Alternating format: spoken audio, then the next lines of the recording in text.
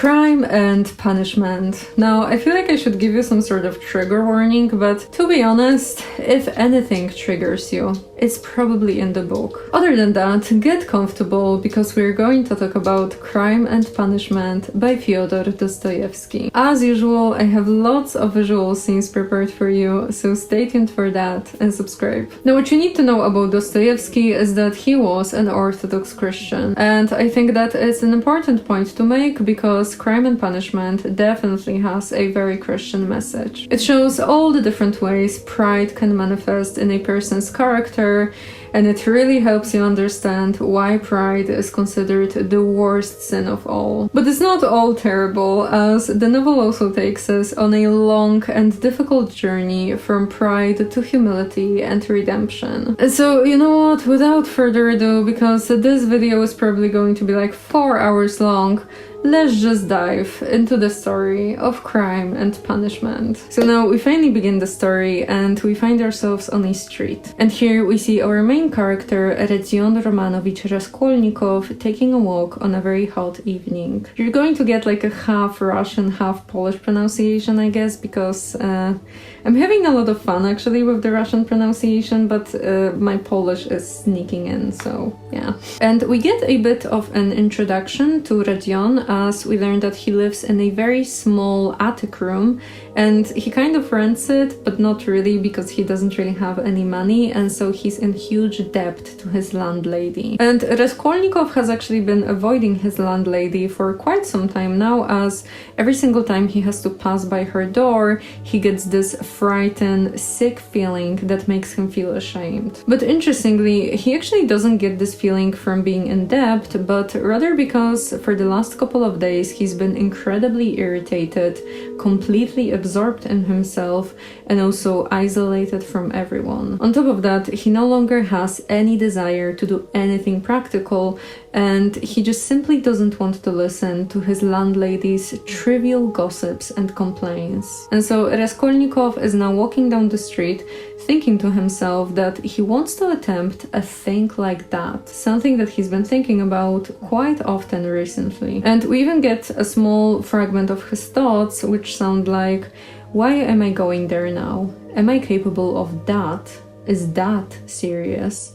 It is not serious at all. It's simply a fantasy to amuse myself. A plaything. Yes, maybe it is a plaything. Then, after we are introduced to his state of mind, we get a bit of a description of the street he's walking on, and yeah, this place is really bad as the heat is pretty terrible. There's this insufferable stench in the air and also lots of drunk men everywhere. But Redzion continues to walk and he kind of like switches his mind off so that he's no longer aware of his surroundings, and he just occasionally mutters something because of his habit of talking to himself. And we get a description of how he looks like, and it turns out that he's exceptionally handsome, tall and well built, and yet his clothes are complete rags that everyone else would be ashamed to wear. But not Raskolnikov, as he has so much bitterness and contempt in his heart that he doesn't mind them at all. Yet still, when a random drunken man yells at him, pointing out his worn-out hat,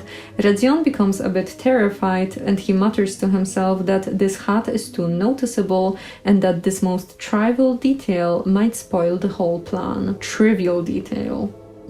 Okay, you just have to understand me. And the plan in question has been on his mind for quite some time, and we learn that now he's actually on his way to rehearse it. So he comes up to a large building divided into separate apartments inhabited by working people, and it soon turns out that Raskolnikov knows every single detail both of this place and the people living there. And the most important thing for him is that the fourth floor is currently inhabited only by an old woman whom he now goes to visit. As he finds himself in front of the woman's apartment, he rings the bell and soon she lets him in. Now, the old woman, named Leona Ivanovna, is described to have sharp, malignant eyes, a bit of an unkempt look, and a general mistrust towards Raskolnikov, which he of course notices, and so in an attempt to kind of make her more relaxed, he reintroduces himself as Raskolnikov, a student who visited her a month ago. To this, Aliona, who by the way is a pawnbroker, says that she remembers him quite well, and yet she keeps staring at him with this deep mistrust in her eyes, which actually makes Rodion a bit uneasy. But then he quickly convinces himself that maybe she's always been like this and he just didn't notice that before, and so he then tells her that he came here for the same thing as before. So they then move a bit further into the apartment, and as Raskolnikov notices that the room is nicely lit by the sun, he thinks to himself, so the sun will shine like this then too. He then scans the whole room with a quick glance, trying to catch every detail of the place, and he notices that nothing here is really that special. There's just some ordinary clean furniture, a brightly polished floor, and also a candle burning in front of a small icon. So Leona now asks him what does he want, and to this Raskolnikov takes out an old-fashioned silver watch and says that he has brought it to pawn here. And Leona is really not that excited about this, as Rodion still hasn't redeemed his last pledge, a ring for which he only got 2 rubles, which is really not that much. To this, Raskolnikov promises that he will redeem everything later, but now he really needs at least 4 rubles for the watch he brought today. And the pawnbroker tells him that best she can do is 1.5 rubles, which is not ideal, but eventually he agrees. Then Aliona starts to look for the keys in her pocket, she leaves the room, and Raskolnikov uses this moment to listen to every possible sound, trying to figure out where exactly she keeps her money. The pawnbroker then comes back and she gives him the rubles, which actually turn out to be less than they agreed on, and that's because she decided to charge interest on the previous pledge. Rodion is of course not extremely excited about this, but he takes the money anyway, and he says that he'll be back in a day or 2 with a new thing to pawn. And then as he's getting ready to leave, he asks whether she's always home alone or if her sister is sometimes visiting her, to which Aliona is like, well, what business do you have for her? And Raskolnikov replies that he was just asking, and then he leaves. And after he gets himself back on the street, he actually gets pretty distressed and he cries out that it's all loathsome, adding, and how could such an atrocious thing come into my head? What filthy things my heart is capable of. Yes, filthy above all, disgusting, loathsome, loathsome. And for a whole month I've been... But no words, no exclamations could express his agitation. Now, at this point, Raskolnikov carries such an intense feeling of repulsion in his heart that he doesn't really know what to do with himself, and so he just walks along the pavement like a drunken man until eventually he finds himself next to a tavern. He goes in, guided by his burning thirst, and once inside, he sits at a sticky little table in a dark corner. He then orders a beer, drinks it, and immediately he feels better, with his thoughts suddenly more clear than before. And now Raskolnikov tells himself that his previous emotional turmoil was just a pure nonsense, and that he just needed to eat and drink, and now everything isn't just back to normal, but even better, just as if a huge burden has been lifted from his shoulders. And now we also get a fragment that I'm going to read it to you fully, because Dostoevsky has such a nice style that I think that it would be a shame not to include some bigger fragments from the book. So it reads: Raskolnikov was not used to crowds, and as we said before, he avoided society of every sort, more especially of late. But now, all at once, he felt a desire to be with other people. Something new seemed to be taking place within him, and with it he felt a sort of thirst for company. He was so weary after a whole month of concentrated wretchedness and gloomy excitement that he longed to rest, if only for a moment, in some other world, whatever it might be. and in spite of the filthiness of the surroundings, he was glad now to stay in the tavern. Rezyon then looks around the tavern and he notices a guy who seems to be like a retired clerk and who's actually staring back at him, which is pretty strange for the guy as he seems to have this condescending contempt for everyone else in the tavern. And we also get a more detailed description of the guy as it turns out that he's over 50 years old, he's bald, his face is bloated from constant drinking, and he has this intense stare that seems to indicate some sort of madness. He eventually comes up to Raskolnikov, introduces himself as Marmeladov, a titular counselor, and then says that it seems that Raskolnikov is a man of education, definitely not used to drinking. Rezyon replies that yeah, he is a student, and then we learn that even though he craved company just a minute ago, now that he has it, he feels his irritation rising along with aversion for the newly met man. And Marmeladov is then like, oh, you're a student or a former student? You see, I'm a man of experience, and so I clearly see that you've been a student, but are not one currently, which he's actually correct about this. And then Marmeladov gets a bit into the topic of poverty, and he says that poverty is better than beggary because in poverty a man keeps his soul, but in beggary he does not. And he also adds here that he's been sleeping on hay for the last couple of days. And then as he's talking, he eventually gets some attention from other people in the tavern, and one of the guys asks him why isn't he working if he's a counselor. To which Marmeladov goes into a big ramble from which we basically learn three things. The first one is that he's suffering greatly from feeling like a useless worm. The second thing is that his daughter has recently obtained a yellow ticket, which is basically like a license for prostitution. And the third thing is that his wife is a lady, a woman of education, and an officer's daughter. And then Marmeladov also laments that he's a pig, a beast by nature, that even sold his wife's stockings for alcohol. And he also says here that he suffers so much because he lives in a cold room with his wife and 3 children, and his wife is working so hard from morning till night, scrubbing, cleaning, and taking care of the children, to the point where she recently began coughing with blood. And you see, Marmeladov suffers so much from seeing this that he just has to drink, because when he drinks, he suffers even more, and he believes that he deserves that. And now Marmeladov also explains that he has turned to Raskolnikov with the story of his life because he just wants a man of feeling and education to listen to him. And so Marmeladov now continues telling us a bit more details about his wife Katerina, and we learn that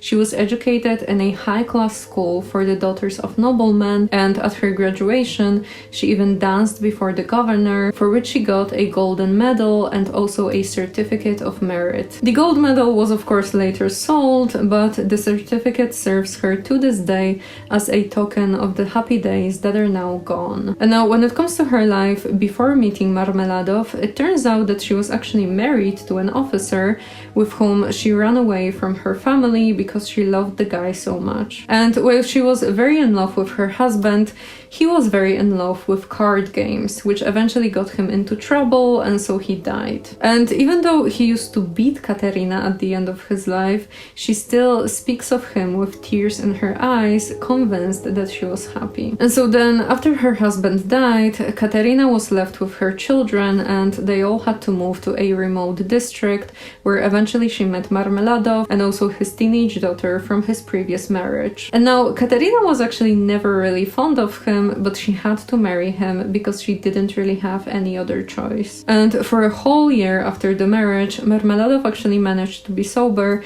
but then he went back to drinking, he lost his job, got a new one, and then lost that one as well. And now when it comes to his teenage daughter Sonia, she has a pretty miserable life as she never got a proper education, and on top of that, Katerina never really liked her, and her aversion grew even stronger after Sonia became mature enough to work, and so Katerina spent so much time complaining about her not earning any money that she eventually forced her into prostitution. And at first, Sonia really didn't want to do it, but Katerina just told her that she's nothing precious to be worried about, and so Sonia then left, and after 3 hours she came back, gave Katerina the money, and then lied down on the bed with her face to the wall, and she began to cry. And Katerina actually later came up to Sonia, and she stayed at her side, kissing her feet, until eventually they both fell asleep in each other's arms. And while all of that was going on, Marmeladov was just laying down in the house, completely drunk. After all of that happened, people around of course started gossiping, and so Sonia was forced to get the yellow ticket and also move out from her family's place, as the landlady didn't want her there, and so she's now renting a room from a poor family. And now when it comes to Marmeladov, very soon after this whole situation, he actually managed to get a job, and everyone in the house was extremely happy. They were treating him basically like a king. Everyone was dressing very nicely and preparing some fancy meals, and Katerina even started lying that her husband is more important than he actually is, but it's almost like she believed her own delusions. But then of course, after some time, precisely 5 days ago, Marmeladov stole his wife's key to her box where she kept the money, took everything from it, and so since then he's been drinking every day and sleeping on hay. Now, after Marmeladov says all of this, he leans heavily on the table for some time, but then his face suddenly changes and he laughs, and then he says that this morning he actually went to Sonia and begged her for money, and so he's now drinking thanks to her. And then he adds that Sonia probably needs this money as she now has to take special care of her appearance, but oh well, he has already drunk it. And then Marmeladov asks Raskolnikov whether he's sorry for him, to which someone from the crowd asks what is he to be pitied for, and to this Marmeladov says that there's nothing to pity him for, as he should rather be crucified. And then he also rumbles a bit about Sonia, saying that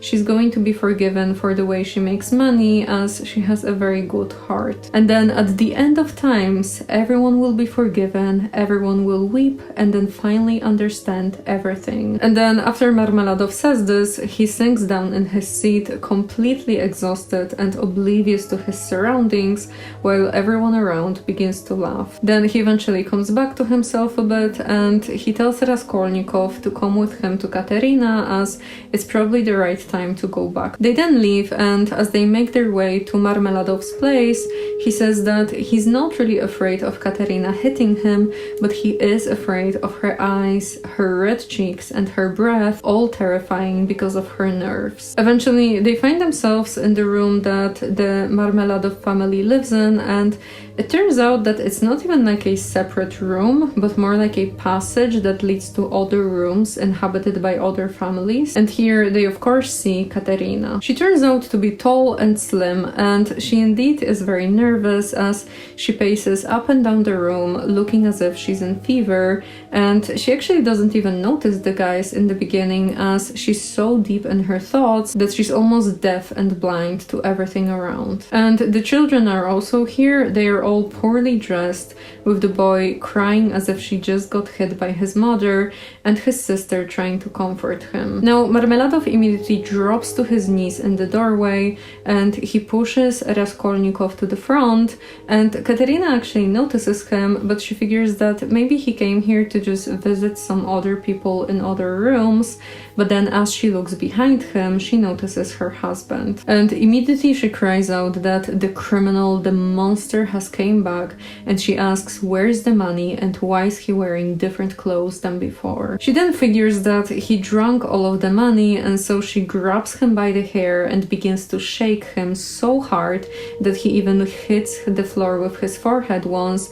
while the children begin to cry. Katerina then yells that the children are hungry, and she bashes Marmeladov for drinking, and then she turns to Raskolnikov and tells him to leave, which he does, but before he leaves, he actually takes some coins from his pocket and he puts them on the window for the family. But then just a moment after he leaves, he actually begins to regret this decision, and he thinks to himself that he did a very stupid thing by leaving the coins, since after all they have Sonia who gives them money. But then he thinks that, well, she also needs the money because she now has to look decently, and then he thinks some more about her, thanks to which we get a fragment that reads, "Hooray for Sonia, what a mine they've dug there, and they are making the most of it." Yes, they are making the most of it.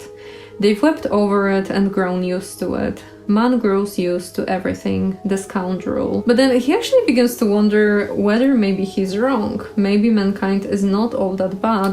And then he figures that if it's the case, then that would mean that his ideas simply come from prejudice, and in reality there are no barriers between people. Following all of that, we find ourselves in Raskolnikov's room, and we see him here waking up in the morning, already irritated as his sleep did not refresh him at all. And so he looks with hatred around his room, and we learn that the room is very small and low, and it's also very dusty here, and that's because Nastasia, the only servant in the building, decided to only clean his room once a week, since Rodion doesn't really seem to mind that anyway. And so Nastasia now comes into the room, she tells him to wake up and then gives him some warm tea. He opens his eyes, slowly sits on the sofa, and then takes some coins from his pocket and gives them to Nastasia and asks her to buy him some bread and a cheap sausage, to which Nastasia actually convinces him to get some soup instead. We're getting all the details in this summary. Nastasia then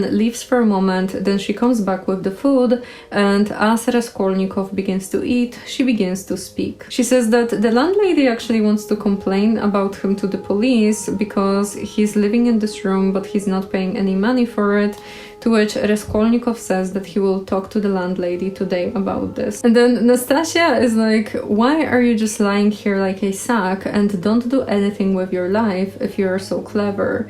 To which Raskolnikov is like, I have to read it to you because this is such a golden moment. He's like, I am doing. And she asks, what are you doing? Work. What sort of work?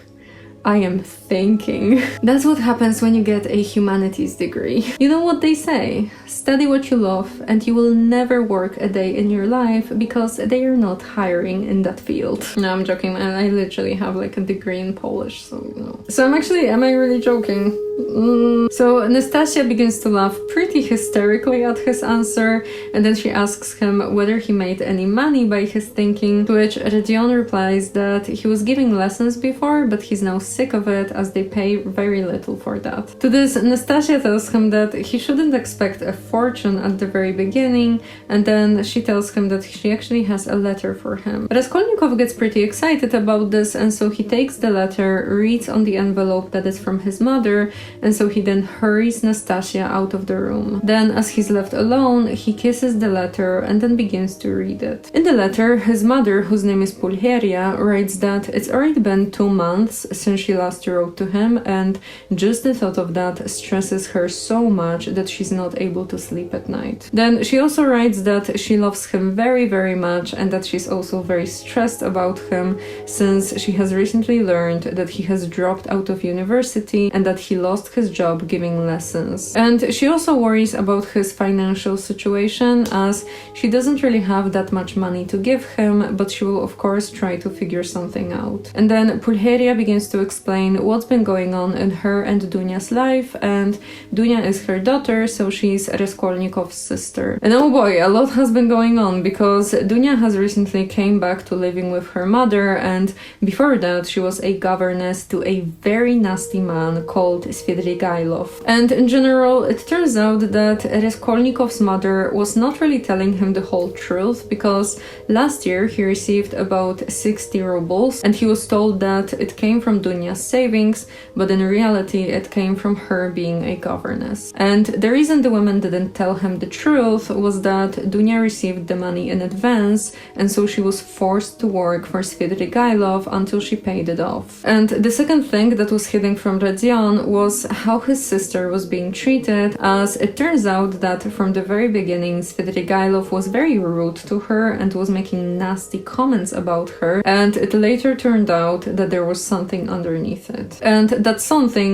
was Svidrigailov's great affection for Dunya, which then later resulted in him making Dunya a very shameful proposal of basically escaping together somewhere far away from here. And Dunya was of course not especially excited about this, and she refused, but she still had to stay there for the next 6 weeks because she had to pay off the debt. And this situation eventually ended after Svidrigailov's wife overheard one of their conversations, and she concluded that they definitely have an affair and that Dunya is guilty of everything. And the wife got extremely mad. She even hit Dunya, and then she was screaming at her for over an hour, not letting anyone else speak, and then after that she basically took all of Dunya's belongings and threw them into a peasant's cart and told her to leave. And so Dunya came back so humiliated that her mother decided not to inform Raskolnikov about this because she knew how angry he would get. And that's especially considering that for the next month the whole town was full of gossip about this whole situation,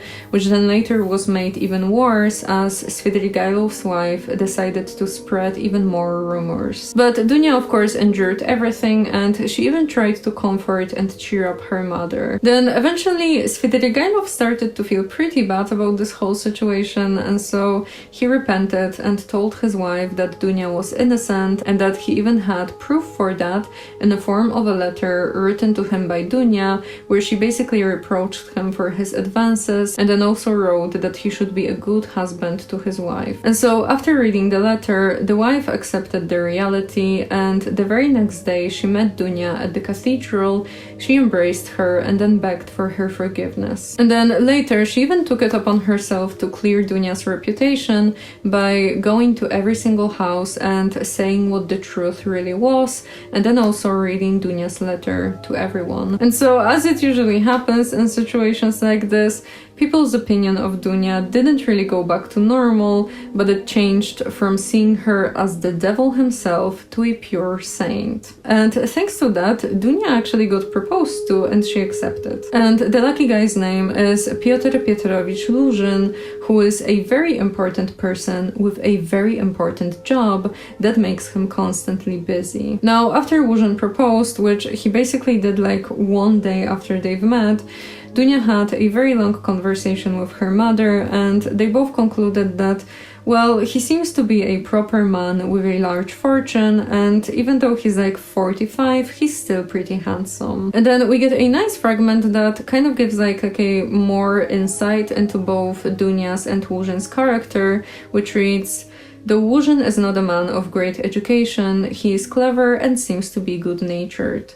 You know your sister's character, Rodia. She is a resolute, sensible, patient and generous girl, but she has a passionate heart, as I know very well. Of course, there is no great love either on his side or on hers, but Dunya is a clever girl and has the heart of an angel and will make it her duty to make her husband happy, who on his side will make her happiness his care." But then the more we learn about Luzhin, the more questionable his character becomes, as, for example, right after Dunya accepted the proposal, he said that, well, even before he met her, he decided to only marry a woman who experienced poverty, as in his mind, a man shouldn't be indebted to his wife, and it's also better for a wife to look upon her husband as her benefactor. But to this, Dunya just concluded that words are not deeds, and we also learn here that before she accepted the proposal, she really gave herself time to think about this, as for a whole night she just went up and down the room thinking to herself about this whole situation, and then eventually she knelt down before an icon and then prayed until morning. And then when it comes to Raskolnikov, Pulcheria writes that he should be very happy about this marriage with Luzhin because his future is now secure, as the women are now planning to make him into Luzhin's right hand in his office. And then as Pulcheria ends her letter, she writes that after the marriage marriage, she will probably move somewhere close to Radzion, as she doesn't want to be a burden for the newlywed couple. And then at the very end of the letter, the mother writes that she will soon travel to Petersburg with Dunya to see Luzhin, and then she also adds that she will soon manage to send Raskolnikov some money, and she reminds him to pray often. Now, Raskolnikov finally finishes reading the letter, and even though in the beginning his face was full of tears, now it's completely pale and has this distorted smile on it. Radzion then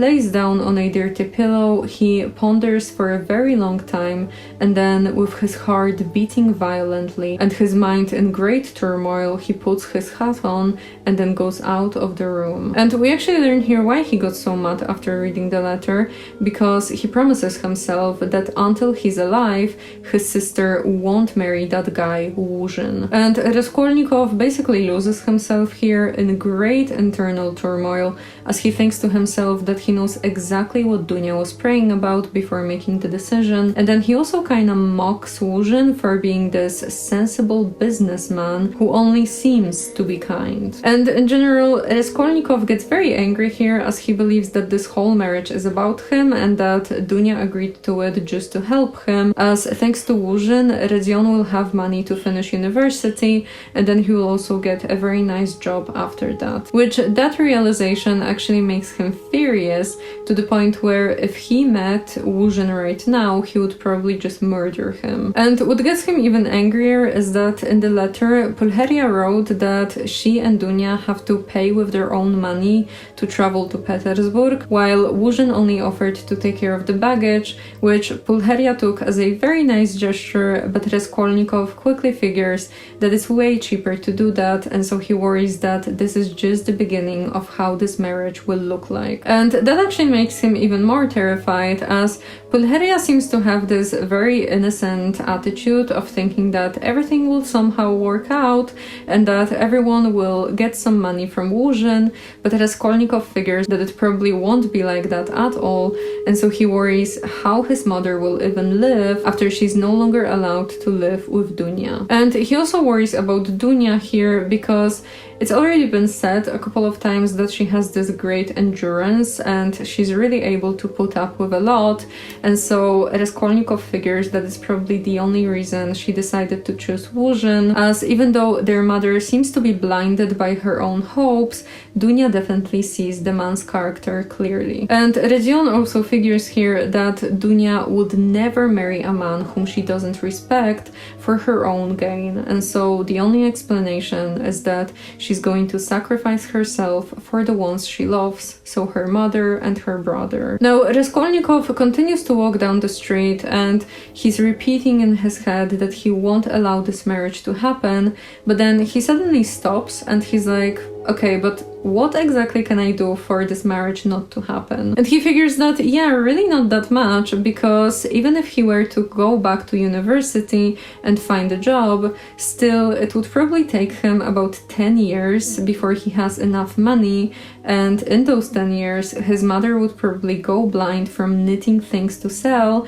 and who knows what Dunya would have to do. And so Radzion now tortures his mind with endless questions, thinking to himself that he has to do something now, or else completely give up on life and love and just humbly accept his fate. But then another thought suddenly appears in his head, and it actually makes him even worse, because he now feels this hammering in his head and he sees nothing but the darkness. And so he figures that he really needs to sit down, and luckily there's a bench nearby, so he begins to make his way towards it, but as he's doing so, he suddenly notices a woman in front of him. But upon looking closer, Raskolnikov notices that it's actually a girl, about 15 or 16 years old, and she's completely drunk with her dress not properly hooked up. And so the girl comes closer to the bench, drops down on it, and she closes her eyes in complete exhaustion, not even noticing anyone around. And so Raskolnikov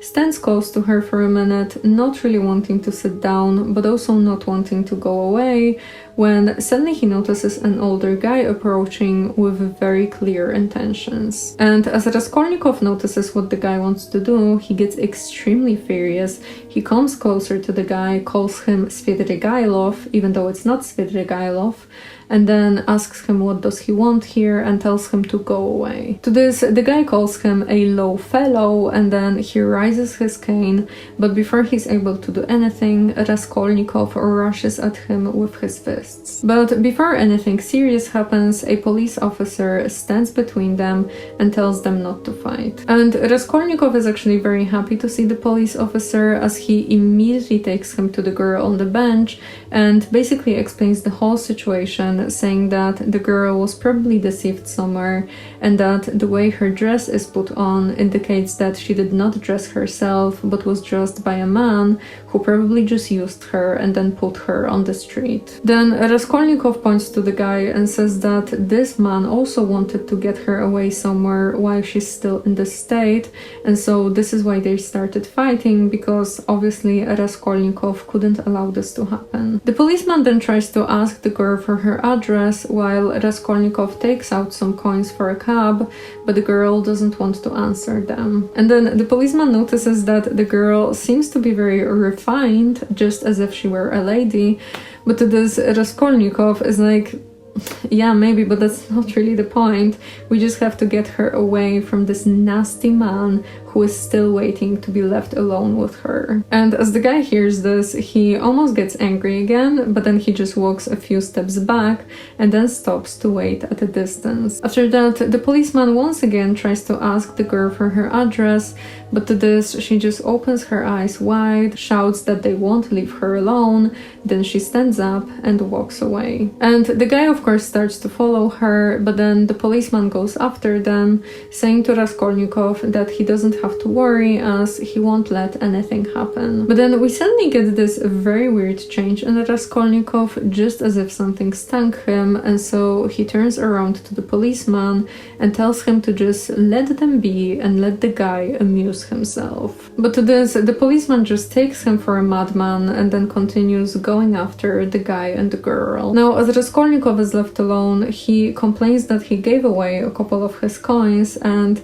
then he wonders why did he even want to interfere and help, since it's not really his business anyway. He then sits on a bench and begins to wonder what will happen to the girl, and he fears that she will probably eventually come to herself, she will weep, and then her mother will find out about everything, then she will beat her and maybe even throw her out of the house. But even if not, the girl will probably be forced to start selling herself, and so then after 2 or 3 years, she'll be a complete wreck and her life will be over at 18 or 19. But then Raskolnikov thinks to himself that he shouldn't really worry about this, and then he adds, "But what does it matter? That's as it should be, they tell us. A certain percentage, they tell us, must every year go that way to the devil, I suppose, so that the rest may remain chaste and not be interfered with. A percentage. What splendid words they have. They are so scientific, so consolatory. Once you've said percentage, there's nothing more to worry about. If we had any other word, maybe we might feel more uneasy. But what if Dunya were one of the percentage? Of another one, if not that one." But then after that, he kind of comes back to himself and he begins to wonder, how did he even get here in the first place? And then he eventually remembers that he actually wanted to visit a guy named Dmitry Razumikhin, who was his friend back from university. And now it's said here that Raskolnikov actually didn't really have that many friends in university, and that's because he was never visiting anyone, and he also didn't welcome anyone who came to visit him. And so after some time, people just kind of gave up on him. And we even get a more detailed description of Raskolnikov from his university years, which reads, "He worked with great intensity without sparing himself, and he was respected for this, but no one liked him. He was very poor, and there was a sort of haughty pride and reserve about him, as though he were keeping something to himself. He seemed to some of his comrades to look down upon them all as children, as though he were superior in development, knowledge, and convictions, as though their beliefs and interests were beneath him." The only exception was, of course, Razumikhin, Razumihin, who was always very joyful and good-natured, to the point of simplicity, even though deep down under this simplicity he had both dignity and depth. On top of that, everyone liked Razumihin as he was extremely intelligent yet simple, and he was also of striking appearance, tall, thin, black-haired, and always badly shaven. And he was also very poor, but he always managed to earn some money through various different jobs, and even when he really didn't have much, to the point where he had to spend the whole winter without heating up his house, he still endured it without a problem, and he even said later that it was actually kind of nice because he slept better in the cold. And it's also said here that Razumihin also gave up his studies for a while, but only to earn enough money to go back to university as soon as possible. Now, Raskolnikov thinks to himself that he indeed wanted to visit Razumihin to ask him for some sort of job, but now it's really no use because even if he starts giving lessons, the money from it will not be enough. And then, as he's very deep in his thoughts, he's suddenly like, yeah, I shall go to him the next day after it, when it will be over and everything will begin afresh. But he then suddenly realizes what he's thinking about, and so he jumps from his seat and wonders whether it is really going to happen, and then he leaves almost in a run. Now, at first he actually wants to go back to his room, but just the thought of that fills him with so much disgust that he decides to just walk around the city without any clear direction. And he quickly falls into a fever-like state. He finds himself in a tavern where he eats something and drinks a glass of vodka, and then he goes back to the street, and very soon a great drowsiness completely overcomes him, and so he finds some bushes and then he goes into them and falls asleep. And the dream that he dreams is definitely something. In the dream, he's back again 7 years old, and he's in his hometown with his father, and they are walking towards a graveyard. And as they are walking, they come close to a tavern that Raskolnikov was always afraid of, as it was always full of drunk people who were shouting, laughing, and fighting. And here in the dream, Raskolnikov notices a large cart with a thin horse standing right before the tavern. And as he's looking at it, suddenly 6 big and very drunk men come out of the tavern.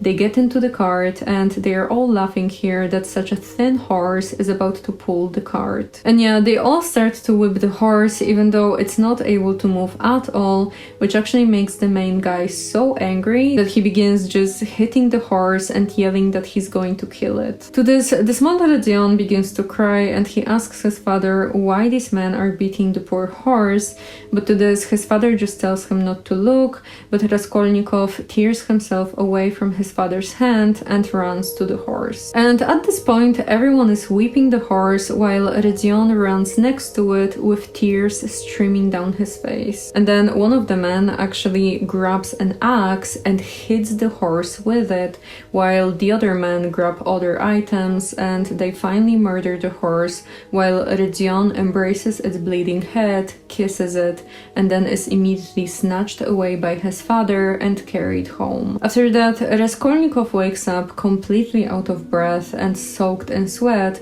and he wonders whether the dream was caused by some sort of fever. And he then says to himself, "Good God, can it be? Can it be that I shall really take an axe, that I shall strike her on the head, split her skull open, that I shall tread in the sticky warm blood, break the lock, steal and tremble, hide, all spattered in the blood, with the axe. Good God, can it be?" And he actually doesn't really understand why he's all of a sudden thinking about this, as the last time he made an attempt, he concluded that he's probably not going to bring himself to actually do it. And so here, after realizing that his thoughts came back, he prays to God so that he would show him his true path and stop the bad desire from arising, and that actually works, because then he looks at the nearby river and the setting sun, and he feels as if his obsession has finally left him. But then, as he's going back home, he finds himself in the Haymarket,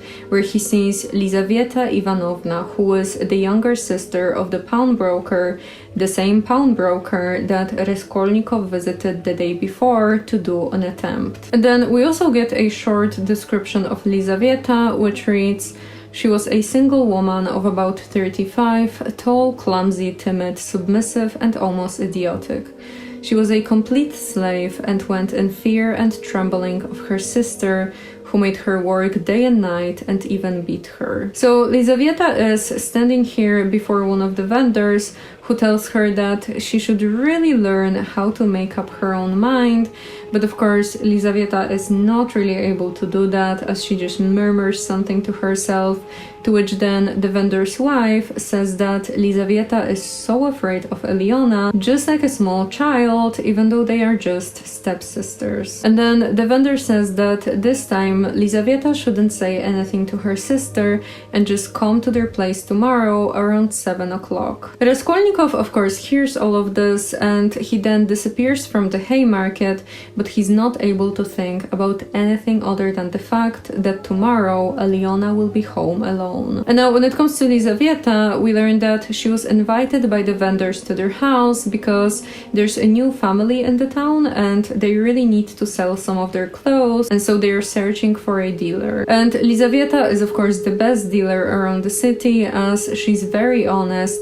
she always gives fair prices and never changes her mind on them, which is basically like the opposite of Eliona. Now, after this little bit of information, we go back to Raskolnikov and we learn a bit more about the origins of his plan. It all started after one student told Raskolnikov about Eliona the pawnbroker and said that he should really remember about her just in case he ever wants to pawn anything. And in the beginning, Redian didn't take the opportunity, as he was still giving lessons, so he had some money, but then after some time, precisely 6 weeks ago, he decided to pawn a ring that Dunya gave him when they were partying. So he went to visit the pawnbroker, and the moment he saw Eliona for the first time, he felt extreme repulsion for her. And then right after he pawned the ring, he went to a tavern, he sat down, and that's when the idea first started forming in his mind. And as the idea was slowly developing in his mind,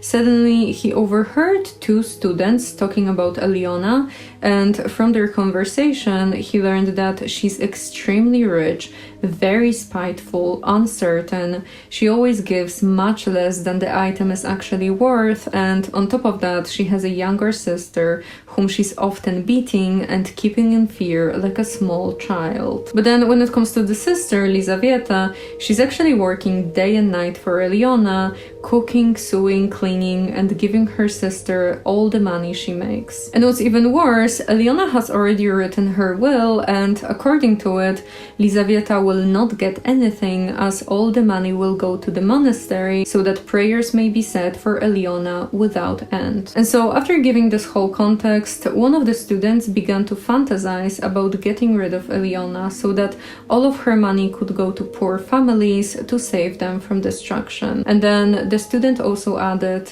"What do you think? Would not one tiny crime be wiped out by thousands of good deeds? For one life, thousands would be saved from corruption and decay.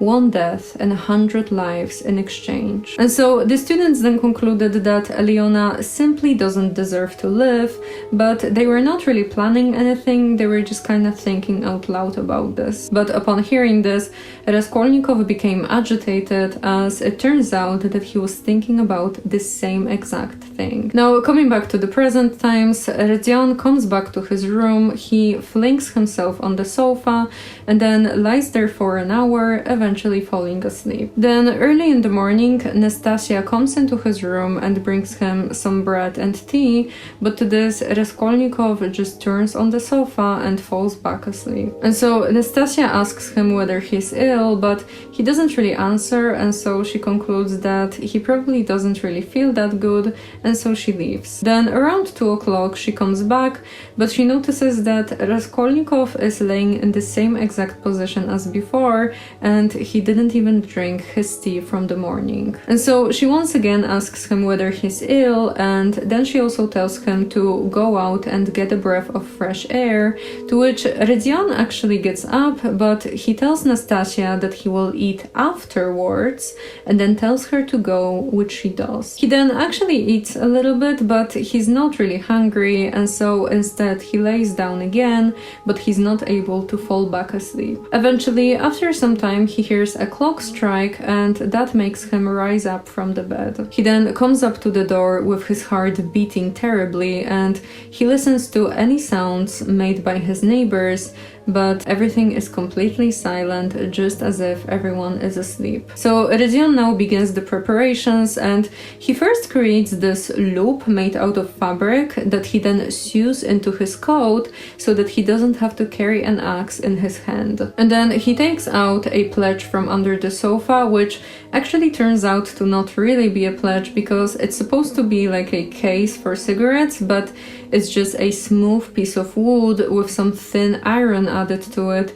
just so that it kind of pretends to be a pledge to distract Eliona. And here we also learn that Raskolnikov figured out the plan both for the loop made out of fabric and also the fake pledge over 2 weeks ago. Now, as he's finally ready to leave, he overhears someone yelling from the outside that it's already past 6, and that makes him rush to the door, put his hat on, and then leave the room. And you know, it's so interesting reading about what Rydzian thinks about all of this, because it's almost like from the beginning of the book, he doesn't really believe that he's going to do it. It's almost like he just thinks that he's just entertaining the idea about this and nothing more, which you can actually see in a fragment that reads, "We may note in passing one peculiarity in regard to all the final resolutions taken by him in the matter. They had one strange characteristic. The more final they were, the more hideous and the more absurd they at once became in his eyes.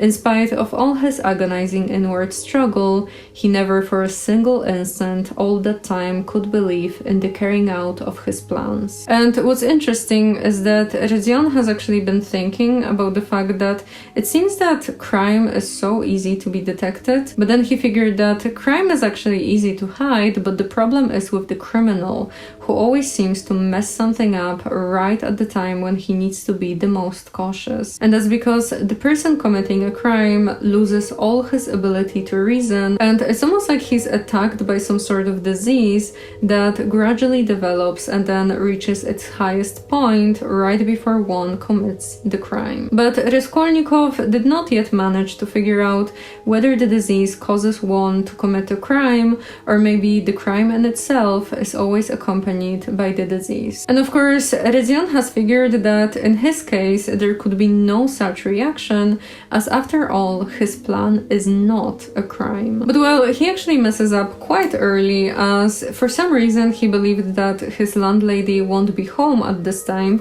but as he's walking past her room, it turns out that not only is she home, but she notices him immediately. But Raskolnikov passes by her door pretending not to see her, and then he quickly leaves the building. And for a moment, he actually feels pretty crushed and humiliated by this mistake, and he even contemplates giving up on the plan, but then as he finds himself on the street, he suddenly notices something shiny in the porter's room. So he comes up to the place and he shouts for the porter, but then as he figures that no one is home, he quickly rushes in and takes out the shiny object from under a bench, which turns out to be an axe. Raskolnikov, of course, hides it under his coat by putting it in the loop made out of fabric, and then he begins to make his way through the street. And of course, he very quickly realizes his other mistake, which is that he still has this weird, recognizable hat on, and so he curses himself for not buying a new one. And now, as Raskolnikov continues to walk, he actually figures that he's not afraid or anxious at all, as he rather just looks around and begins to think about the architecture of the city. Eventually, he makes his way into the right building, and for a moment he actually begins to wonder whether he's maybe too agitated or pale, because as mentioned before, the pawnbroker is rather mistrustful, but then he figures that waiting just makes things worse, and so he puts his hand on the bell and rings it. And he's actually met with silence here, but he seems to hear someone standing right behind the door, and so he rings the bell 2 more times, and eventually he hears someone opening the lock. And at first Aliona opens the door just just a tiny bit to see who exactly came to visit her, and as Raskolnikov figures that she probably won't let him in on her own, he forcefully opens the door and then quite confidently makes his way into her house. Now, Aliona is not especially excited about this, as she asks him who is he and what does he want, to which Raskolnikov replies by telling her his name and then reminds her that a couple of days ago he actually promised to come back here with a pledge. And so he gives her the pledge, but as he notices that Aliona is still full of mistrust, he asks her why is she staring at him as if she doesn't know who he is, and then he tells her that she can take the pledge if she wants to, but if not, then he will just go somewhere else. To this, Aliona actually comes back to herself a little bit, and so she looks at the pledge, but then she asks Raskolnikov why is he so pale and trembling. He replies that it's just fever combined with not having anything to eat.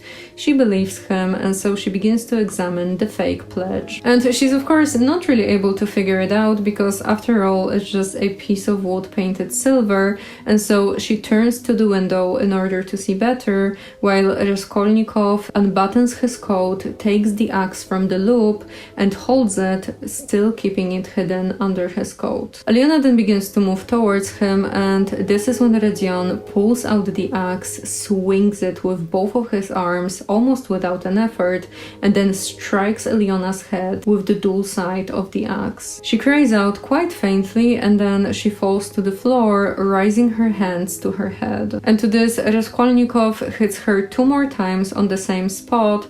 She starts bleeding, and then she dies. Rodion then lies the axe on the ground, and he begins searching the pawnbroker's pocket for the key to her drawer, where she keeps all of her money and possessions. He quickly finds the key, trying his best not to get smeared with blood, and then he runs with the key to the bedroom. There, he comes closer to the chest of drawers, and as soon as he puts the key in, he suddenly feels like giving everything up and leaving this place, but of course he realizes that it's probably not possible to do at this point. And so he then smiles to himself, and right after that he becomes extremely anxious, because what if the pawnbroker is still alive? And so he comes back to the previous room, he comes closer to the body, grabs the axe, and then as he's about to hit the woman 1 more time, he suddenly stops as he realizes that she's probably dead at this point. And he's right, because he then bends down, examines Aliona's body, and he realizes that her skull is clearly broken, and there's also a large pool of blood underneath her. And then Raskolnikov struggles for a moment, because he really wants to tear off Aliona's purse from her body, and while he's doing so, he accidentally smears his hand and the axe with blood. After he finally gets the bag, he rushes back to the bedroom, this time with the axe, and he once again tries to open the drawers with the key. But it actually turns out that the key doesn't want to fit in the lock, but despite that, Raskolnikov kind of mindlessly still tries to put it in, even though at this point he realizes that it's not going to work. And then he stops himself for a moment, and he looks at the key, and he realizes that it's surely too big to fit in the drawers, and it actually looks more like a key for a box. And so he searches for the box, eventually finds it under the bed, and then he opens it with the key. And on the very top he sees a red coat, and he figures that it's an excellent idea to wipe his blood-stained hands on it, since it shouldn't be that noticeable. And right after he does this, he asks himself in terror whether he's losing his mind. And so he now just turns over all the fabrics, reveals various gold items, and begins filling his pockets with them. But then, as he's in the middle of doing that, he suddenly hears steps in the room with the body, then a faint cry followed by dead silence. So he runs out of the bedroom, comes back to the room, and here he sees Lizaveta. For a moment she just stares at her sister's dead body, not even able to scream, and then as soon as she sees Raskolnikov, Raskolnikov, she opens her mouth, but she's still unable to make a sound. She then starts to slowly back away into a corner, but Raskolnikov rushes at her with the axe, and what's kind of heartbreaking is that Lizaveta is so meek that she doesn't even raise her hands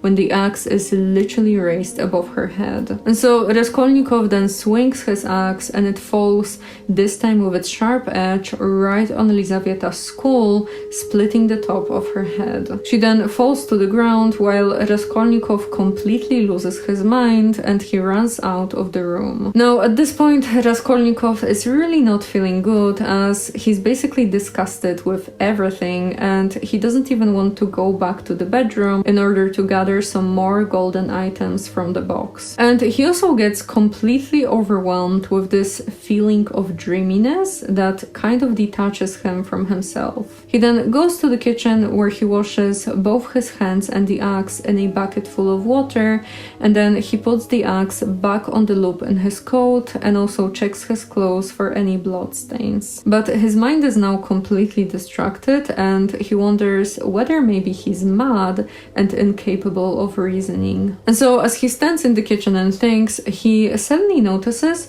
that the front door of the house is actually open, and it was probably opened this whole time. And so he runs to the door and locks it, but then as soon as he does that, he realizes that he once again made a mistake, as he actually has to go out. And so he opens the door, and for a while he just listens if anyone is on the staircase, and yeah, he actually hears a couple of people, and so he closes the door again and waits. Then as he waits, he suddenly hears some heavy steps on the staircase, and somehow he immediately figures that the person is heading to Elyona's house. And he's right, because after a moment, the man comes up to the door, he rings the bell and then even tugs violently at the handle, which makes Raskolnikov completely terrified. The stranger then yells for Elyona and rings the bell a few times more, but then another man comes up to him and they both figure that probably no one is home. But then the man tugs at the door handle once more and he figures that the door is actually not locked, but rather just fastened on a hook, and so that means that at least one of the women has to be home. And so the man tugs at the handle again, but the other man tells him that something has to be wrong because they've been very loud, and so if anyone is in the house, then they would hear them by now, and so that means that either both women are fainted or worse. The man then runs to the porter to tell him about this whole situation, and he tells the other man to stay here just in case. And so the guy actually waits for a while, but then soon he becomes impatient, and so he goes downstairs to look for the other man. After he does that, Raskolnikov immediately opens the door, he sneaks out of the house, and then as he tries to leave the building, the guys from before actually start to chase him, but he manages to escape. Then he finds himself on a street completely worn out, to the point where someone even yells that he has to be drunk. And then after a while, he finds himself under his building, but then he figures that he still has to do something with the axe, and so we get such a fragment that shows us that Raskolnikov is not as immune to the post-crime madness as he thought. It reads, "He was of course incapable of reflecting that it might perhaps be far better not to restore the axe at all, but to drop it later on in somebody's yard. But it all happened fortunately. The door of the porter's room was closed but not locked, so that it seemed most likely that the porter was at home. But he had so completely lost all power of reflection that he walked straight to the door and opened it. If the porter had asked him, 'What do you want?' he would perhaps have simply handed him the axe. But again the porter was not at home, and he succeeded in putting the axe back under the bench and even covering it with the chunk of wood as before. He met no one, not a soul, afterwards on the way to his room.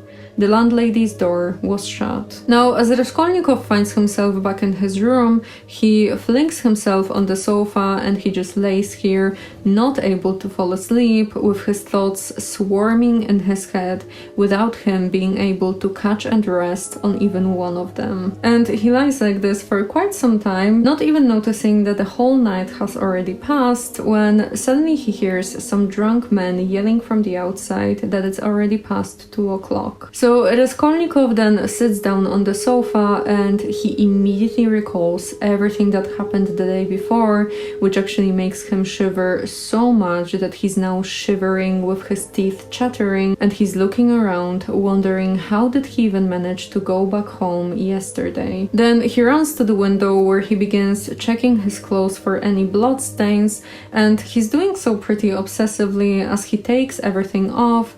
Then he even turns his clothes over and checks them 3 times. And he doesn't find any stains, but he suddenly remembers about all the items that he took from the pawnbroker, and so he searches his pockets, takes everything from them, and then moves the items to the corner of his room. And that's because in the corner of the room, a piece of paper has come off the wall, and so Raskolnikov goes there, stuffs everything in the hole, and then he steps a bit back, stares at it, and he asks himself what's the matter with him, as now the paper bulges out more than ever before, and so it's pretty obvious that something is hidden there. He then sits down on the sofa in exhaustion, and once again he gets some symptoms of fever, and so he just puts on his winter coat and then he loses consciousness. But then after about 5 minutes he suddenly comes back to himself and he thinks that he should really take the loop of his coat, the one for the axe. And so he gets rid of it, but then he just stands in the middle of his room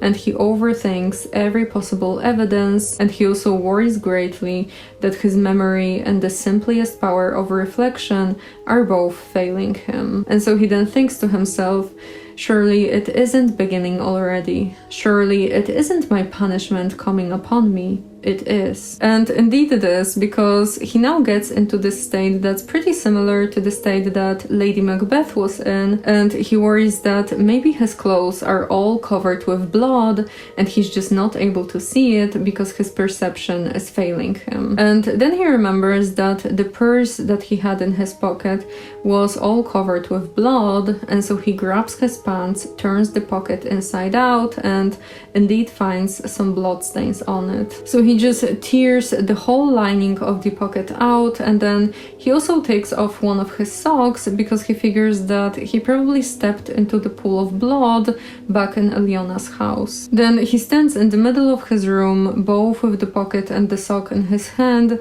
and he wonders what to do with them. Eventually he comes to the conclusion that it will be best to just throw everything away, and so he keeps repeating in his head that he should go and throw it away, while at the same time he sits down on the sofa, covers himself again with the coat, and falls asleep. But he's really not able to rest, as he has this constant feeling that he should go somewhere right at this moment and fling everything away, and he even tries to get up a bunch of times, but he fails every single time. Eventually he's woken up by a violent knocking at the door, and it turns out to be Nastasia, who keeps banging on the door and yelling for Raskolnikov to open. For Raskolnikov.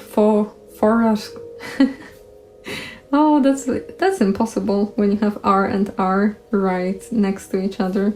For okay. And while she's doing that, a man's voice suddenly says that maybe he's just not at home, and Rodion immediately recognizes that it has to be the porter. And so he panics a bit, thinking that they must have discovered everything, and then he opens the door. Nastasia then comes in with the porter, who hands Raskolnikov a notice from the police office and says that they've sent for him. Now, Rodion is of course terrified to hear this, and so he just stares at the notice, while Nastasia actually tries to calm him by saying that there's really no need to hurry, especially considering that he's ill and in fever, and then she looks at his hands and asks what is he holding. But Nastasia doesn't notice the blood, she just loves that he's holding onto those scraps as if it's some sort of treasure, to which Raskolnikov hides the scraps under his coat, and then thinks to himself that it really doesn't seem that they've discovered his crime, since otherwise Nastasia probably wouldn't be so joyful. Then Nastasia says that she will bring him some tea, but Raskolnikov replies that he would rather go to the police station, and so to this, Nastasia leaves with the porter. Right after they disappear, Redzion grabs the scraps of fabric, examines them, but he figures that the stains are actually not that visible since they are already discolored and they are also covered with dirt. And so, feeling a bit relieved that no one noticed the blood, Raskolnikov now opens the notice and basically he reads that he needs to go to the police office, which kinda weirds him out because he never had anything to do with the police. And so he now begins to lose his mind a bit as he at first flings himself on his knees to pray, but then he laughs, not at the prayer, but at himself. Then he begins to dress himself and he figures that it's an amazing idea to put on the sock that's covered with blood just so that it will maybe get even dustier. But right after he puts it on, he pulls it off in disgust, but then he figures that he actually doesn't really have any other socks, and so he puts it on again, and then he laughs to himself. And then right after, he begins to despair, thinking that it's probably just a trap. They probably want to lure him to the police station and then tell him that they know about everything. But despite that, Raskolnikov leaves his room and heads to the police office. And on his way there, he thinks to himself that if they question him, then maybe he will just tell them everything. And then as he gets even closer to the place and he enters the building, he thinks that yeah, actually, he will just go in, fall on his knees, and confess everything. Then eventually he comes to the police office and he's met here with the head clerk and also an officer named Ilya Petrovich. Now, the head clerk is more of a distinguished gentleman, while the officer is rather condescending and loud, and so he yells at Raskolnikov, asking him what does he want. Redzion answers that he was summoned here by a notice, and to this the head clerk explains to him that it's in relation to his debt to the landlady. Now, Raskolnikov is of course full of joy after he hears it, and right after that he actually gets into a small fight with the officer, because the officer is like, well, you were told to come here at 9 and now it's already past 12. To which Raskolnikov says that, yeah, but the notice was just brought to him and it's enough that he had to come here with fever. Now, the officer really doesn't like this answer, and so he yells at Raskolnikov, telling him not to shout, to which Redzion answers that he's not shouting, he's speaking very quietly and it's actually the officer who's shouting. And that makes Ilya furious, and so he stands up and he tells Raskolnikov to be quiet as he's in a government office. And to this, Raskolnikov says that, well, the officer is also in a government office and he's not only shouting, but he's also smoking a cigarette, and so he's basically just showing disrespect for everyone here. And Redzion of course feels amazing after saying this, and the head clerk actually smiles at him,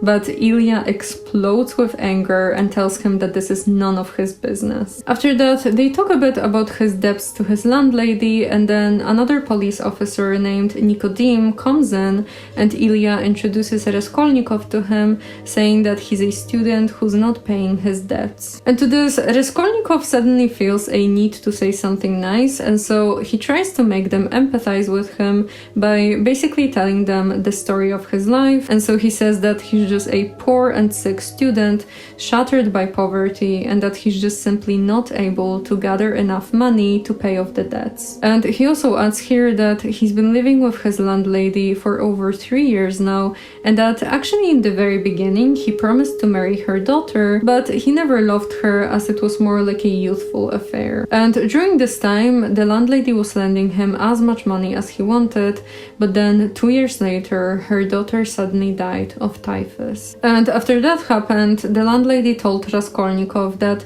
she still trusts him and everything, but she would really want him to sign like a special note for 115 rubles, which is a lot, that she can basically then take to the officers and force Raskolnikov to pay off the written amount. But she also promised to never use it before he's actually able to pay, which, yeah, that promise didn't really last. Now, after realizing that no one really cares about his story, something in Raskolnikov actually snaps and he becomes totally indifferent to people's opinion about him. And so he then signs some documents, and then as he's about to leave, suddenly he gets this weird feeling compared to a nail being driven into his skull, and he wonders whether he should maybe just come up to Nikodim, tell him about everything that happened yesterday, and then go with the officers to his room and show them all the items hidden in the hole in the wall. And he actually does come up to Nikodim, but before he says anything, he overhears him talking to Ilya about a new case. And so Nikodim says here that it can't be that the men that they're talking about are guilty, because why would they inform the porter about all of this? And besides, the best possible explanation is that the murderer has bolted himself in the house and then left right after the man went to get the porter. They then say that no one saw the murder, and upon hearing this, Raskolnikov walks towards the door, but before he reaches it, he faints. Then after a couple of minutes, he comes back to consciousness and he finds himself sitting on a chair with the officers standing around him. Nikodim then asks him whether he's ill, and then Ilya asks how long has he been ill, to which Raskolnikov answers that his illness started yesterday. They then ask him some more questions, and they learn that yesterday he went out around 7 o'clock to walk along the street, even though he was already feeling ill. And the officers are kind of suspicious about this,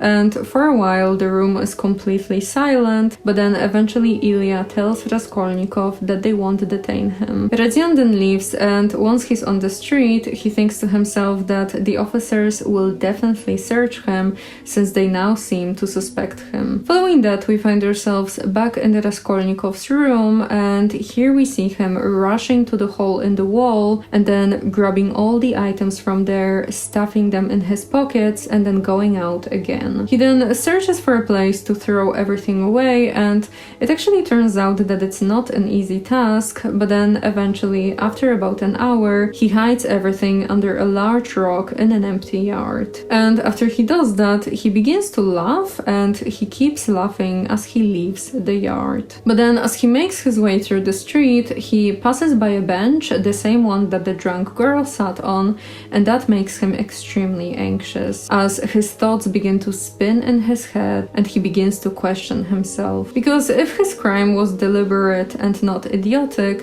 then how come he did not even look into the purse to see how much money he had stolen? But he then explains to himself that it's just because he's currently ill from worrying so much, and then he also comforts himself a bit by thinking that he will soon get well. But right after that, he asks himself, what if he will never get back to normal? And so Raskolnikov then continues to walk, tormented by his own thoughts and with a terrible longing for distraction. Then he eventually makes his way to Razumikhin's house, his friend that was described earlier, and he's of course immediately let in. Here, Razumikhin welcomes him, and he's actually a bit surprised because it's already been about 4 months since they've last seen each other. And Razumikhin is described here as pretty unkept, since he's wearing a ragged dressing gown, a pair of slippers, and he's also unshaven and unwashed. Kinda hot.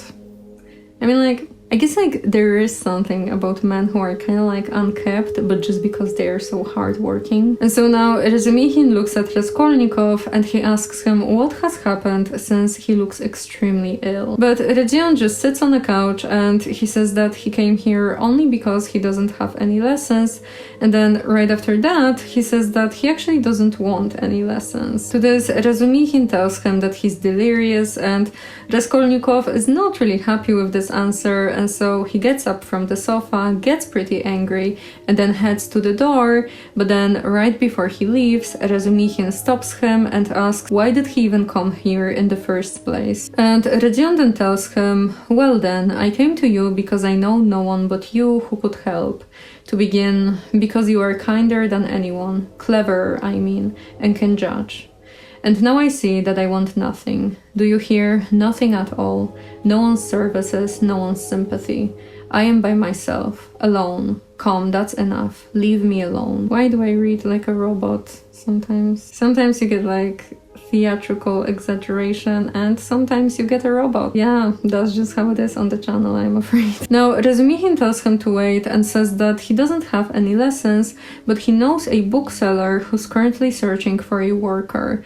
And Raskolnikov listens to him, but he doesn't accept the job, and so then he leaves his house. And then after this totally normal encounter, Radzion makes his way through the street, but then he suddenly stops and he begins to gaze into the distance, which he actually used to do many times before, back in his university years. And then as he's standing and staring, he thinks to himself how strange it is that he thought that he can just stand in the same place, think the same thoughts, and be interested in the same theories as just a couple of days ago. Because all of those thoughts and ideas now seem to be very far away from him, and he too begins to feel as if flying upwards with everything vanishing from his sight. After that, Radzion starts to make his way back home, and it's said here that at this moment it seems to him as if he had cut himself from everything and everyone. Following that, Raskolnikov comes back to his room,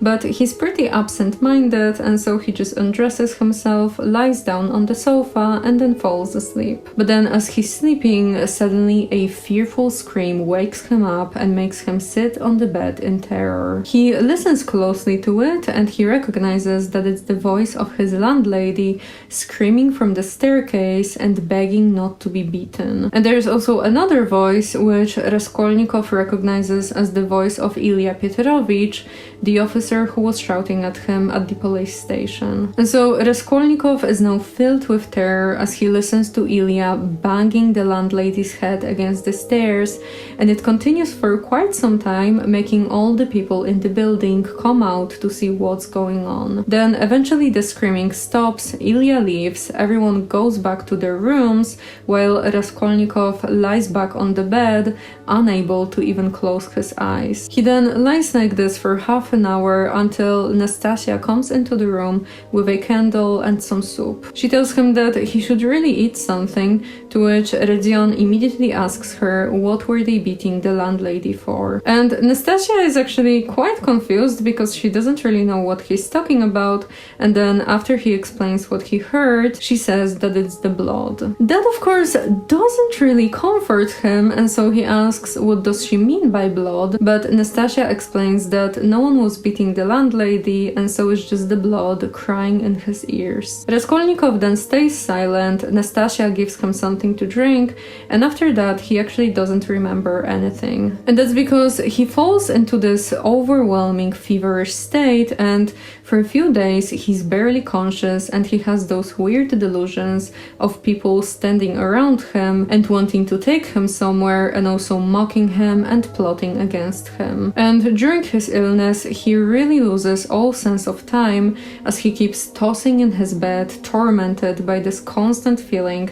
that he has forgotten something very important that he has to remember. But then after some time, he eventually comes back to complete consciousness. And as he does, he notices Nastasia standing next to his bed, and also one another person who's a complete stranger. Raskolnikov asks who is he, but before the guy is able to answer, Razumihin comes into the room, says that he heard about Raskolnikov coming back to himself, and then also asks who is the guy standing here. The man introduces himself as a messenger from a local merchant, and then he says that he came here to do business. Razumihin tells him to sit down, and then he basically tells Raskolnikov about everything that happened when he was barely conscious. It turns out that for the last 4 days, Radzion did not really eat or drink anything, and then on 2 occasions, Razumihin brought here Zesimov, who is a doctor. Zesimov examined Raskolnikov and concluded that the illness seems to be purely in his head,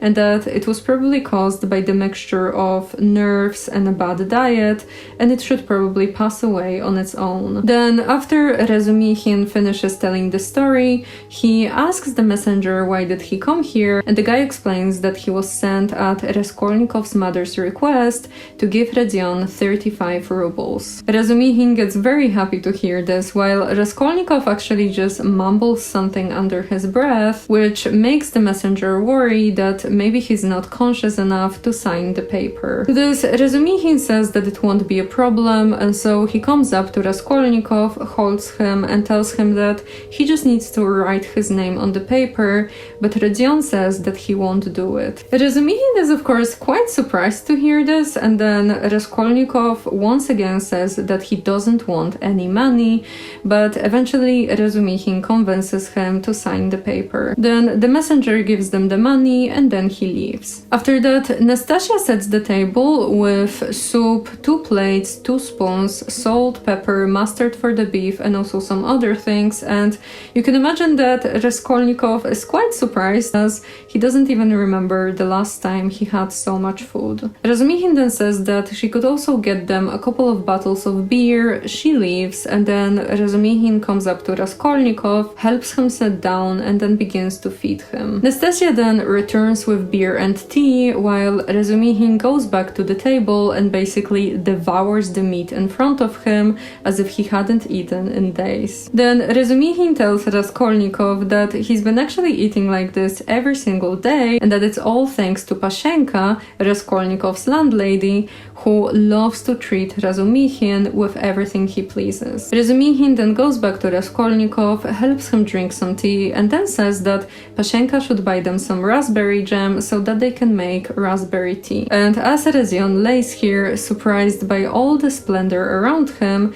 Razumihin begins to explain how it all came to be. It turns out that right after Raskolnikov left Razumihin's house the other day, Razumihin immediately began searching for him, and after some time he actually managed to succeed. And then after Razumihin got to his place, he basically learned everything about Raskolnikov's life, and he even met with both Nikodim and Ilya from the police station, and also made friends with the porter, the head clerk, and of course Pashenka. And Razumihin also says here that it's really a shame that Raskolnikov did not approach Pashenka differently, as it turns out that she's actually pretty nice. But well, the problem was that once her daughter died, and then Raskolnikov was no longer a student, and then he also lost his lessons, she really didn't have a reason to keep him in the house, and so she began to plan how to best get rid of him. And what made things worse was that whenever she was arguing with Rodion, he just kept saying that his mother will pay for everything, which was of course a lie, as his mother is almost a beggar herself. And so Pashenka was really ready to make him pay, but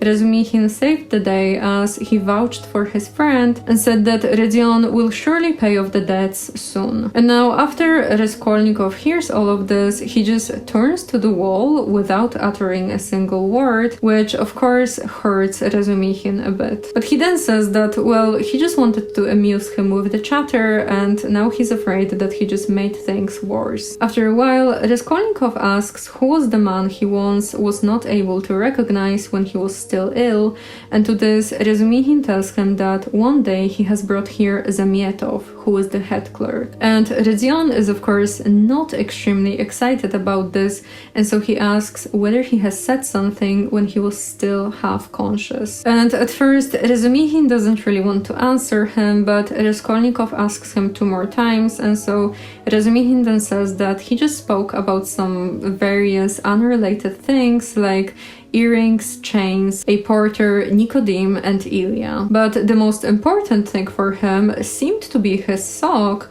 which he actually asked for, and Zamietov brought it to him. And then Raskolnikov held the sock for the next 24 hours, and no one was able to get it away from him. And then after some time, Rodion also asked for the fabric from his pants, but no one was able to find it. After saying all of that, Razumihin now takes 10 rubles from the ones sent by Raskolnikov's mother, and he says that he has some business to do with them, but he will be back right after he's done, and then after he says this, he leaves. And as Raskolnikov is left alone, he quickly jumps out of the bed, and he very frantically tries to do something, but he completely forgets what he was thinking about just a second ago. And then he begins to panic, thinking that maybe everyone already knows, and they are just pretending and mocking him, and waiting for a moment moment to come here and reveal that he's been discovered a long time ago. And so he stands in the middle of the room and he just basically spirals down,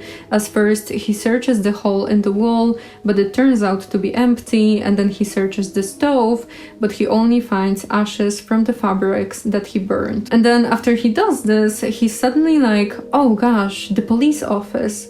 Why was I called to the police office? But he quickly realizes that he's mixing things up, as he already went to the police office the other day. And Rodion gets even worse now, as he thinks about escaping, but he's not really sure where or how, especially considering that they've taken his boots and his coat. And so he just grabs a bottle of beer, he drinks it, and then he lies down. And eventually his frantic thoughts begin to dissolve and he finally falls asleep. Then after a couple of hours, Raskolnikov is woken up by the sound of someone opening his door. He opens his eyes and he notices Razumikhin standing in the doorway, not really sure whether to come in or not. To this, Raskolnikov sits down on the sofa while Razumikhin happily comes in and says that he's been waiting for him to wake up for more than 6 hours. And he also adds that he has actually recently moved nearby and that Zosimov the doctor will visit them today. After he gives the update, he begins to untie a bundle that he brought with himself, and he gets very excited as he takes out a new hat from it and he puts it on the Raskolnikov's head. And here we can actually see that Razumikhin really is a very cheerful person, as he tries his best to loosen up the mood a bit by calling to Nastasia and showing her the difference between Raskolnikov's new hat and the old one, and then he also adds that he bought the new one at a very low price. Then Razumikhin goes back to the bundle and he takes from it some more items, precisely a pair of pants, a waistcoat to match, and a pair of shoes. And it's said here that the clothes are actually not new, they are second-hand, and that Razumikhin made a deal with the seller so that after the clothes get worn out, Raskolnikov will receive a new set for free. And now Razumikhin tries his best to change Raskolnikov's clothes, and Rodion is not really excited about this, but eventually Razumikhin succeeds with the help of Nastasia, while Raskolnikov asks him where did he even get the money for all of this. And Razumikhin is quite concerned after he hears this question, and so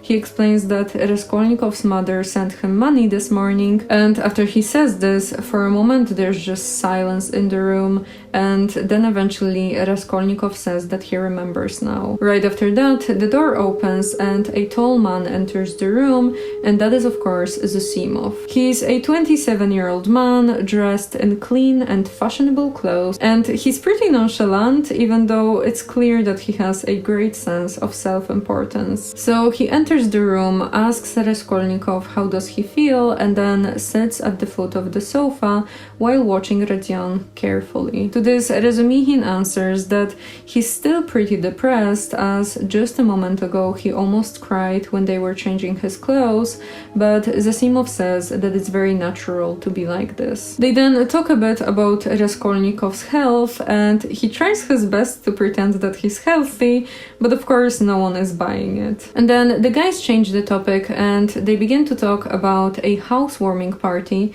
that's about to take place tonight, and Razumikhin says that a guy named Porfiry Petrovich will be there as well, and this is the head of the investigation department, and he's going to be very important later. Now, Zosimov is not really excited about this, as he doesn't really like the guy because Porfiry tends to take bribes, but to this Razumikhin says that he still seems to be a good guy, and besides, we shouldn't really expect people to be perfectly moral anyway. Then Razumikhin says that he's actually working on something with Porfiry, as they're both trying to save a house painter who accidentally got involved in this whole murder case. And then he explains to Raskolnikov that the pawnbroker was recently murdered, while Nastasia adds that Lizaveta, the woman who once mended Raskolnikov's shirt, was also a victim. To this, Raskolnikov just turns to the wall and stares at the yellow paper with white flowers,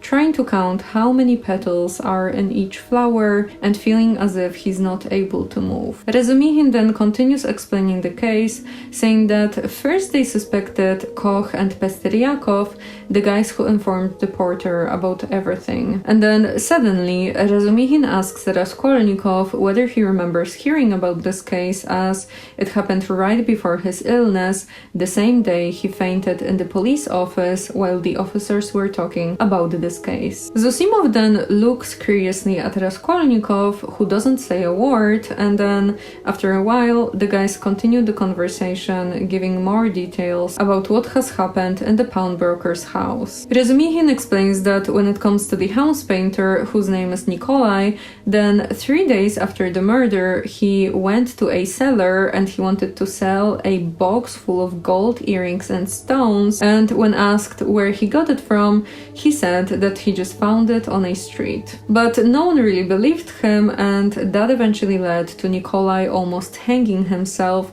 and then saying that he will confess everything. And he did. He said that he did not see anyone at work that day, but then when he was pressured by the officers, he admitted that he did not find the box on the street, but in the same room that he was painting that day. And as Raskolnikov hears this, he suddenly cries out, asking repeatedly, "Behind the door?" and then he slowly sits up on the sofa and stares at Razumihin with a blank look of pure terror. Razumihin asks what's wrong, Rodion answers that nothing, and then he turns back to the wall. The guys then conclude that Raskolnikov probably just had a very weird dream, and then they go back to the topic of the murder. And Razumihin says here that the house painter has to be innocent, and he believes that he actually has the correct explanation of this whole case. He explains that there has to be another person whose identity is still unknown, and who of course is the murderer. And it's most likely that the murderer was hidden behind the closed doors while Koch and Pestriakov tried to get in. Then the guys went to get the porter, the murderer escaped, he entered another room in the building,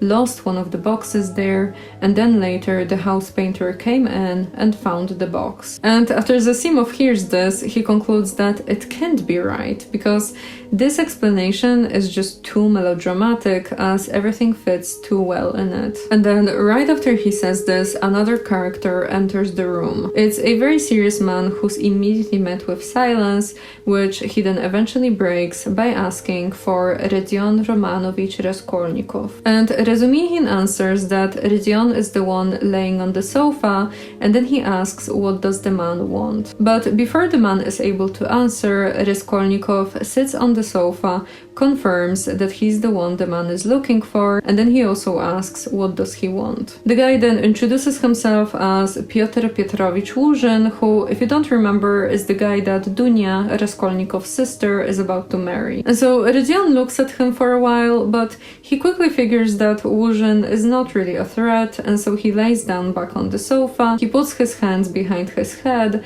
and then begins to gaze at the ceiling. And well, Łuzhin is not extremely excited to see this, and so he says that he thought that Raskolnikov had received a letter sent to him about 10 days ago, but then as he's in the middle of explaining, Razumihin tells him to come closer and sit down next to them. Łuzhin does as he's asked, and then Razumihin explains to him that Rodion had been ill for the past 5 days and he's now recovering, so Łuzhin shouldn't really worry about him just laying on the sofa and not talking. To this, Łuzhin wonders whether maybe his visit just disturbs the sick, but Razumihin tells him that it's not a problem at all. And so Łuzhin begins to explain that Raskolnikov's mother sent him a letter, and he worries that maybe Rodion didn't receive it, but to this Raskolnikov says that he knows about everything, and then he's like, "So you are the fiancé? I know, and that's enough." This of course offends Łuzhin, but he doesn't say anything, as he rather tries his best to just understand this whole situation. And so while he's thinking,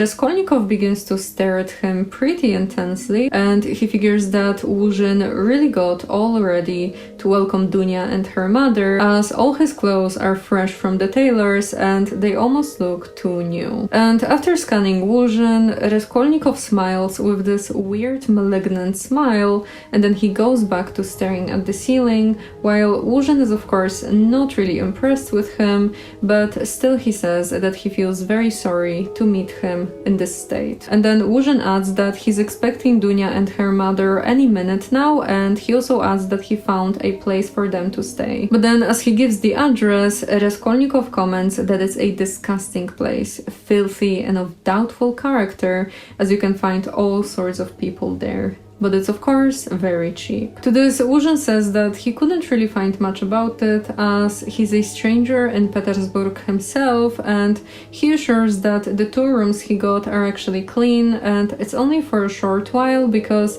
he has already bought their future apartment and he's now renovating it. Then he explains that while the apartment is being renovated, he actually also lives in a small room together with his friend Lebeziatnikov, and it turns out that this guy is the one who told him about the rooms that he eventually got for Dunya and her mother. Now, upon hearing Lebeziatnikov's name, Raskolnikov begins to recall something, and Wuzhen tells him that he's a clerk in the ministry. Then the guys begin to talk about various different topics, and eventually Wuzhen says something pretty concerning, as he's like, you know what? Loving your neighbor is actually not the best idea, because if one tears his coat in half to share with his neighbor, then eventually they are both just left half naked. And then he adds that science actually tells you to love yourself before anyone else, because everything in the world rests on self-interest. And so when you only manage yourself and your own affairs,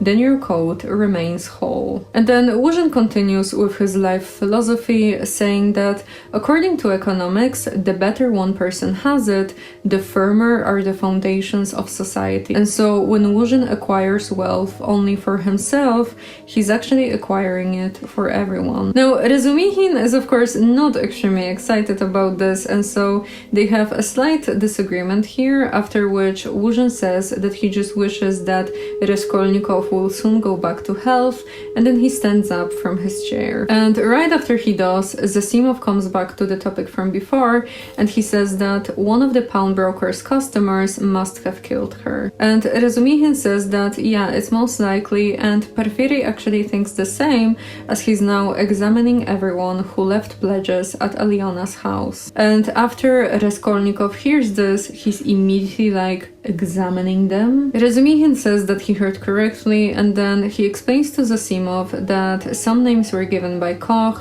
other names are written on the wrappers of the pledges, and some people are just simply coming forward themselves. Zasimov then says that the murder had to be cunning and practiced, but Razumihin tells him that no, it actually seems that it was his first crime, as he did not even know how to rob a person, considering how clumsy he was with the jewelry.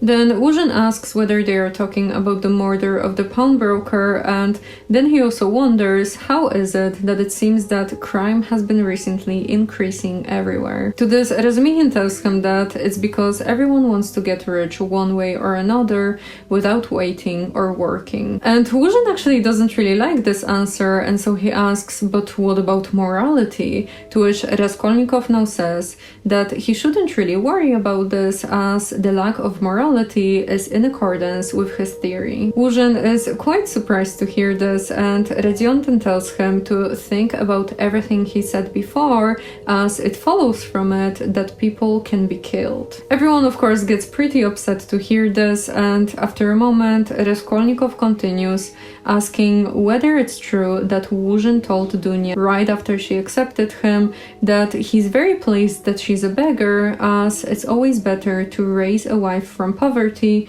so that the husband might have complete control over her. To this, Wuzhen gets extremely offended, and he says that Raskolnikov's mother distorted his words, as he didn't mean it like that. And that makes Raskolnikov snap, as he shouts that if Wuzhin mentions a single word about his mother again, then he will push him from the stairs. They then argue for a moment longer, and eventually Wuzhin leaves the room. Now, Razumixin asks Rodion how could he behave like this, but Raskolnikov is now completely lost in anger as he shouts, let me alone, all of you. Will you ever leave off tormenting me? I am not afraid of you, I am not afraid of anyone now. Get away from me, I want to be alone. To this, Zosimov says that they should leave, and Razumixin worries whether they should leave Rodion in this state, but then after he sees that Zosimov leaves without him, he eventually follows him. Now, after they both leave, they talk for a moment about Raskolnikov, and they figure that something is tormenting him, but they are not sure what. But they do realize that there are two topics that he's most sensitive about, the topic of Wuzhin and also the murder of the pawnbroker. Now we come back to the room, and here Raskolnikov tells Nastasia to go away as well.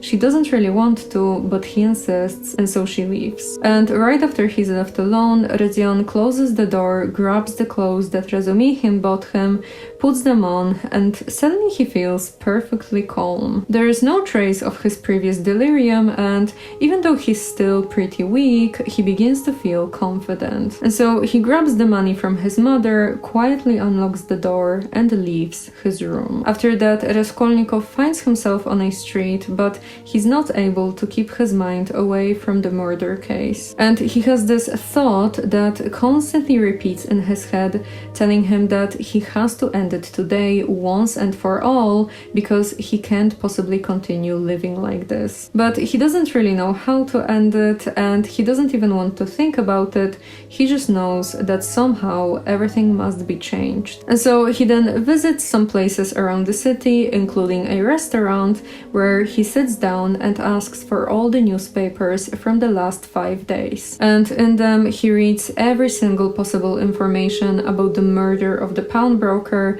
and while he's doing so, a man suddenly sits next to him. And it turns out to be Zamietov. Zamietov tells Raskolnikov that he's pretty surprised to see him, as just yesterday he was still unconscious, and then he asks him whether he knows that Zamietov visited him when he was still ill. To this, Rodion gets this weird smile on his face that has a shade of irritable impatience, and then he says that yes, he knows that Zamietov visited him and that he even helped to look for his sock. They then exchange a couple of words, and Raskolnikov behaves in a pretty strange way here, as he says, by way of a fee, you profit by everything. It's all right, my dear boy. I am not speaking from temper, but in a friendly way, for sport, as that workman of yours said when he was scuffling with Dmitri in the case of the old woman. And Zamietov asks him how does he know about this, to which Raskolnikov is like, perhaps I know about it more than you do. Then Zamietov asks him what is he reading about, and he adds that there's been a lot of fires recently. But Raskolnikov just smiles at him with this very twisted smile, and he repeats 2 times that he's not reading about the fires. And Zamietov is kind of confused about this answer, and then after Raskolnikov talks a bit more, he's even more confused. And so then Zamietov says that he just can't help but think that Rodion is still delirious. And yeah, Raskolnikov just keeps getting weirder, as now he's like, so I confess that I've been reading about the murder of the pawnbroker. And as he says this, he lowers his voice almost to a whisper, and then he brings his face to Zamietov, who looks at him without moving back. And they then sit in silence for a while, but then Zamietov is suddenly like, so what if you've been reading about this? Why would I even care? It's none of my business. Raskolnikov then says that he's reading about the same woman about whom they were talking about back in the office when he fainted. And after he says this, he's like, well, do you understand now? But Zamietov is still quite confused, while Raskolnikov begins to laugh, and he suddenly remembers the moment when he stood behind the door with the axe while the guys were trying to get in, and he recalls that in this moment he also had this sudden desire to shout at the guys, mock them, and laugh. To all of this, Zamietow just tells him that he's mad.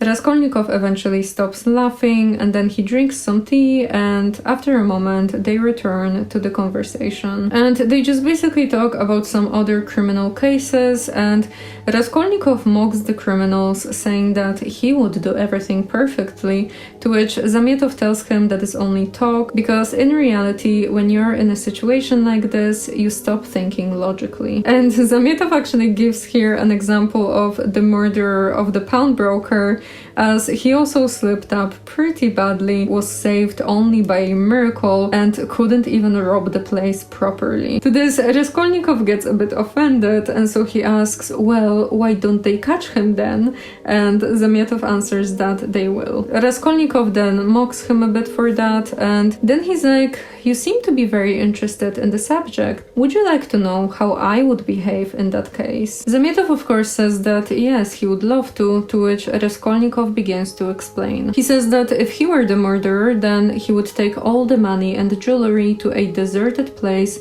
hide them under a large rock, and then wait about 3 years before he spends anything. After hearing this, Zamietow calls him a madman, and to this, Raskolnikov bends down as close as possible to Zamietow, and for half a minute his lips move without uttering a single word, and then eventually he whispers, what if it was him that murdered both Aliona and Elizaveta? To this, Zamietow turns completely white, and Raskolnikov tells him to admit that he believed it, but Zamietow says that no, and he believes it even less now. And Raskolnikov is of course like, well, but you had to believe it before if you say that you believe it less now. But Zamietow just cries out that no, he did not, while Raskolnikov goes even more mad as he calls for a waiter and then takes the money out from his pocket, and he's like, see how much money I have now? Where did I get this money from? And the new clothes that I wear? You know I was broke before. After that, Rodion leaves the place while Zamietow stays here for a while, and he thinks about everything that just happened, and then he finally makes up his mind on Raskolnikov. But when it comes to Raskolnikov, right after he leaves the restaurant, he meets Razumikhin, who yells at him for leaving his room and then tells him to explain what he's doing here, to which Rodion just tells him that he wants to be alone. And then they actually argue a bit, because Raskolnikov says that he doesn't want his help and that Razumikhin is just making everything worse as he's just constantly irritating him, and then Rodion basically begs Razumikhin to just let him be. To this, Razumikhin tells him to go to hell, but then as Raskolnikov is about to leave, Razumikhin stops him and he kind of snaps a bit, because he says that everyone is just a set of babbling, posing idiots, and he complains that for people like Raskolnikov, the most important thing is to be unlike a human being. And then after he says this, he actually reminds Raskolnikov that there's going to be a housewarming party today, and he tells him to come just so that he doesn't sit alone, while Razumikhin will make sure to get him a comfortable place to sit and hot tea to drink. Raskolnikov of course says no to this, but Razumikhin gives him the address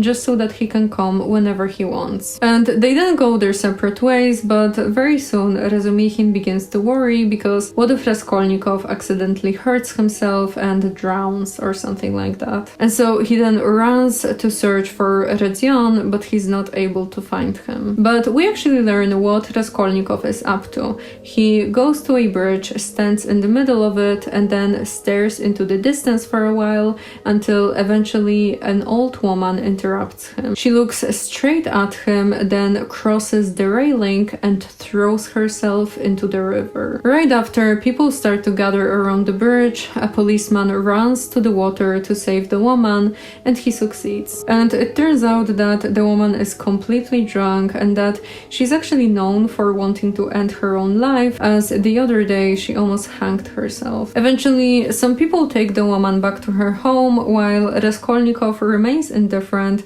and he just utters to himself that no, water is not good enough. And at this moment, Raskolnikov is so full of apathy that he wonders whether he should just maybe go to the police office and tell them everything, and he actually begins to make his way there, but then as he's walking down the street, he eventually stops as he figures that he has found himself right next to the building where the pawnbroker lived. So he goes in and he looks through every single apartment as he makes his way to the 4th floor, but then as he reaches it, he realizes that there are actually people inside and that the door is wide open. So he comes into the flat, and here he actually gets a bit surprised because for some reason he expected the place to remain exactly the same as before, maybe even with the bodies still laying on the floor, but instead he just sees 2 workers, bare walls, and no furniture. And he's really not happy to see this change as he looks at everything with great annoyance,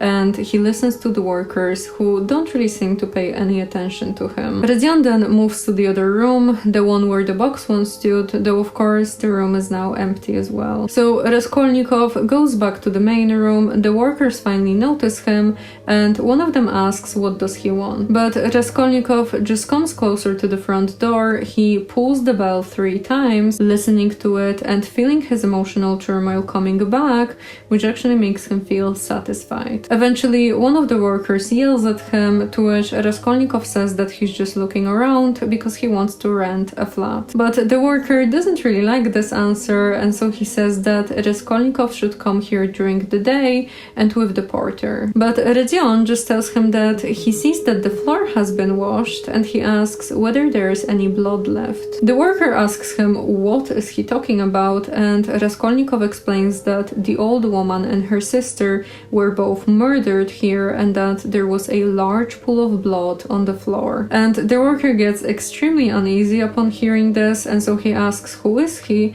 to which Raskolnikov answers that if he wants to know, then he has to come to the police station with him. To this, the worker says to the other worker that they should really get going, but Rodion actually leaves first. But then the 3 of them meet again next to the porter, and the workers basically tell the porter everything that just happened, to which the porter asks Raskolnikov who is he. And Rodion actually answers, he gives them his full name, says that he's a former student, and then also gives them his full address. Then the porter asks why did he come here, while the workers just straight up say that they should take Raskolnikov to the police station. And Rodion is actually very excited about the idea as he says that yeah, they should totally go, and this creeps out the workers so much that they just fling him into the street. Now, as Raskolnikov finds himself on the street, he begins to wonder whether he should maybe really go to the police station and confess everything so that everything soon will be over. And he actually decides to go, but then as he's standing on the street, he suddenly hears a crowd of people talking and shouting, and then he notices a carriage right in the middle of the crowd. He comes closer to it, and then he notices a man laying down under the carriage with his face covered in blood. And some people are shouting that the man has to be taken to the hospital, but no one really knows who the guy is, to which Raskolnikov suddenly shouts that he knows him, and he explains that it's a retired clerk whose name is Marmeladov. And Rodion is actually very concerned here as he shouts that they need to call for the doctor and that he will pay for everything. Then Raskolnikov says that Marmeladov's house is actually very close from here, and so with the help of some other people, he carries the drunken man home. And here we see the children and of course Katerina, who is walking up and down the room and panicking pretty badly about her life situation, when suddenly the policeman enters with a crowd of people, Raskolnikov, and of course the unconscious Marmeladov. Rodion immediately shouts to put the man on the sofa, while someone from the crowd informs Katerina that Marmeladov was run over by a carriage, and to this Katerina turns pale and she begins to gasp for air. Then right after they get Marmeladov on the sofa, Raskolnikov runs up to Katerina and begins tries to explain that while Marmeladov was crossing the road, completely drunk, he was suddenly run over by the carriage. And Rodion actually promises Katerina here that he will pay for everything and that soon Marmeladov will come back to himself. To this, Katerina begins to cry and she rushes to her husband and begins to take care of him, while Raskolnikov tells someone from the crowd to go get the doctor, and right after, Katerina also tells her daughter to go find Sonia. And now both Rodion and Katerina are taking care of Marmeladov, and after some time Katerina actually yells for the people to go away so that her husband can die in peace. People then begin to leave, but they also begin to talk, saying that Marmeladov should be taken to the hospital as here he's just disturbing everyone by dying. Now Katerina is crying very hard, especially after noticing that Marmeladov's chest is completely crushed, and then right after he comes back to consciousness, he immediately asks for the priest. Then after a while, the doctor finally comes in, examines Marmeladov and says that there's really no hope for him and that he will die any minute now. And after that, the priest comes in and Marmeladov gives him a very short confession while everyone else begins to pray. And while they're doing that, suddenly Katerina's daughter comes back and she says that she met Sonia on the street. And indeed, soon after, Sonia comes in, dressed in rags but styled in a way that reveals the shameful purpose. And now Sonia is of course pale and terrified as she stares at everything that's going on in the room,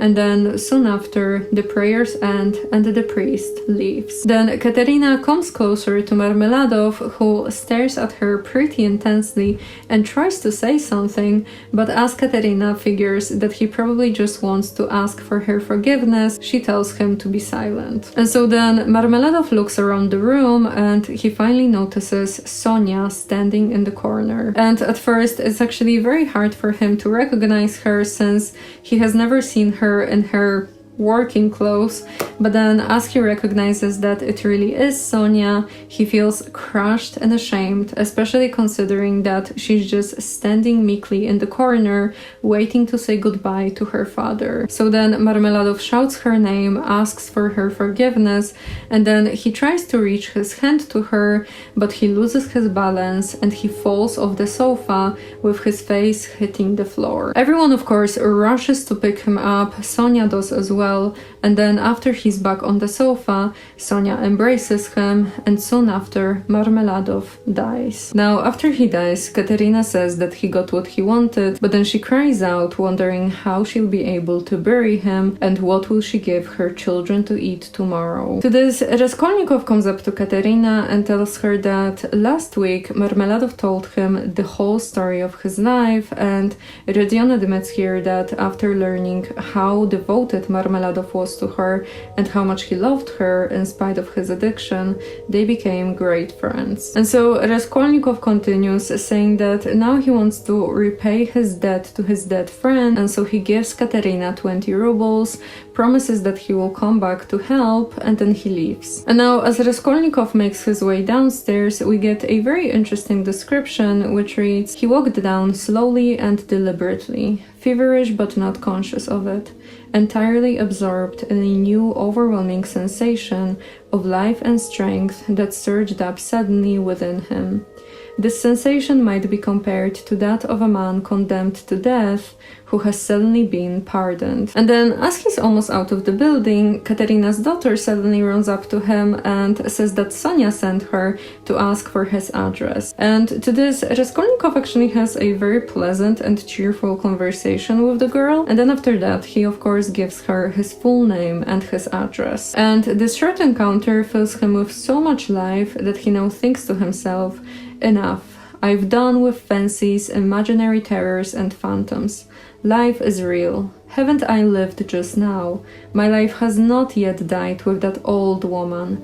The kingdom of heaven to her, and now enough, madame, leave me in peace. Now for the reign of reason and light, and of will and of strength.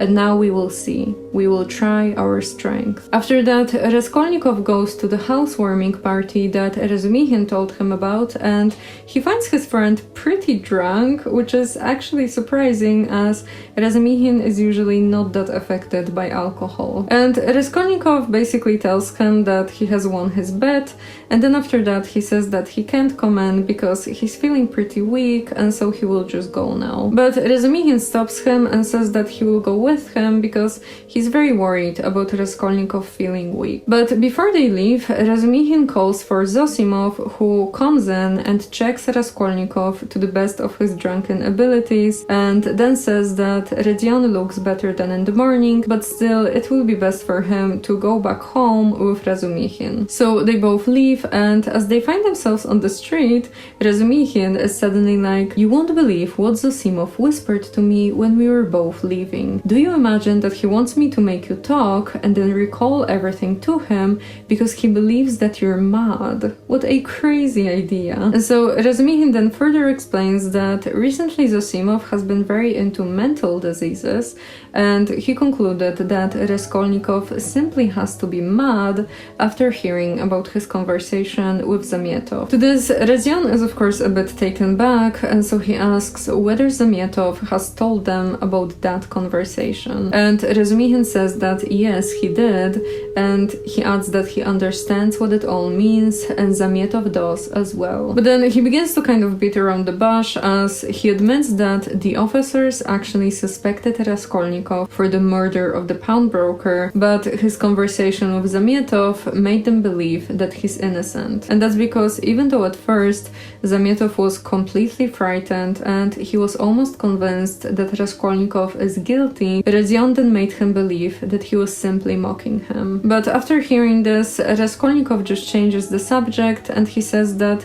just a minute ago he was at the deathbed of a clerk and he gave all his money away to the man's wife. But as he's saying this, he starts to feel pretty weak, and then as they come closer to his place, he notices light inside his room. And as they get even closer, they hear voices coming from the inside. Finally, they enter the room and here they see both Raskolnikov's mother and sister. Now, Raskolnikov is of course shocked as he was so caught up in everything other than his family that he just simply forgot about their arrival. And so both his sister and his mother now rush to him with a cry of joy because they've been waiting here for almost 2 hours, and during that time Nastasia told them everything about his recent illness. And then as the women are hugging him, Raskolnikov suddenly takes a step back and then he faints. And so everyone begins to panic while Razumihin takes Raskolnikov and lays him on the sofa and then comforts the women, saying that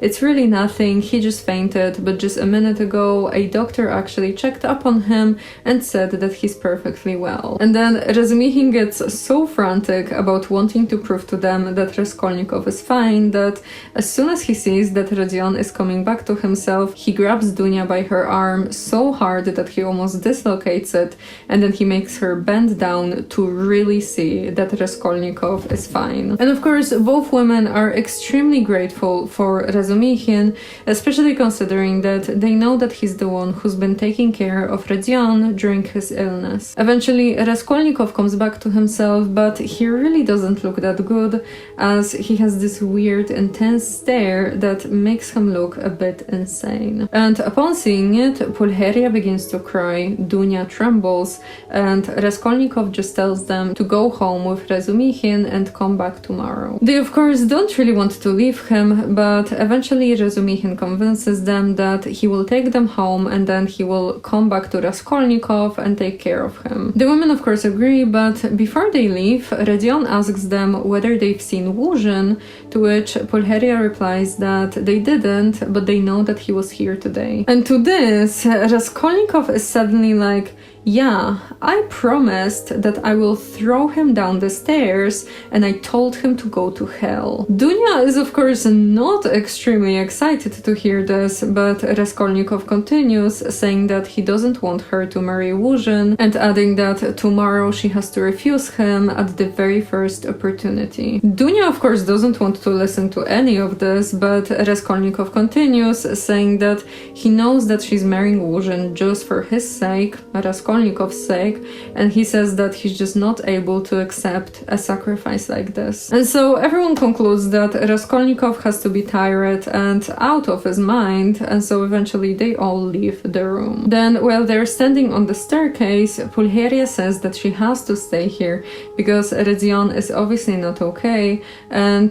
Razumixin listens to her concerns, but at the same time he just straight up falls in love with Dunya here. But then eventually Razumixin tells Pulcheria the whole plan that he came up with, which is that they will now leave Redzion with Nastasia, and Razumixin will take the women to their place, then he will go back to Raskolnikov, check on him, then he will go to the women, inform them about his state, and then he will go to Zosimov, who's a doctor, and he will bring him to Raskolnikov, the doctor will examine him, and then once again Razumixin will go back to the women. And so they agree, and then as Razumixin is taking them home, he gets very awkward and he just basically says whatever comes to his mind, including the information that Zosimov, the doctor, thinks that Raskolnikov has gone mad. Pulcheria of course gets terrified after she hears this, but Razumixin tells her that he's sure that Zosimov is wrong about this. And then Razumixin gets into this drunken monologue, which he ends by asking whether they agree with him on something that he's been talking about, and Dunya says that yes, not with everything, but yes. And to this, Razumixin is of course in heaven, as he concludes that Dunya is the root of purity, goodness, sense, and perfection. Then soon after, they reach the women's lodgings, and Razumixin curses Luzhin for putting them in such a low-quality place, and he also calls Luzhin a fool. Eventually, he leaves them in the room, and Pulcheria gets a bit nervous, but Dunya tells her that she's sure that they can depend on Razumixin. And she's right, because Razumixin comes back 2 times. The first time he says that Raskolnikov is doing fine and he's just sleeping, and then the second time he comes with Zosimov, who calms the women down and even says that he doesn't really think that Raskolnikov is mad, it's just that he seems to obsess over one specific topic. And then right after Razumixin and Zosimov leave, Zosimov says that Dunya seems to be a very nice girl, to which Razumixin actually grabs him by the throat and says that he should never speak like this about her ever again, which he's still drunk after the party, but yeah. Now, following that, we move in time a bit, and it's now the next morning, and Razumixin wakes up with nothing but Dunya on his mind, even though he immediately realizes how impossible is his desire for her. And so he bashes himself for cursing Luzhin yesterday, then he gets ready for the day, and he's really battling himself here. Because, for example, as he puts his clothes on, he examines them more carefully than ever before, and then he thinks to himself that he doesn't really have any other suit, but even if he did, he would still put on his old one just to make a point. And then he also washes himself very carefully, and after he does that, he thinks whether he should maybe shave, but he comes to the conclusion that there's no way that he will, because what if they think that he shaved on purpose? After that, he meets with Zosimov for a moment, and he admits to him that he told Raskolnikov about everything, both about the police suspecting him and also about Zosimov thinking that he's mad. And to this, Zosimov says that, well, he doesn't think that Raskolnikov is like mad, it's just that he believes that he has to have some sort of hypochondria, and then he also explains his own interpretation of Redzion's illness. He says that it's most likely that Raskolnikov was already feeling pretty unwell, and then he had to come to the police office where he got even more stressed, so he fainted, and then as he was half conscious, Ilya suggested that maybe he's the murderer, and Raskolnikov probably heard this, hence this whole illness, that in reality is just him panicking about being suspected. After all of that, Razumixin goes back to the place where Dunya and her mother are staying, and as soon as he enters, he's immediately overwhelmed with pure happiness, because the women welcome him with gratitude and friendship, friendliness, while he expected to be met with contempt. And so Razumihin then tells them every single detail about Raskolnikov's recent situation, and then Pulcheria tells him that she really didn't expect to meet her son in such a state, and so she asks Razumihin what Raskolnikov is even like nowadays. And Razumihin answers, describing Rodion as gloomy, proud, and a bit suspicious as of late. But still, he adds that Rodion seems to have a kind heart. The problem is that he's very afraid of showing his heart freely, and he would rather do a cruel thing than open up. On top of that, he thinks very highly of himself. He never listens to what is said to him, and he's also never interested in what interests other people at any given moment. And now, as Razumihin is saying all of this, Dunya is walking up and down the room, also not really listening to everything, and then right after Razumihin finishes, she says that she agrees that Raskolnikov seems to need a woman's care. Razumihin says that, well, he did not say that, but he kinda agrees. The one problem is that Raskolnikov loves no one, and perhaps he never will. And then Pulcheria also adds that Raskolnikov is very impulsive, and you never really know what he will do, and as an example, she gives this one situation where about 2 years ago, he suddenly surprised her with the idea of marrying his landlady's daughter. And they actually talk about the girl for a moment here, and it turns out that she was not really that pretty. You could even say that she was ugly. She didn't have any money, and she was also quite strange, so no one really knows what made Raskolnikov interested in her. And after they are done talking about the girl, Pulcheria now says that she really needs Razumihin's opinion, as very early this morning she received a letter from Łóżyn, and she really doesn't know what to think about it. In the letter, Łóżyn wrote that he was unable to meet them at the railway because he was very busy, and he doesn't even say sorry for that. And then he informs them that he won't be able to see them today, but he will see them tomorrow evening. The only thing is that he requests for Rodion Romanovich Raskolnikov not to show up, as he has offended him greatly when they first met, and not only that, but he later saw him giving away all his money to a woman of questionable behavior, which surprised him greatly, as he knows how hard it was for Pulcheria to raise the money. And so Pulcheria is of course very stressed out, as she doesn't really know what to do, even though Dunya has already decided that they will take Raskolnikov to the meeting. To this, Razumihin says that they should do what Dunya wants, and then they talk for a moment about the fact that Pulcheria is a bit frightened to visit Rodion, and also about the fact that Svidrigailov's wife has recently died. And Svidrigailov is the man who wanted to escape with Dunya. Now, after they talk for a minute longer, they eventually figure that they should probably visit Raskolnikov, and so they all leave. And as they are making their way out of the building, Razumihin is just not able to keep his eyes away from Dunya, and he actually notices that her gloves have holes in them, but he concludes that this sign of poverty gives her some sort of dignity, and he even compares her to a queen. Following that, they make their way to Raskolnikov's place, and a weird situation actually happens, because as they are on the staircase and they are in front of the landlady's room, they notice that her door is slightly open, but just enough for a pair of keen eyes to watch them from the darkness. And once their eyes meet, the landlady's door suddenly shuts so quickly that Pulcheria almost cries out from fear. After that, they finally come into Raskolnikov's room, and they find him here with Zosimov sitting next to his bed. Now, Zosimov says that Raskolnikov is feeling well, but he doesn't really look like it, as he's still pretty pale, and in general he looks like a wounded man who went through some terrible suffering. But despite that, he actually does feel well, and he even says so himself, as he welcomes his mother and sister warmly. Then Zosimov says that it seems that Rodion's illness started after he left university,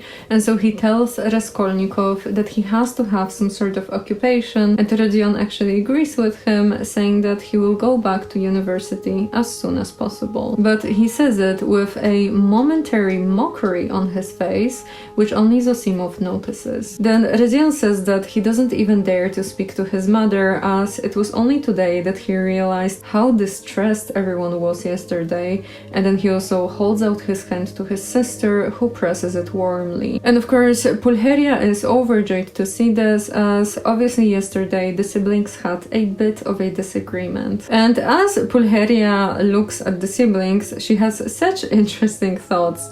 They read, "And how well he does it all, what generous impulses he has, and how simply, how delicately he put an end to all the misunderstanding with his sister, simply by holding out his hand at the right minute and looking at her like that. And what fine eyes he has, and how fine his whole face is.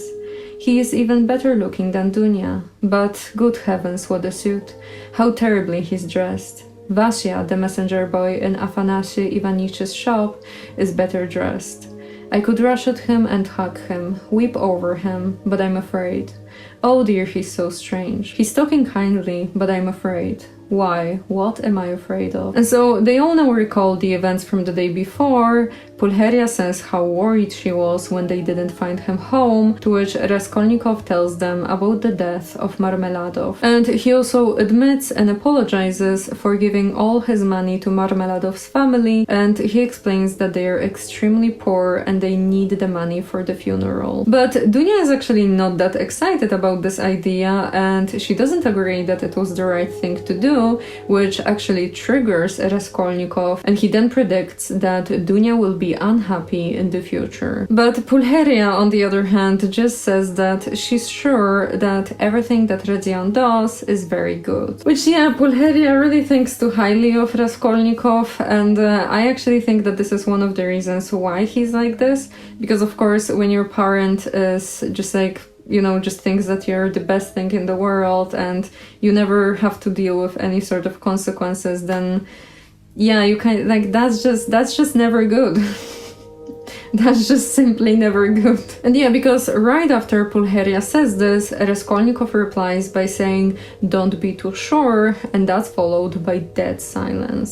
And as the silence persists, Raskolnikov figures that both his mother and his sister seem to be afraid of him, and then he thinks to himself that when they were not here, then he seemed to love them, but now that they are here, he just kinda doesn't. Then eventually Pulcheria says that Svidrigailov's wife has died recently, and at first Redzian doesn't really remember who she is, but then after he recalls who she is, he gets a bit interested. And so Pulcheria explains that the woman died quite suddenly, and it seems that Svidrigailov caused it as he beat her pretty badly. Which, interestingly, was not something that happened often, as usually he had a lot of patience for her, but then one day he just suddenly lost it. And now, as Pulcheria talks a bit more about this case, Raskolnikov suddenly gets pretty irritated, and he asks why is she gossiping so much, to which Pulcheria says that she just doesn't know what to talk about. And to this, Raskolnikov asks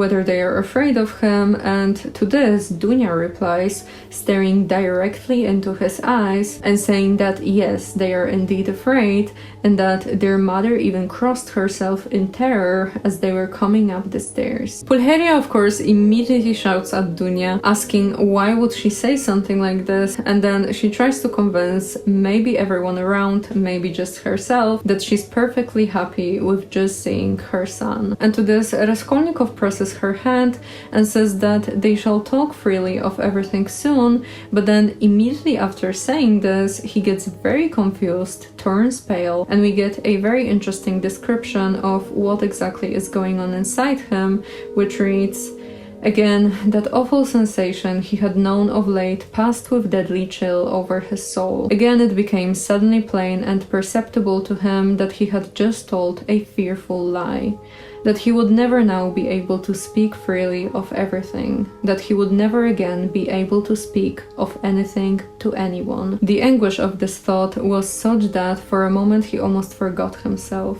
He got up from his seat and, not looking at anyone, walked towards the door. But before he leaves, Razumikhin grabs him and Redzian sits back on the sofa. Then he tries to behave as if everything is normal, and so he encourages everyone to speak, which actually makes Zosimov leave. And after the doctor is no longer here, Pulcheria is suddenly like, "What an excellent man." To which Redzian agrees. He says that Zosimov is excellent, splendid, and well educated, and then he points at Razumichin and says that he's also a good man, and then asks Dunya whether she likes him. And she answers that yes, very much, to which Razumichin gets extremely embarrassed, he blushes terribly, and then he calls Raskolnikov a pig, while Pulcheria smiles and Rodion begins to laugh. And then as they try to talk and basically jump from topic to topic, we actually get some more information about the girl Raskolnikov wanted to marry, and we learn that she was always very sick, she was fond of giving alms to the poor,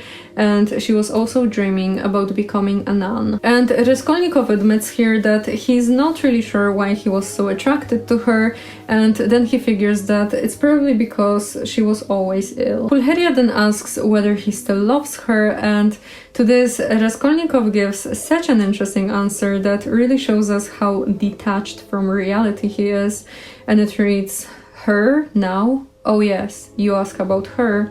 No, that's all now, as it were, in another world, and so long ago, and indeed everything happening here seems somehow far away. You know, I seem to be looking at you from 1,000 miles away, but goodness knows why we are talking of that, and what's the use of asking about it." And then, after a couple of more attempts at having a meaningful conversation, Raskolnikov eventually says that he apologizes for his tone from yesterday, but not for the point that he was making, and he makes it very clear that it's either him or Łóżyn, because if Dunya marries Łóżyn, then he will no longer consider her his sister. Pulcheria, of course, cries out after she hears this, while Dunya says that Raskolnikov is actually mistaken, as she's not marrying Łóżyn in a sacrifice, but just for herself, as things are pretty hard for her. And then as Rodion hears this, he thinks to himself that she's definitely lying, and then he also thinks that he hates them all. But Dunya continues, saying that it's true that Łóżyn probably thinks too well of himself, but she's certain that he respects her. And Rodion is of course not buying this at all, as he concludes that she's just selling herself for money. To this, Dunya cries out that what he's saying is just simply not true, and then she also adds that she has actually came up with a plan for finding out whether she can truly respect Łóżyn. But before she explains it, she says, "If I ruin anyone, it is only myself. I am not committing a murder." And to this, Raskolnikov almost faints, and he suddenly feels so weak that he just says that Dunya should marry whoever she wants to marry. And so now Rodion just asks Dunya about her plan regarding finding out whether she can respect Łóżyn, and to this she gives him the letter, the same one that they were talking about with Razumichin, where Łóżyn wrote that he doesn't want to see Raskolnikov ever again. Rodion then reads it, and his only concern is that the letter sounds very uneducated and that it's full of business language. And he also points to the fact that Łóżyn basically wrote that he will abandon them if they are disobedient. And he also tried to smear Raskolnikov by writing that he gave all of his money to an immoral woman, while in reality he gave them to a widow so that she could pay for the funeral. And after Rodion makes it clear that Łóżyn just basically tried to create a division in the family,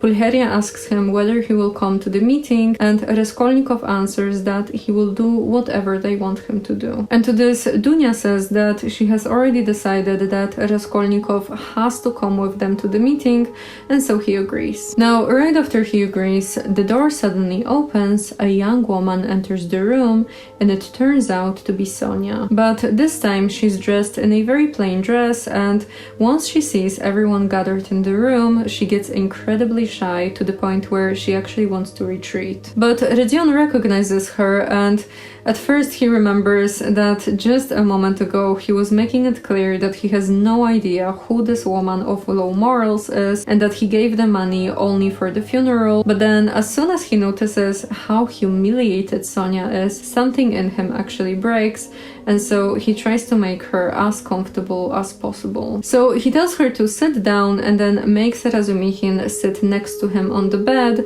so that Sonia can sit on a chair. She does, but then she looks very timidly at the two ladies next to her, and it seems so improper in her mind to sit close to them that she immediately stands up. And she then says that she just came here to inform that Katerina sent her to beg for Raskolnikov to attend the funeral. He of course immediately agrees, and then he tells her to sit down again. She does, and she gives the ladies one another terrified look, and then after that she just stares at the ground. To this, Radion's face suddenly turns red and his eyes finally become alive, and he becomes pretty serious as he says, "Mother, this is Sofia Semyonovna Marmeladova, the daughter of that unfortunate Mr. Marmeladov who was run over yesterday before my eyes, and of whom I was just telling you." Pulcheria then looks at Sonia and she squints her eyes slightly while Dunya stares straight at her, and Sonia just becomes even more embarrassed than before. And Raskolnikov tries to talk to her as if this is the most normal situation ever,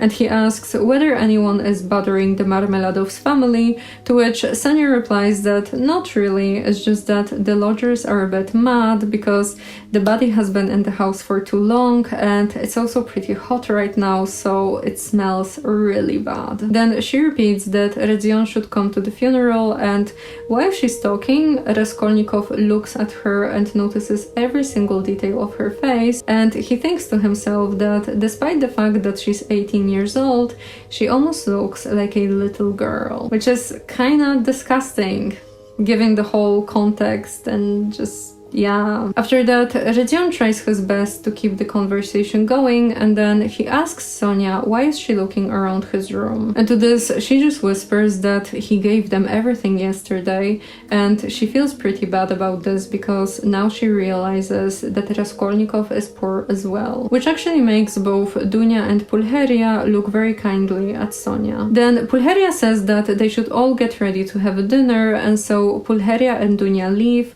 with Dunya actually saying goodbye to Sonia by giving her a respectful bow. After they leave, Raskolnikov and Sonia exchange a couple of words, and then he looks at her in silence, remembering everything that Marmeladov said about her. But when it comes to Pulcheria and Dunya, they talk for a moment on the staircase, and Pulcheria says that Dunya is exactly like her brother when it comes to her character, as she's also hot-tempered, generous, melancholic, and proud. Then Pulcheria worries for a moment about Łóżyn breaking things off, but Dunya tells her that if he does, then he was never worth much anyway. And then Pulcheria worries again, but this time about Sonia, as she concludes that Sonia has to be the reason for Raskolnikov's recent state. To which Dunya of course concludes that it's nonsense, as they've only met the evening before. But Pulcheria insists, saying that Łóżyn wrote very badly about Sonia in the letter, to which Dunya tells her to remember that just a couple of months ago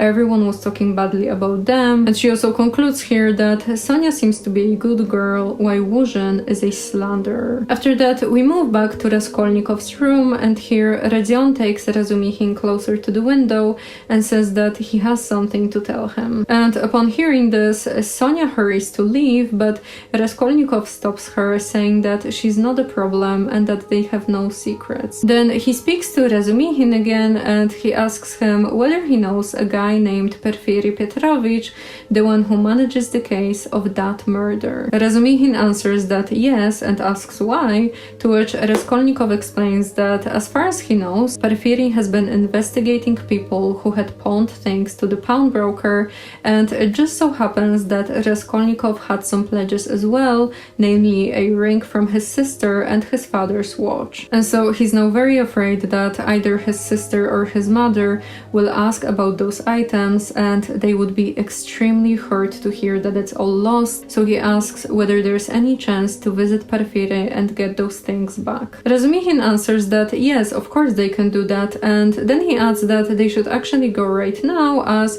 Porfiry should should be very close from here. After that, Radzion comes up to Sonia and he tells her that he will visit her today, but she just needs to give him her address. And she does, and she's actually blushing a little bit, and then they all leave the room. They then go their separate ways, and we actually follow Sonia for a moment, and we learn that she's feeling very well after visiting Raskolnikov, and so she's now trying to recall every single moment and detail of everything that just happened. And she's so focused on her memories that she doesn't even notice an unknown man following her. Which we learn here that while Raskolnikov, Razumikhin and Sonia were standing in front of the building and mentioning the fact that Radzion lives in it, the strange man suddenly stopped next to them, listened to their conversation, and then looked at the building and made sure to remember it. And then as he heard that they were parting, he decided to follow Sonia home. And so he follows her right to her door, and then as Sonia notices him,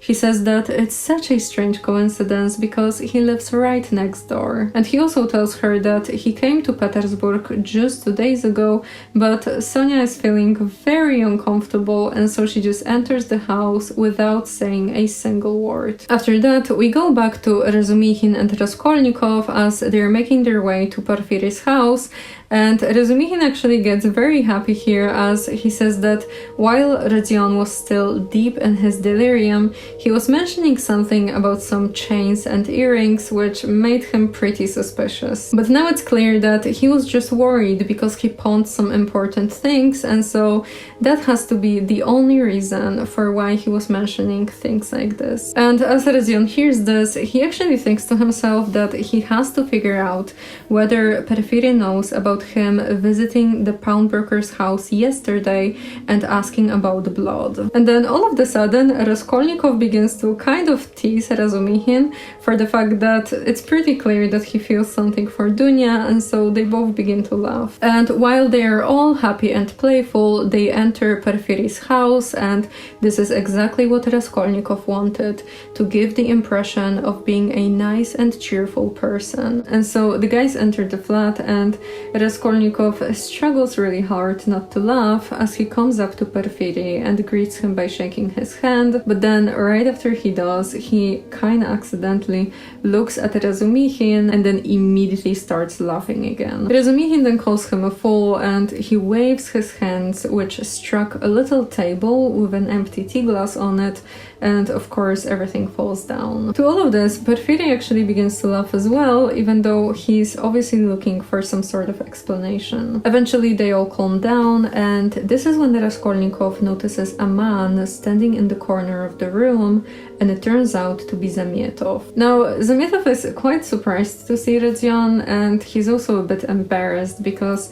after this weird conversation that they had at the restaurant, Zamietov began to think highly of him. And that's because in Zamietov's mind, Raskolnikov saw right through the officers, and he then basically turned out to be this mastermind that skillfully mocked Zamietov. And though Raskolnikov is of course not really happy to see Zamietov here, but he tries his best not to show it, and so he just tells Porfiry that he really doesn't know why Razumikhin is in such a bad mood, since Radzion only told him about how much of a Romeo he's been recently. Razumikhin then calls him a pig, but he eventually cheers up and he begins to laugh as well. After that, Razumikhin officially introduces Raskolnikov to Porfiry, and then as he notices Zamietov in the corner, he gets a bit surprised and he asks whether Porfiry and Zamietov met before. And that of course makes Raskolnikov a bit uneasy, since he wonders whether maybe they've met because of him. But Zamietov just explains here that they've met with Porfiry yesterday at the housewarming party. After this, Raskolnikov tells Porfiry that he really needs to talk with him, and to this, Porfiry immediately tells him to sit on the sofa and explain everything. And Raskolnikov does exactly that. He explains everything while Porfiry does not take his eyes away from him, and Razumikhin just listens to both of them impatiently, looking from one to the other with great interest. After Radzion explains everything, Porfiry tells him that he really needs to go to the police and tell them that, having learned about the murder of the pawnbroker, he wishes to inform that such and such items belonged to him, and and now he wants to redeem them. And Rodion replies that, well, but this is exactly the problem, since he doesn't really have any money at the moment, and so he can only declare that the items are his, but he needs to wait for the money in order to buy the items back. And to this, Porfiry tells him that, well, it's not really a problem, he can just declare that, and if it makes him more comfortable, then he can write straight to Porfiry. But as he says this, Raskolnikov immediately interrupts him and he asks whether he can write on an ordinary piece of paper, trying to imply that he really doesn't have any money. And to this, we get an interesting fragment that I feel like it's best when I read it to you fully. It reads, "Oh, the most ordinary." And suddenly Porfiry Petrovich looked with obvious irony at him, screwing up his eyes and, as it were, winking at him. But perhaps it was Raskolnikov's fancy, for it all lasted but a moment. There was certainly something of the sort. Raskolnikov could have sworn he winked at him, goodness knows why.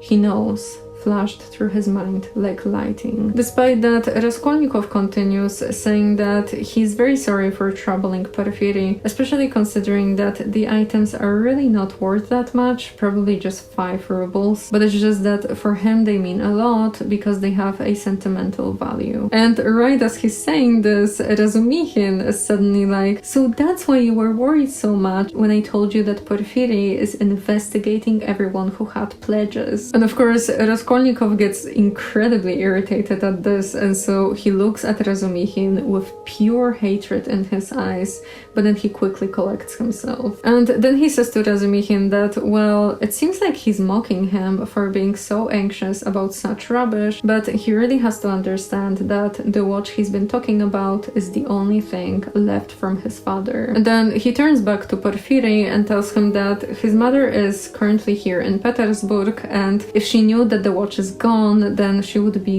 devastated, because, well, we all know how women are. And after he says all of this, Razumikhin is taken back a bit, and he says that he really didn't have any bad intentions, quite the contrary. But Raskolnikov doesn't really listen to him, as he just keeps anxiously asking himself whether what he said was good and natural. Then Porfiry gets very interested in the fact that Raskolnikov's mother is in the city, and so he asks when did she come, and after he gets the answer, he pauses for a moment to think. After a while, Porfiry tells Rodion that his items won't be lost, so he doesn't really have to worry about this, and then he adds that he's been actually expecting Rodion for quite some time now. To this, Razumikhin cries out, asking whether Porfiry knew that Rodion had pledges there, and Porfiry answers, looking straight at Raskolnikov and saying that all his things were wrapped up together with his name written on the paper, together with the date on which he left the items with the pawnbroker. And Raskolnikov really struggles here a bit, as we get an interesting fragment where he says,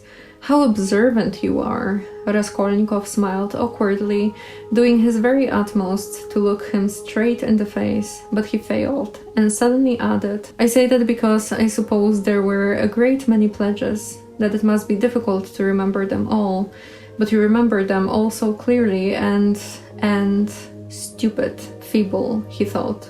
Why did I add that? But Porfiry just says, with slight irony in his voice, that they know all the people who had pledges, and it just so happens that Raskolnikov is the only one who hasn't come forward yet. And then we get this very weird exchange between them, because to this Raskolnikov replies that, "Oh, you know, I've been very ill recently, so that's the only reason why I haven't come forward yet." To which Porfiry tells him that, yeah, he heard about this, and it actually looks like Rodion is still pretty pale, but Raskolnikov gets very angry at that for some reason, and he just snaps and he says that no, he's not pale at all, and he's actually feeling much better right now. And well, to this, Razumikhin is like, yeah, no, because yesterday Rodion was completely unconscious and delirious, and then as soon as he was left alone, he dressed himself, escaped, and then was out of the house till midnight,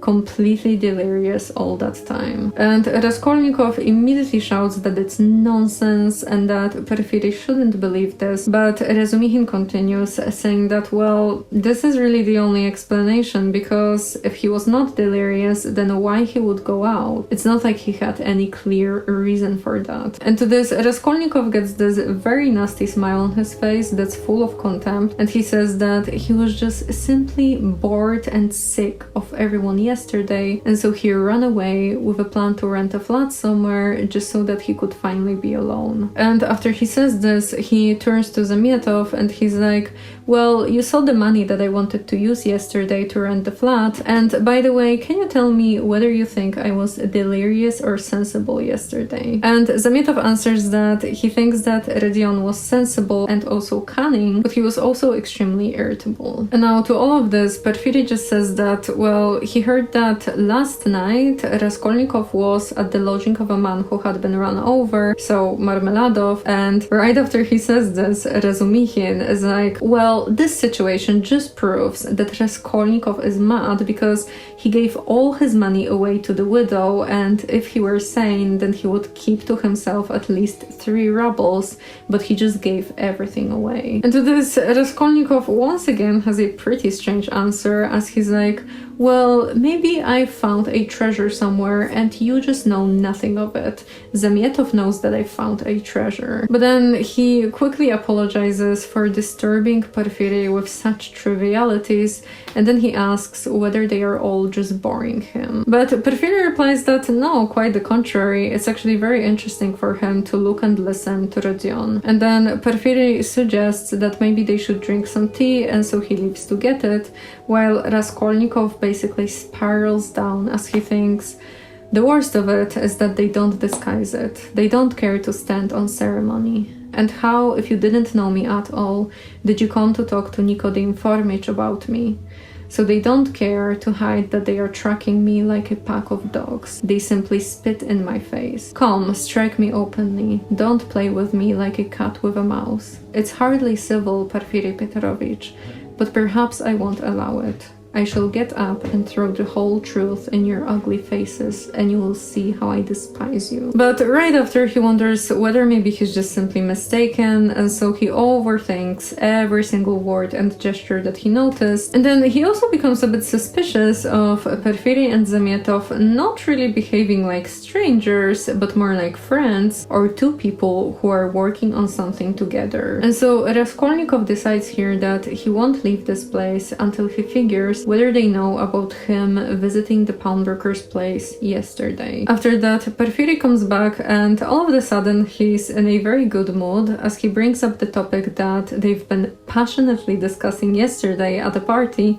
and the topic is whether crime exists or not. And Razumixin joins the conversation here, and he says that, well, everything started with the socialists who believe that crime is just a protest against society being broken, and so if we repair society, then all crime will end because there will be nothing to protest against. But Razumixin is very against the socialists, as they don't take into account human nature, and they think that they can just come up with a social system that will organize all humanity at once. While Razumixin believes that as humanity makes progress, it will naturally grow into better society, and so it should be treated more like a living progress and not the cold rules that the socialists want. Porfiry, of course, just laughs at him, and he tells Raskolnikov to imagine that they all had a very similar conversation yesterday when they were all drunk at the party. And then Porfiry also adds that, yeah, he actually believes that environment influences crime to a big degree. And to this, Razumixin gets very angry, and he tells Raskolnikov not to listen to what Porfiry is saying, as Porfiry has a tendency to pretend that he believes something that he doesn't actually believe. And now Porfiry says that all this talk about crime and environment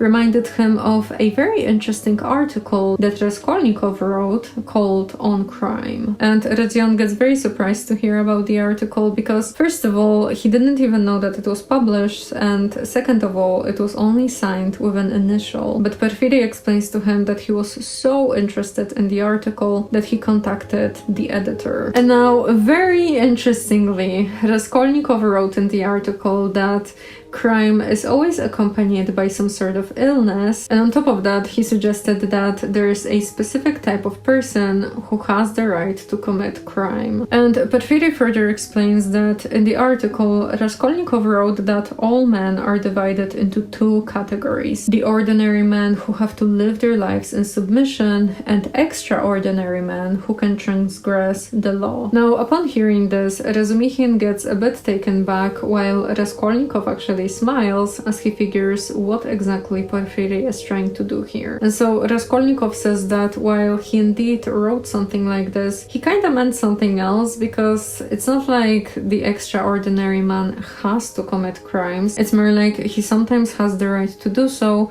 but only if it's essential for the fulfillment of his idea, and especially if this idea benefits the whole humanity. And then he gives some examples. So like, if Newton had to sacrifice someone for the sake of his discoveries, then he should be allowed to do so. And then also people like Napoleon basically have to become criminals for the betterment of society. And now, after Raskolnikov says all of this, he now explains what exactly he meant by ordinary and extraordinary men. The ordinary man is inferior, is only meant to reproduce, lives under control, and loves to be controlled. But the extraordinary man is superior, and he always has some sort of gift or a talent to utter a new word, and he's also a transgressor of law, the destroyer who seeks the destruction of the present for the sake of the better. But then Rodion comforts Porfiry a bit by saying that, well, in reality, no one really gives anyone this right to crime, as the extraordinary men are usually punished and then set on a pedestal by the next generation. And then he ends by saying that the ordinary man always lives in the present, while the extraordinary man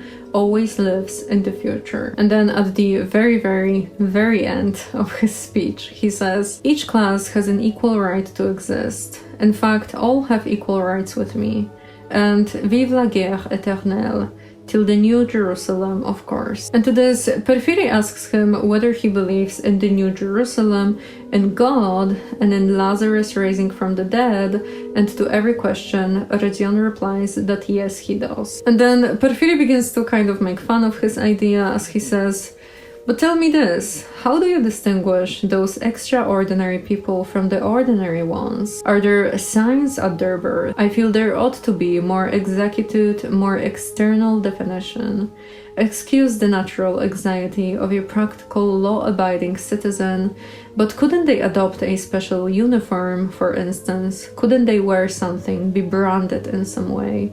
For you know, if confusion arises and a member of one category imagines that he belongs to the other, begins to eliminate obstacles as you so happily expressed it, then." And Raskolnikov replies, saying that there's really nothing to worry about, as it can only happen among the ordinary men who sometimes like to imagine themselves that they are the destroyers, but they can never really go that far, as they immediately punish themselves for not sticking to the rules. And upon hearing this, Porfiry is like, "Oh, okay, but tell me please, are there many of those extraordinary people who have the right to kill? I'm of course more than ready to bow down to them, but what if there's many of them?" But Rodion tells him not to worry, as people with the smallest capacity of saying something new are extremely rare. And as Razumikhin is listening to them, he's suddenly like, "Are you both joking? You're just making fun of each other, aren't you?" Rodion does not reply to this, and so Razumikhin continues, saying that he's just not able to listen to all of that anymore, because by Raskolnikov's logic, one can be allowed to take someone's life in the name of conscience, and to Razumikhin, this is worse than an official permission to murder someone. And Porfiry actually agrees with him, saying that it indeed is worse, but then then Razumikhin is suddenly like, no, Rodion, I don't believe that you think like this. There has to be some sort of mistake. I'm just going to read your article. But Raskolnikov tells him that, well, he did not write directly about all of this, but his article definitely hints at those ideas. And then Porfiry speaks again, and he asks, what if a young man imagines that he's a prophet of some sort, and he figures that he really needs the money for his mission, and then he will try to get it in a very unmoral way? What then? But Raskolnikov answers that, well, it's certainly possible that something like this would happen, but it's always been like this, and besides, now we have so many prisons and criminal investigators that there's really no need to worry. They just have to catch the thief. And then they have a very interesting dialogue, which Porfiry starts by asking, and what if we do catch him? Then he gets what he deserves. You are certainly logical, but what of his conscience? Why do you care about that? Simply from humanity. If he has a conscience, he will suffer for his mistake. That will be his punishment, as well as the prison. But Razumikhin then asks whether the real geniuses ought to suffer as well, and to this Raskolnikov answers, why the word ought? It's not a matter of permission or prohibition. He will suffer if he is sorry for his victim. Pain and suffering are always inevitable for a large intelligence and a deep heart. The really great man must, I think, have great sadness on earth, he added dreamingly, not in the tone of the conversation. And after saying this, he looks at everyone, smiles, then takes his hat, and to this, everyone gets up. And as everyone is getting ready to leave, Porfiry says that he has this one tiny question for Rodion, and he knows that it can make him angry, but he just can't resist to ask it. And so he's like, well, when you are writing your article, surely you have to imagine just for a moment that you are one of the extraordinary men. And Rodion replies that, yes, quite possibly. And to this, Porfiry is like, okay, so if you are going through some hardships, could it be possible for you to overstep obstacles and, for example, rob and murder? And after he says this, he winks at Raskolnikov and then laughs just the same as before. To this, Raskolnikov replies with evident repulsion that even if he did, he would never tell him about it. And to this, Porfiry is like, no. I was just asking in the context of your article. And Raskolnikov says that, well, it has to be noted that he doesn't consider himself some sort of Napoleon, to which Porfiry is like, oh, come on, don't we all currently in Russia believe we are Napoleons? And after he says this, Zamyatov concludes that maybe it was one of those Napoleons who took Alyona Ivanovna's life last week. Rodion, of course, doesn't answer, but he looks at Porfiry very firmly, while Razumikhin gets pretty uncomfortable as he finally realizes that the guys are not as friendly as they seemed to be. Then, after a minute of silence, Raskolnikov turns to go, but Porfiry stops him for a moment, and he says that he should really come to his office tomorrow so that they can arrange everything regarding Raskolnikov's items that he pawned. He agrees, and then Porfiry has this method of kind of confusing him, because he's suddenly like, oh, I already concluded that Nikolai is innocent because, well, you know, the point is, do you remember when you were walking up the stairs? It was past 7, wasn't it? And Rodion automatically answers that yes, it was, and then he immediately bashes himself in his head, thinking that he didn't have to say that, especially considering that it was the time of the murder. And so Porfiry asks again, this time whether he saw a flat that stood open on the 2nd floor where 2 workers were painting the walls. And Raskolnikov answers that no, he didn't, and then he quickly thinks and he adds that he only saw a man moving out of a flat on the 4th floor. And he really succeeds with this answer, because right after that Razumikhin is like, What are you even talking about, Porfiry? The painters were working there on the day of the murder, and Rodion was there 3 days before. And to this, Porfiry is just like, oh, haha, my bad, this case is really messing up with my brain. And so Porfiry then takes them to the door and the guys leave. Now, as they are back on the street, they begin to very openly talk about the fact that it seems that Porfiry is suspecting Raskolnikov, but while Rodion is very sure about this, Razumikhin doesn't really understand what would be the reason for it. And so they overthink it for a while, and then Razumikhin actually reveals that the guys have been suspecting Raskolnikov for quite some time now, but it was always making Razumikhin mad, since that's just nonsense to suspect him. Then they make their way to Dunya's and Pulcheria's lodgings, but as soon as they find themselves under the building, Raskolnikov says that he has something to do, and so Razumikhin should go to the women, and Rodion will join them in a couple of minutes. And so Raskolnikov comes back to his room, and he's pretty anxious here, to the point where his hair is soaked with sweat and he's breathing very heavily. He then rushes to the hole in the wall, and for a couple of minutes he's just checking it very carefully, trying to feel if there's anything left, even like a small chain or a wrapper that Eliona used for the pawned items. But he doesn't find anything, and so he calms himself down a bit and then he leaves his room. But as he finds himself on the street, someone suddenly shouts at him with the words, "Here he is himself." To this, Raskolnikov raises his head and he notices a porter who's pointing to a strange man who kind of looks like an artisan. And so Rodion then comes up to them and he asks what's the matter, to which the guy just looks at him and then leaves. The porter then explains that the guy was asking for a student named Raskolnikov, and as he was asking, suddenly Rodion entered, and so the porter just pointed to him, but the guy seemed to no longer be interested. To this, Raskolnikov runs after the man, and for a while they just walk together on a sidewalk until eventually Raskolnikov asks him why did he ask for him. And the man just looks at Raskolnikov with this sinister look on his face and he yells, "Murderer." To this, Raskolnikov begins to feel pretty weak, and it's almost like his heart just stops for a moment, but then eventually he asks the man what does he mean and who is a murderer. And the man replies saying, "You are a murderer," and then he stares directly into Raskolnikov's face. After that, they walk for a while together, but then eventually Raskolnikov stops and he just gazes after the man who continues walking. Raskolnikov then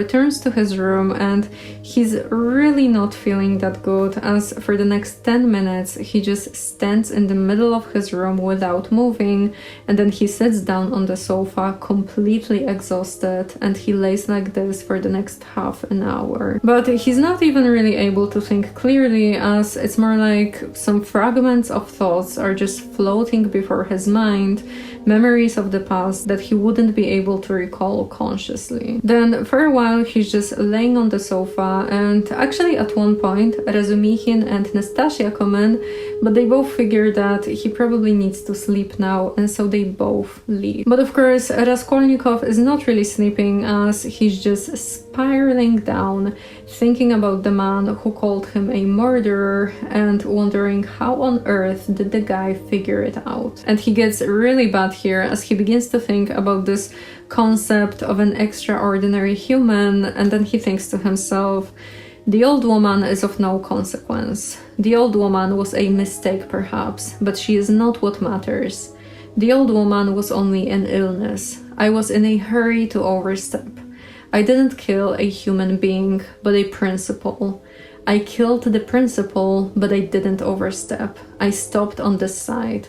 I was only capable of killing, and it seems I wasn't even capable of that. Then he just kind of bashes himself for a while, thinking that he's just a louse, and he also thinks that he really hates both his mother and sister, even though he loved them before everything happened. And then he also thinks that he would murder the pawnbroker again if she came back to life, but he does regret hurting Lizaveta, especially considering that she was completely innocent and she always had those gentle eyes. And as he thinks about Lizaveta's gentle eyes, Sonia suddenly comes to his mind, but then shortly after that he loses consciousness and he suddenly finds himself on a street. And here he notices the man from before, the one who called him a murderer, and so he goes after him. But then he recognizes that he has found himself under the building where the pawnbroker lived, and so he goes inside and then he makes his way to the 4th floor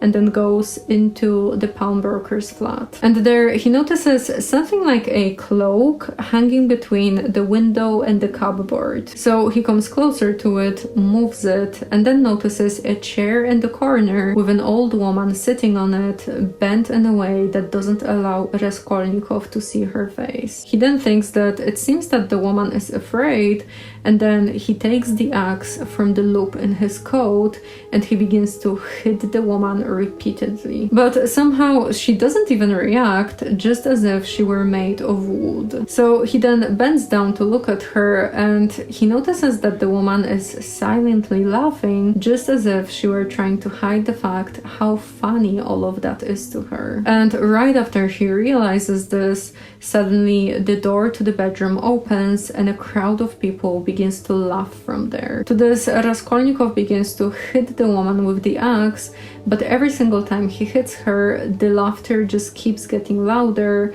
and so eventually he tries to escape, but he finds his legs rooted to the floor. He then tries to scream, and that's exactly when he wakes up. Raskolnikov now looks around his room and he notices that the door really is open, with a strange man standing in the doorway and looking at him. And so Raskolnikov now wonders whether everything was just a dream, while the man enters the room, carefully closes the door, and then just stands in the middle of the room while keeping his eyes on Raskolnikov. Eventually, Rodion tells the man to say what he wants, and at first the guy says that he knows that Raskolnikov was not sleeping but just pretending, and then he introduces himself as Arkady Ivanovich Svidrigailov. Raskolnikov is of course a bit surprised to see him here, and Svidrigailov explains that he came here for 2 reasons. The first one is that he really wants to become friends with Raskolnikov, as he heard many good things about him,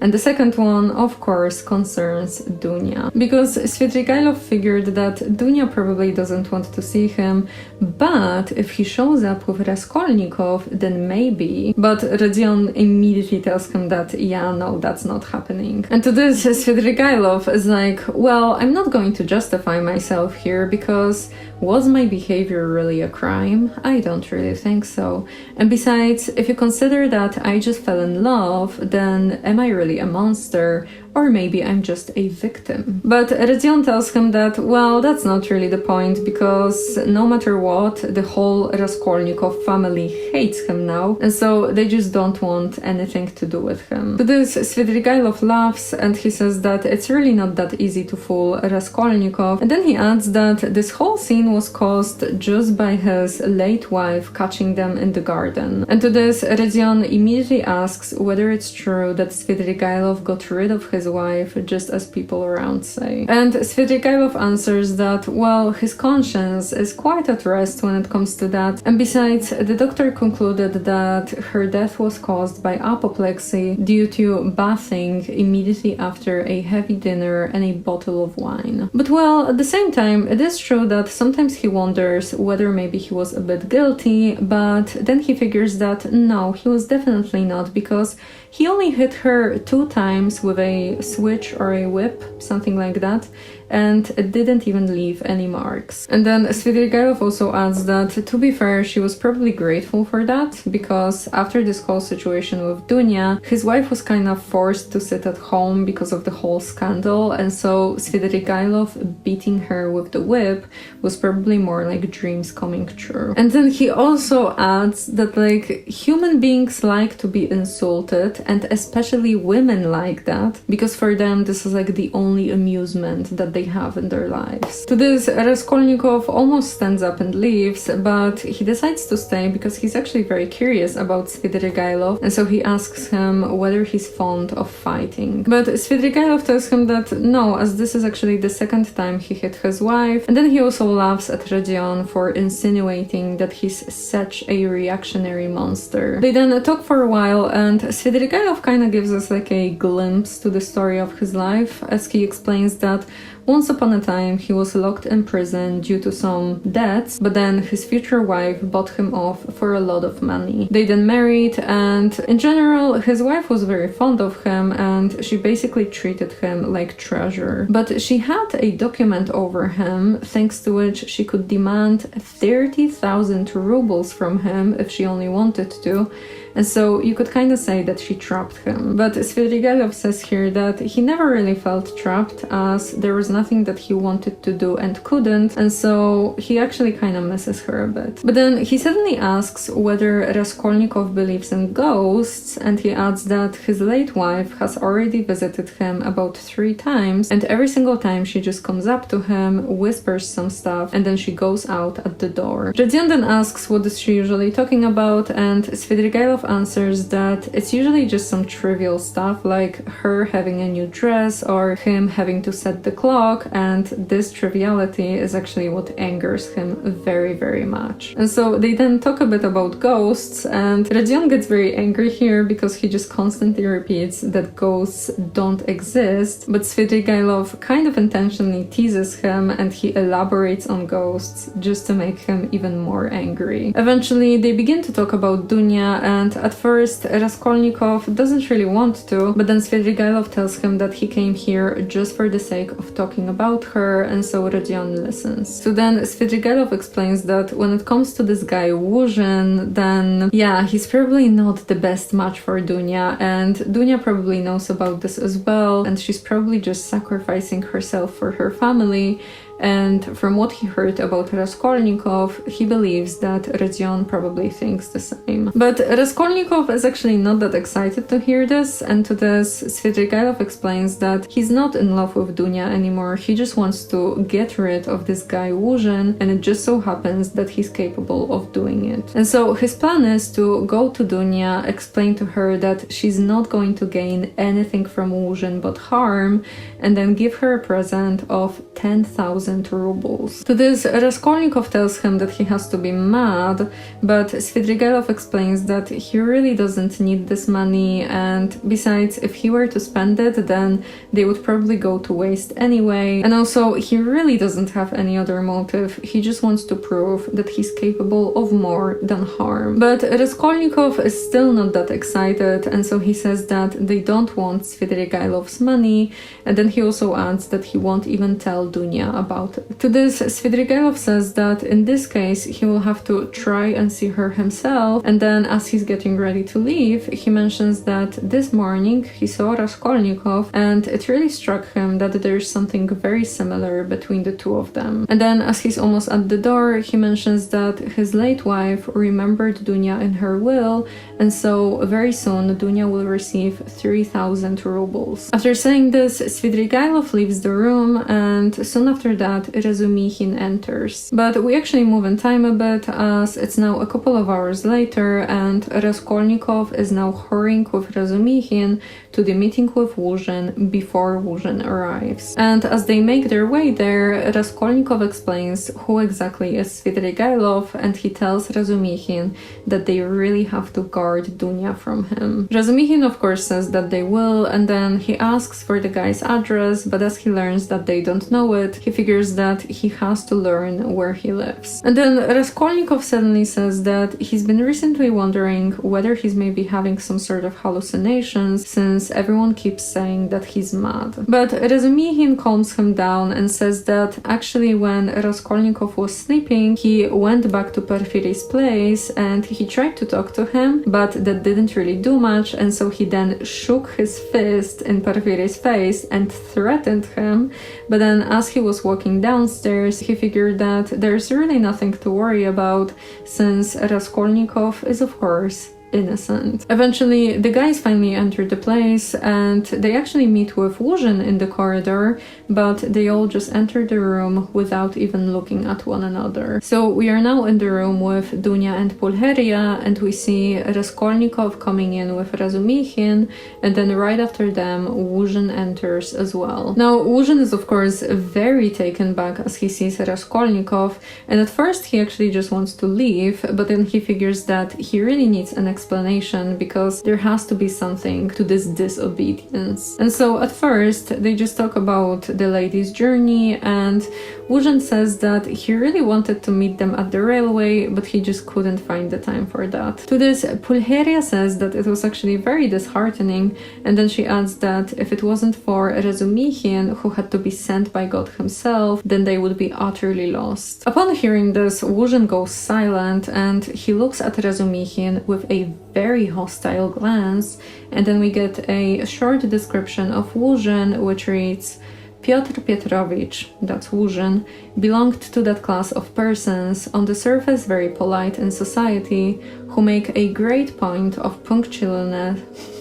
Yeah, why words like this? Is there really no better word? Punctiliousness, okay. Who make a great point of punctiliousness, but who directly they are crossed in anything are completely disconcerted and become more like sacks of flour than elegant and lively men of society. Then eventually Pulcheria breaks the silence, saying that Svidrigailov's wife has recently died, and Luzhin says that he knows about this and also about the fact that right after the funeral, Svidrigailov set off for Petersburg. Upon hearing this, the women get a bit anxious and then they get quite terrified as Luzhin describes Svidrigailov as the most depraved and vicious specimen of man, also adding that it's only thanks to his late wife that he was not sentenced to Siberia. But to this, Dunya actually asks him whether he's telling the truth, because remember that she now believes that he's a bit of a slanderer. But Luzhin explains that, yeah, well, legally speaking, the case was not clear,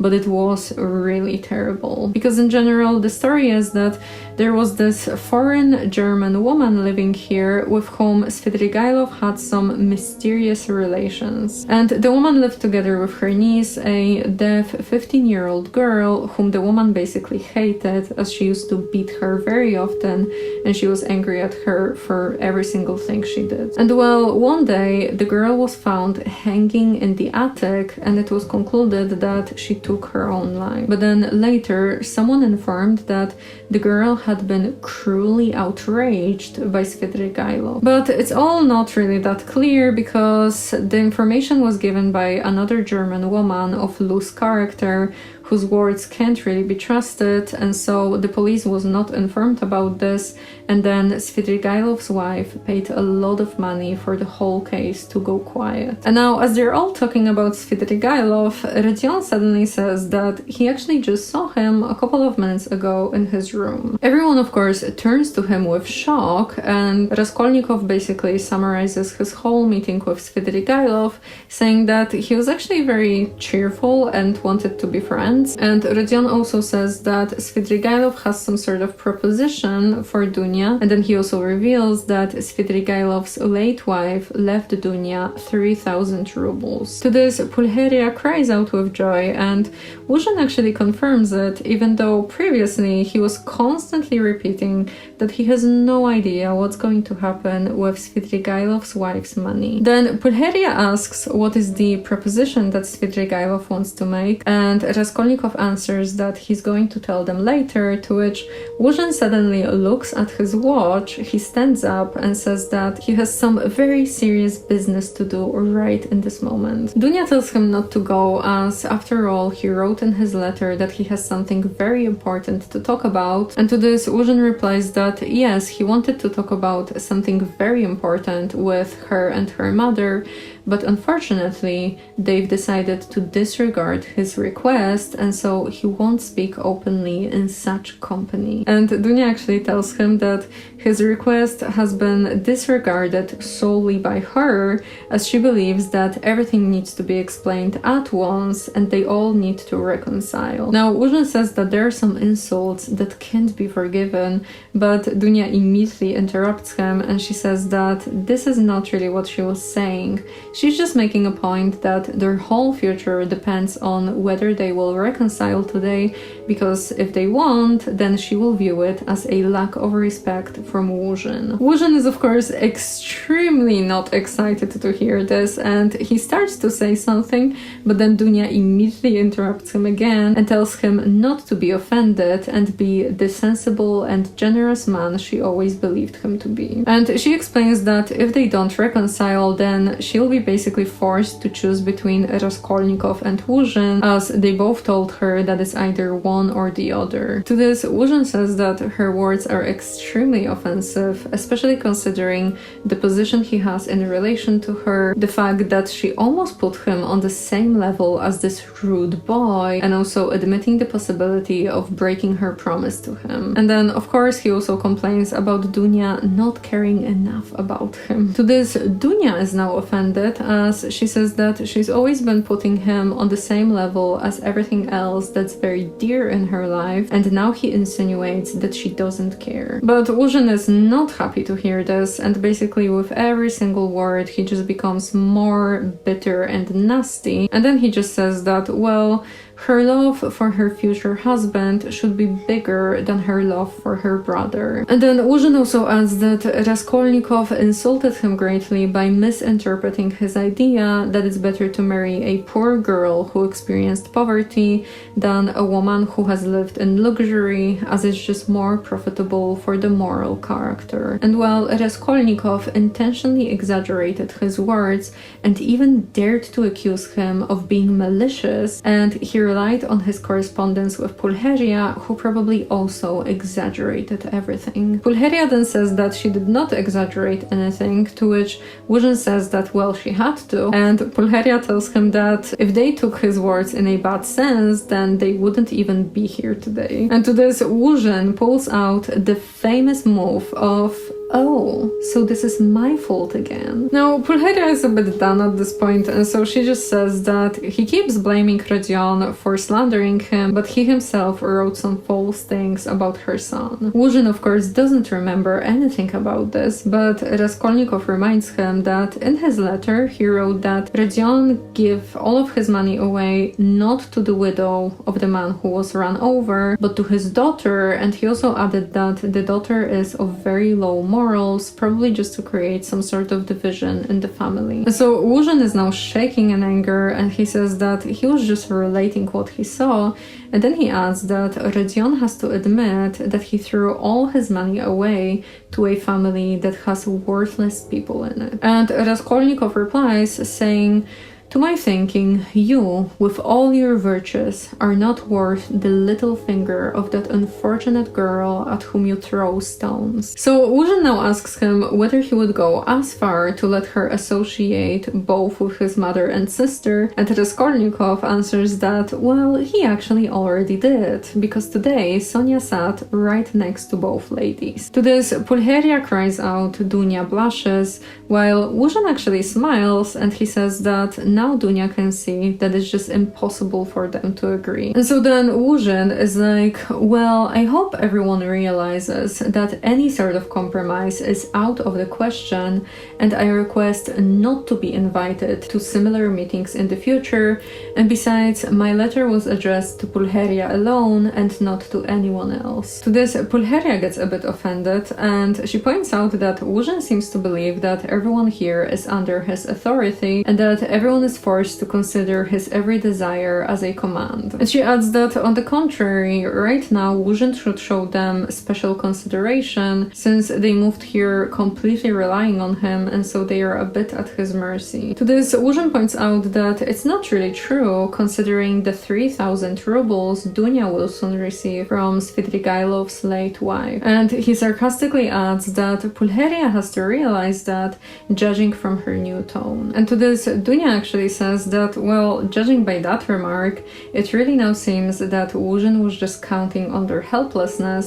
And to this, Wuzhin actually replies, saying, "But now, in any case, I cannot reckon on it, and I particularly desire not to hinder your discussion of these secret proposals of Arkady Ivanovich Svidrigailov, which he has entrusted to your brother and which have, I perceive, a great and possibly a very agreeable interest for you." To this, Pulcheria cries out, Razumikhin almost stands up, while Raskolnikov asks Dunya whether she's now ashamed. And she replies that, yes, indeed, she is very ashamed now, and so she turns to Wuzhin, angrier than ever before, points to the door and tells him to leave. And for some reason, Wuzhin actually didn't expect that, because he believed in himself and in his power over the women so much that he thought that they would just accept his every behavior. So Wuzhin now turns pale, and he says that if he goes out of this door right now, then he will never go back,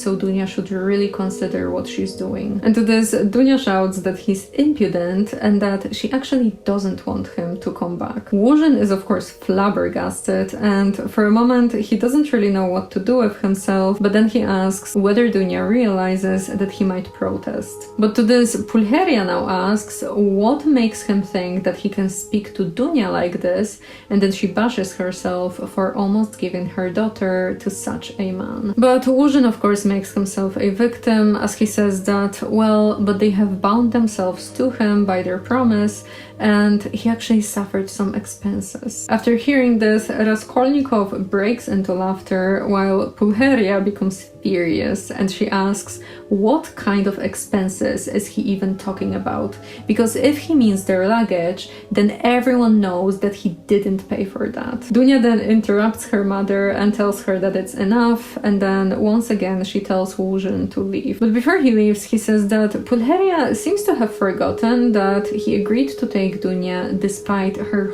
horrible reputation at that time, but now that his eyes have opened, he sees that he should have listened to the opinion of others. To this, Razumikhin jumps from his seat and he asks Wuzhin whether he wants his head smashed, but Raskolnikov calms him down and then moves closer to Wuzhin and quietly tells him to leave the room without saying another word. Wuzhin then looks at him with a very pale and very angry face, and it's said that rarely has a man carried in his heart such intense anger as Wuzhin now does for Raskolnikov. He then finally leaves, and we are told that as he's making his way downstairs, he believes that not everything is lost and that maybe all will be well again. And that's mostly because he blames every single thing on Raskolnikov alone. And then we are given a more detailed description of Wuzhin, which reads, "The fact was that up to the last moment he had never expected such an ending.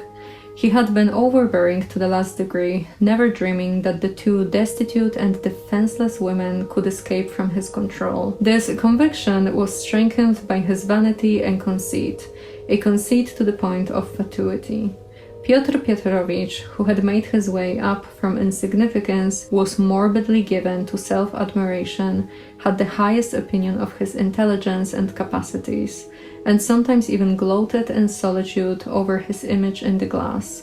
But what he loved and valued above all was the money he had amassed by his labor, and by all sorts of devices. That money made him the equal of all who had been his superiors." And we also learned that Wuzhin was very proud of himself for taking Dunya despite her bad reputation, which in reality, when they got together, no one really believed the rumors anymore, so he didn't really do that much. But still, he's not really able to understand why others don't admire him as much as he admires himself, and it's even said that when he visited Raskolnikov for the first time, he expected to be met only with the sweet sweetest compliments, and so he was very surprised that he was instead met with hostility. And it's also said that for years he's been dreaming about getting married, and we get this very interesting description which reads, "He brooded with relish and profound secret over the image of a girl, virtuous, poor, she must be poor, very young, very pretty, of good birth and education, very timid, one who had suffered much and was completely humbled before him, one who would all her life look on him as her savior, worship him, admire him, and only him."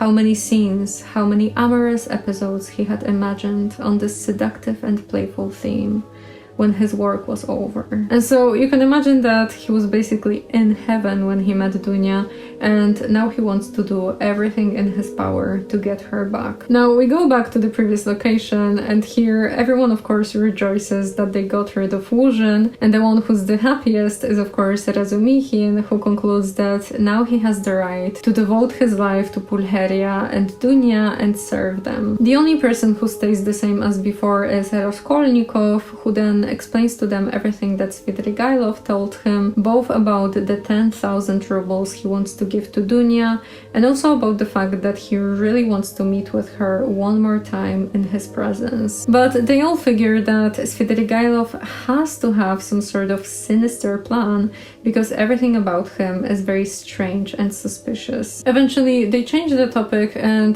Razumichin convinces the women to stay here in Petersburg, as together they can figure out some sort of business. And he further explains that he really wants to become a publisher, since most of the publishers and booksellers don't really know what they're selling, and so they don't really have that much profit. But when a publisher knows what he's doing, he can really make a great business out of it. The women are of course very happy to hear this, and even the Radzion agrees that this is a good idea. Then Razumichin explains that there's actually a flat here in the building, separate from the not so nice lodgings, and it has 3 rooms so the whole family can live together. And he also explains that he will take care of everything money-wise and logic-wise, so Dunya and Pulcheria just basically have to wait here and he will get everything done. But then as he's describing everything, suddenly Raskolnikov stands up and he begins to make his way out of the room. They all ask him where is he going, but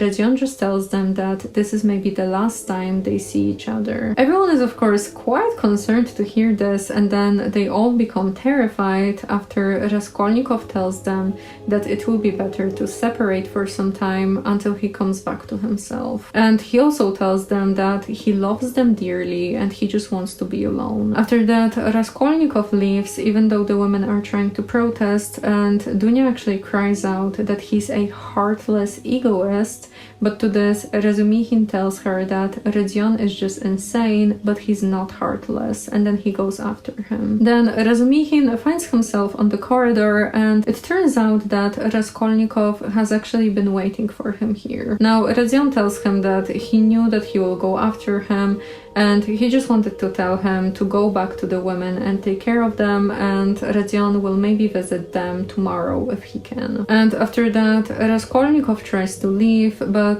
Razumichin stops him one more time and asks where is he even going. To this, Radzion tells him to never ask him about anything ever again, as he has nothing to tell him. The only thing Razumichin has to do is to leave him alone and never leave his mother and sister. And after he says this, we get a very interesting fragment that I have to read to you fully, because I have to. It's a nice fragment. It reads, "It was dark in the corridor. They were standing near the lamp. For a minute, they were looking at one another in silence.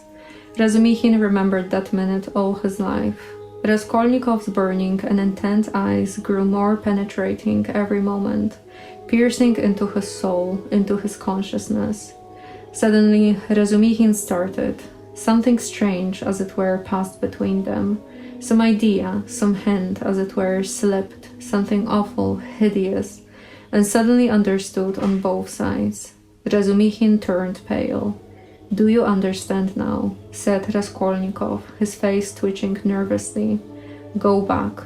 go to them," he said suddenly, and turning quickly, he went out of the house. After that, Razumikhin goes back to the women, and it's said that for the next couple of hours, he's just basically trying to comfort them, saying that Rodion will surely visit them, he just needs to rest, and Razumikhin will find him the best doctor possible. And we are told that from this evening, Razumikhin became a son and a brother to them. Following that, Raskolnikov makes his way to Sonia's room, and she lets him in, even though she's a bit surprised to see him, and then she sets down one candlestick to light up the room. Then Raskolnikov sits on a chair and looks around the room, while Sonia looks at him, and tears come to her eyes, and she feels a mixture of shame and happiness. They then begin to talk, and Raskolnikov tells her that he came here for the first and probably the last time, as they may perhaps never see each other again. So Sonia asks him whether he's going away, and to this Raskolnikov says that he doesn't know yet. Then Raskolnikov notices that Sonia is still standing, and so he tells her to sit down. She does, and then he looks at her kindly and asks a couple of questions about her being so skinny, about her lodging, and also about her past. And interestingly, when he asks her about Katerina,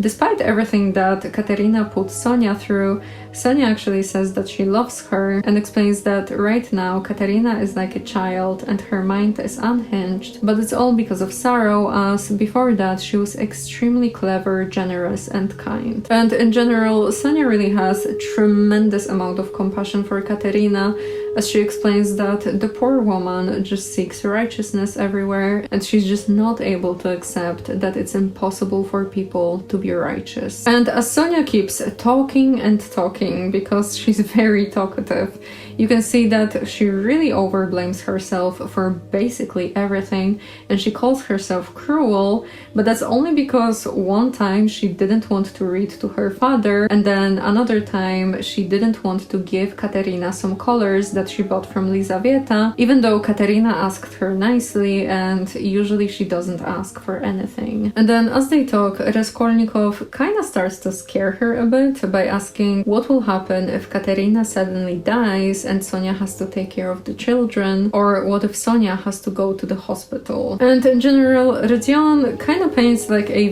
very vivid and detailed picture of Sonia's family being thrown into the street and then dying. And he adds that her sister will probably share her fate, to which Sonia shouts that God will protect her, and to this Raskolnikov says that maybe there's no God at all. And upon hearing this, Sonia breaks into a bitter sob and she hides her face in her hands. And as she continues to cry, Raskolnikov just paces up and down the room, saying that Sonia says that Katerina's mind is unhinged, but it seems that her own mind is unhinged as well. But then right after he says this, he becomes pretty unhinged, as he suddenly bends down and kisses her foot. Sonia of course drops back as from a madman, and she asks what on earth is he even doing, to which Raskolnikov replies that he does not bow down to her, but to all the suffering of humanity. After that, he reveals that just a couple of minutes ago,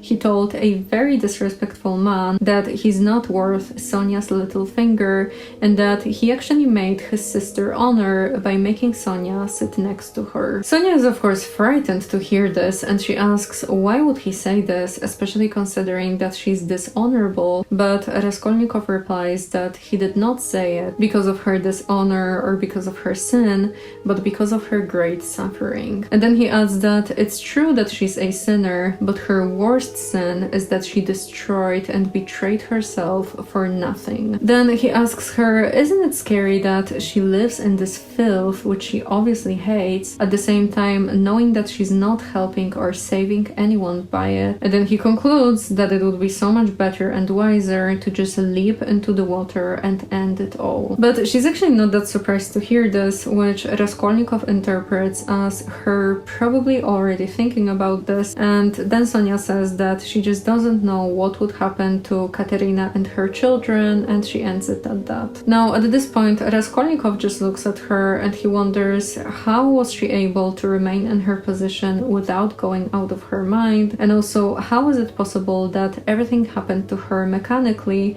without even one drop of depravity penetrating to her heart. And so he looks at her and he thinks that there are really only three ways before her: the water, the madhouse, or sinking into depravity and letting her heart turn to stone. And then he thinks that, well, maybe she actually is mad, because how else someone can endure everything she's been going through. Now, after all of this thinking, Raskolnikov asks Sonia whether she prays to God often, and she replies saying, "What would I be without God?" And so this is when Raskolnikov finally understands that her faith is what keeps her how she is. And so he asks her, what does God do for her? And to this, Sonia doesn't reply in the beginning, and then she cries out for him to be silent and not ask about it. And then later she whispers that God does everything. And to this, Raskolnikov concludes that this is the explanation. And the explanation is that Sonia is just a religious maniac. And so he then looks around her room, and indeed he notices a Russian translation of the New Testament. And upon asking where did she get that from, he learns that Lizaveta brought it for her. Now, Raskolnikov grabs the New Testament, he comes closer with it to the candle, and he begins turning the pages, asking where is the story of Lazarus, and then he tells Sonia to come closer and read it to him. So she sits at the table next to him, but before she reads, they talk a bit about going to the church, and Sonia says that she doesn't really go that often, even though she was at the church last week for a requiem mass. Raskolnikov asks for whom, and after he learns that it was for Lizaveta, who was killed with an axe, his head begins to spin. And so he asks whether Lizaveta and Sonia were friends, and it turns out that indeed they were, as Lizaveta used to come here from time to time, and they were always reading together and talking about God. To which Raskolnikov is like,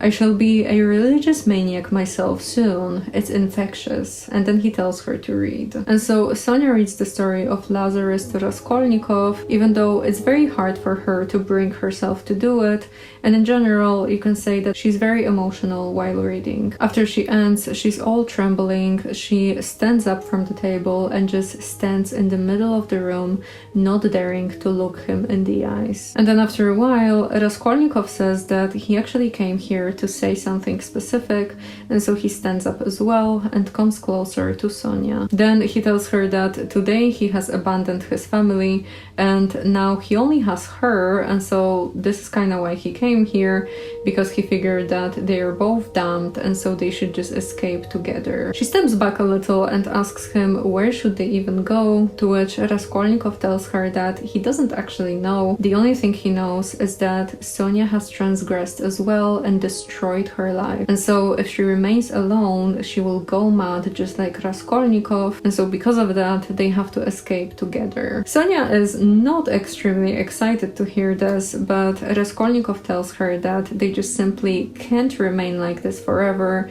and then he once again starts to scare her about what would happen to Katerina's children if either Katerina or Sonia dies. And to this, Sonia begins to weep hysterically, while Rodion kind of just rumbles here as he says that the only goal is freedom and power over the trembling creation. And then he tells her that if he comes here tomorrow, he will tell her who killed Lizaveta. Sonia, of course, gets completely terrified after she hears this, and so she asks him whether he knows who killed Lizaveta, and Raskolnikov answers that he knows and he will tell her, and only her, as he has chosen her long before when Marmeladov was talking about her in the tavern when Lizaveta was still alive. After this, Raskolnikov leaves and Sonia gazes after him as if he were a madman, while at the same time her head is spinning as she's wondering how in the world does he know who killed Lizaveta, and she also worries that he looked terribly unhappy. And then we learn that for the whole night Sonia was delirious and feverish, dreaming about Katerina, her children, Lizaveta, Rodion, and the Bible. And very interestingly, we now learn that there's actually a room right next to Sonia's room that Sonia always believed to be empty, but it turns out that the room is actually adjoined to another room where Svidrigailov has been staying in. And so this whole time Svidrigailov has been standing standing in the empty room with his ear right next to the door, listening to every single word spoken by Sonia and Raskolnikov. And then right after Rodion left, Svidrigailov actually placed a chair right next to the door so that tomorrow he can listen to everything comfortably. Following that, it's the next day, and Raskolnikov is making his way into the department of the investigation of criminal causes. There, he tells someone that he came here to see Porfiry Petrovich, and he's actually asked to wait in the waiting room, where for about 10 minutes he just stands and wonders how is it that nobody seems to care about him, even though he expected to almost be met with force, considering how suspicious Porfiry was of him the last time they saw each other. And so as he's standing in the waiting room and thinking how much he hates Porfiry, suddenly he's summoned into his office. Here Raskolnikov comes in and Porfiry immediately closes the door after him. And for the first couple of minutes they're talking very warmly with each other, even though they're both on guard as they're both watching each other, and every single time their eyes meet they both look away. Raskolnikov then says that he brought the paper that was necessary in relation to the watch, and Porfiry acts very surprised as if he doesn't remember about this. But to be honest, we can't really trust Porfiry that much here. And so he just takes the paper, looks at it, and says that nothing else is needed. And so then Rodion is just straight up like, I believe you said yesterday that you wanted to formally question me about my acquaintance with the murdered woman. But then immediately after he gets anxious and he asks himself why did he put that I believe into the question, and then he gets anxious about being anxious over that, and so he just basically spirals down into anxiety. Meanwhile, Porfiry pretends to get a bit anxious himself as he just constantly repeats that there's really no hurry, they have plenty of time. And then he offers Raskolnikov a cigarette and begins to talk about properties around the city. To this, Rodion gets a bit frustrated and he's suddenly like, well, tell me please, isn't it true that there's this tradition among the investigating lawyers to begin the attack from some trivial, irrelevant subject that makes the suspect less cautious, and then all of a sudden to give him an unexpected, fatal question? Isn't that so? And to this, Porfiry replies that, yeah, well, it's certainly true. Do you think that this is why I was talking about the properties? And after he says this, he winks at Rodion, and then after that he goes into this long, nervous laugh, and he's just all shaking and looking Raskolnikov straight in the face. And after a moment, Raskolnikov starts to laugh as well, but as Porfiry sees this, he laughs even harder, almost turning red, which actually makes Raskolnikov so repulsed that he just stops laughing and stares at Porfiry with hatred. Now, Raskolnikov worries that maybe he fell into some sort of trap, and so he stands up from his seat, takes his hat, and then says that yesterday Porfiry expressed a desire for him to come here for some inquiries. He did just that, and now if Porfiry has some questions, then he should ask him, but if not, then Raskolnikov is just going to go because he has a funeral to attend. To this, Porfiry stops laughing and he acts rather surprised that Raskolnikov got so angry,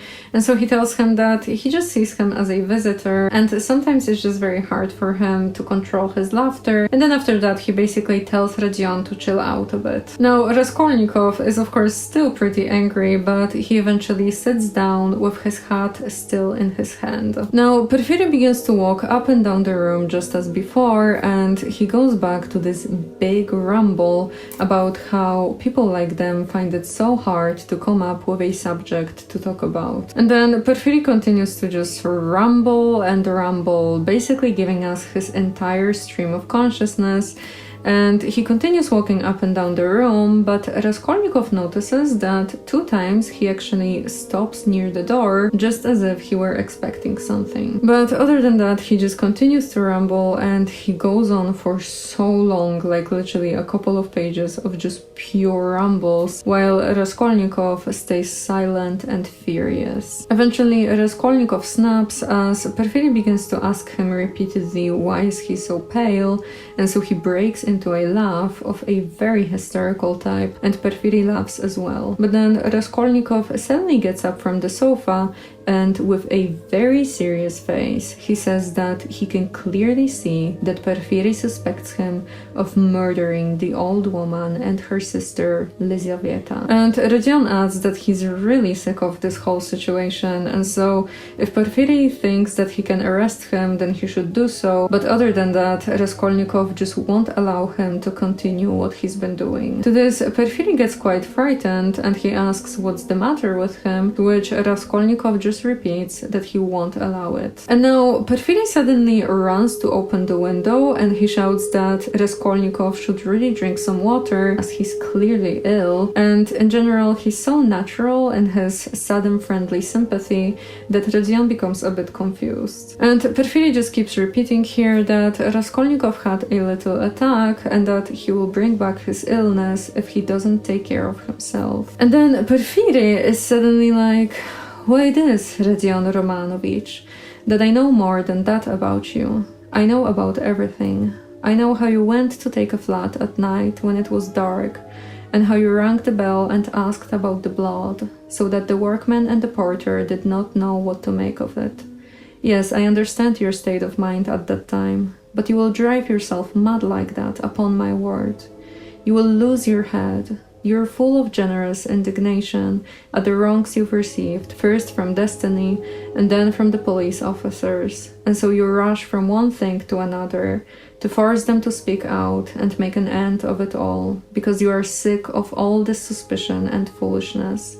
That's so, isn't it? To this, Raskolnikov sits down, and even though he feels that he should believe in Porfiry's compassion, he just kinda doesn't, and he's also very concerned that Porfiry knows about him visiting the flat. But Porfiry just continues with his rambling, explaining a case of a man who became so concerned with a murder case that he began imagining things and then eventually persuaded himself that he was the murderer. And he adds that Rodion should really take care of his illness, and he even suggests that he should go to a real doctor, which actually makes Rodion very confused because he's no longer sure what are Porfiry's intentions. Then Porfiry suddenly says that, well, Raskolnikov had to be delirious when he went to the flat and asked about the blood, but Rodion tells him that no, he knew what he was doing perfectly well. And to this, Porfiry is like, okay, so you see, if you really were a criminal or were somehow involved in this case,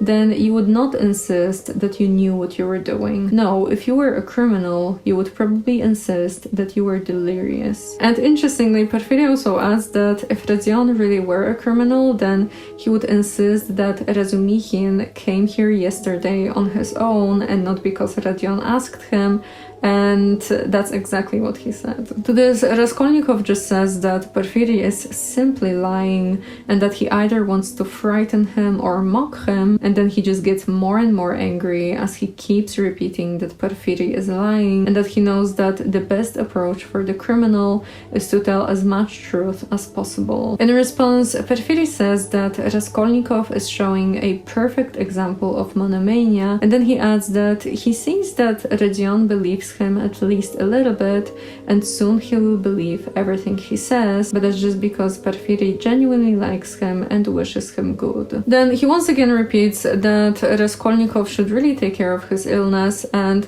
then he's like, well, if I really suspected you, I would not openly tell you about the fact that I know that you visited the flat.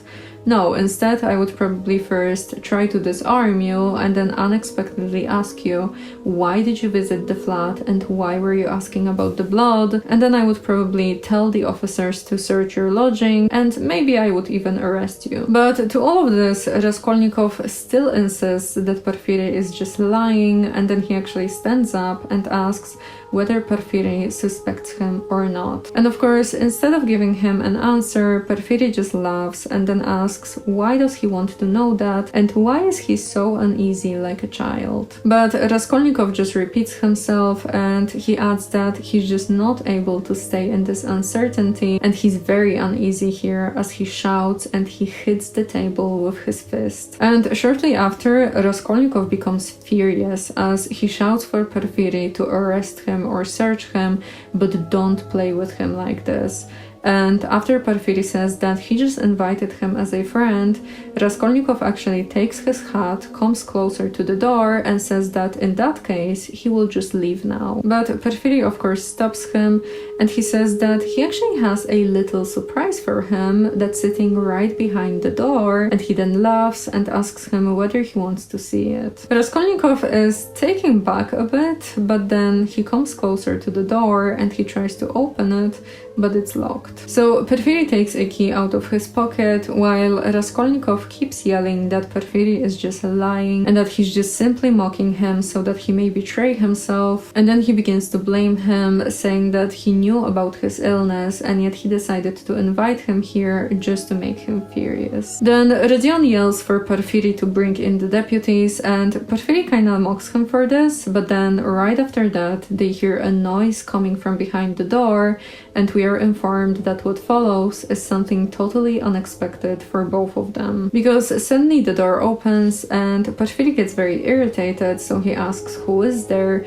and someone answers that the prisoner Nikolai has been brought here. To this, Porfiry shouts that he's not wanted and orders the person to take him away, but then right after that, a frightened, pale man enters the room, and it's of course Nikolai. Now, several people gather in front of the doorway, and Porfiry shouts for Nikolai to go away and wait until he's sent for, but to this, Nikolai suddenly kneels down and he yells that he's guilty and that he's actually the murderer of the pawnbroker and her sister. And this confession is of course followed by silence, which is eventually broken by Porfiry, who asks what in the world does he mean. And Nikolai explains that a couple of days ago darkness came over him and he killed with an axe Aliona Ivanovna and her sister Lizaveta. Hey, tiens.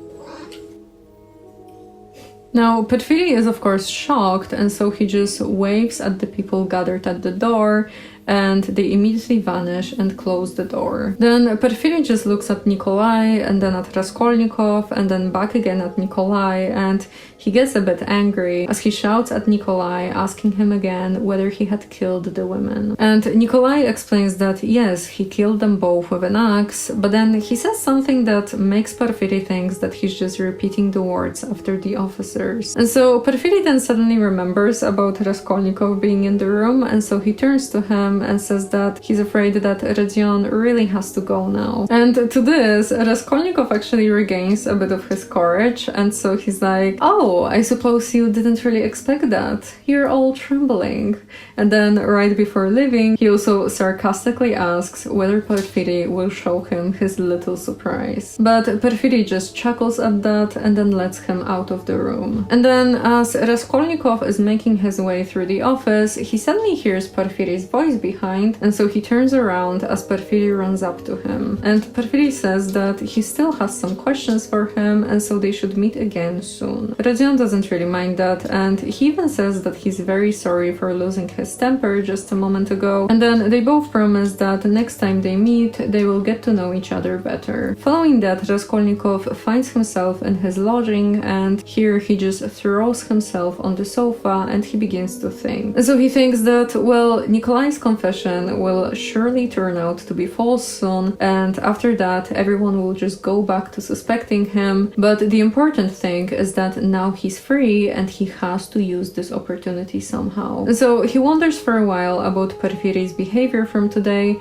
and then as he's getting ready to leave for the funeral, suddenly a man enters his room. And it turns out to be the same man from yesterday, the one who called Rodion a murderer. The man enters and he looks exactly the same as the day before, except that now his face is full of sorrow, and so Rodion asks him what does he want, and the man replies that he has sinned by evil thoughts. Raskolnikov tells him to elaborate, and to this, the man explains that he actually saw him in the flat and heard him asking about the blood, and he really didn't like it that the man just let him go and took him for a drunken, and he felt so uneasy with this that he couldn't sleep all night, and then the next day he came here, since he remembered the address that Raskolnikov gave to the porter. And now Raskolnikov connects the dots and he asks whether the man is the same one who told Porfiry about this whole situation at the flat, and it turns out that it is. And not only that, but the man explains that he went to see Porfiry just a couple of minutes before him, and then he heard how much Porfiry worried him, since this whole time he was sitting behind the closed doors. And so that of course means that this man was Porfiry's little surprise. The man then talks a bit more about his conversation with Porfiry, and it turns out that after he told him about everything that he saw and heard at the flat, Porfiry got extremely nervous, and he said that if he only knew about this earlier, then he would have arrested Raskolnikov by this point. And then after hearing that Rodion is in the building, he told the man to go to the next room and sit there quietly. After saying everything, the man bows down and he touches the ground with his finger, and he tells Rodion to forgive him for his evil thoughts and his slander. Rodion answers saying, "May God forgive you," and then the man bows down again, and then he leaves the room. After this, Raskolnikov gets pretty confident as he realizes that Porfiry really doesn't have any other information than what the man told him, and so he leaves his room in a pretty good mood. Following that, we learn what has been going on with Łóżyn, and it turns out that he's just getting used to the idea of not marrying Dunya, and he of course figures that he will find a better woman than her. But then, as he's standing in front of the mirror and getting more and more irritated, he suddenly notices a sarcastic smile on the face of his young friend with whom he's been staying, and whose name is Andrei Semyonovich Lebezhyatnikov. Then Łóżyn thinks that he would actually like to get a second chance with Dunya, and surprisingly, he comes to the conclusion that he made a mistake by not giving them money, but that was only because he thought that by not giving them a penny, they would turn to him as their providence. But that's really the complete opposite of what has happened, and so as Łóżyn thinks about this, he calls himself a fool, but of course only in his head. After that, we get a short description of Lebezhyatnikov, and well, first thing we learn is that Łóżyn hated and despised him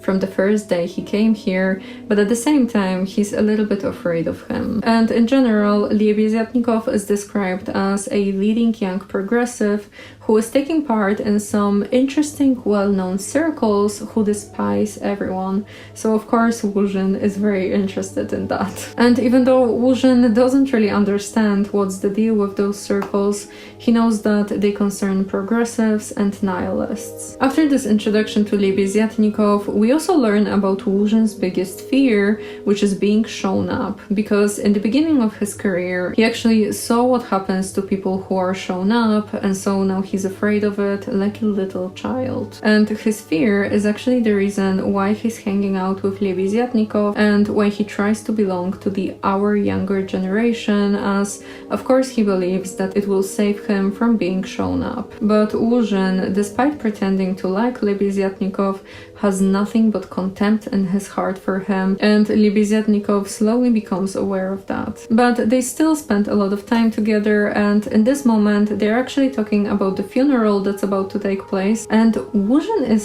so nasty here, as he says, "I should never have expected that the beggarly fool would have spent on this feast all the money she got from that other fool, Raskolnikov. I was surprised just now as I came throughout the preparations there. The wines. Several people are invited. It's beyond everything." And so they talk about the funeral, and Lebezhyatnikov says here that he's not going to go on principle, as he doesn't want to take part in the revolting convention of memorial dinners. The only reason for him to go would be to just laugh at everything. And then I will read you a fragment that explains what exactly is the deal with Lebezhyatnikov, because here Łóżyn says that, "Oh, so you would just go to the funeral, sit at the table and insult both the occasion and the people who invited you," to which Lebezhyatnikov replies, "Certainly not insult, but protest. I should do it with a good object. I might indirectly assist the cause of enlightenment and propaganda. It's a duty of every man to work for enlightenment and propaganda, and the more harshly perhaps, the better. I might drop a seed, an idea, and something might grow up from that seed. How should I be insulting them? They might be offended at first, but afterwards they would see I'd done them a service. You know, Terebieva, who is in the community now, was blamed because when she left her family and devoted herself, she wrote to her father and mother that she wouldn't go on living conventionally and was entering on a free marriage, and it was said that that was too harsh, that she might have spared them and have written more kindly. I think that's all nonsense, and there's no need of softness. On the contrary, what's wanted is protest. Varens had been married 7 years, she abandoned her 2 children, she told her husband straight out in a letter, I have realized I cannot be happy with you. I can never forgive you that you have deceived me by concealing from me that there is another organization of society by means of the communities. I have only lately learned it from a great-hearted man to whom I have given myself and with whom I am establishing a community. I speak plainly because I consider it dishonest to deceive you. Do as you think best. Do not hope to get me back. You are too late. I hope you will be happy. That's how letters like that ought to be written. And now Łużyn asks him whether it's the same Terebieva that's now in her 3rd marriage, and Lebeziatnikov answers, no, it's only the 2nd really. But what if it were the 4th? What if it were the 15th? That's all nonsense. And if I ever regretted the death of my father and mother, it is now. And I sometimes think if my parents were living, what a protest I would have aimed at them. I would have done something on purpose. I would have shown them. I would have astonished them. I am really sorry there's no one. Which, yeah, that's just amazing way to think. Such a good philosophy for life. After that, they talk a bit about Sonia, and of course Lebeziatnikov approves of the way she makes money, and he even says that in the future society this will be perfectly normal as it will be voluntary. He was not wrong on that.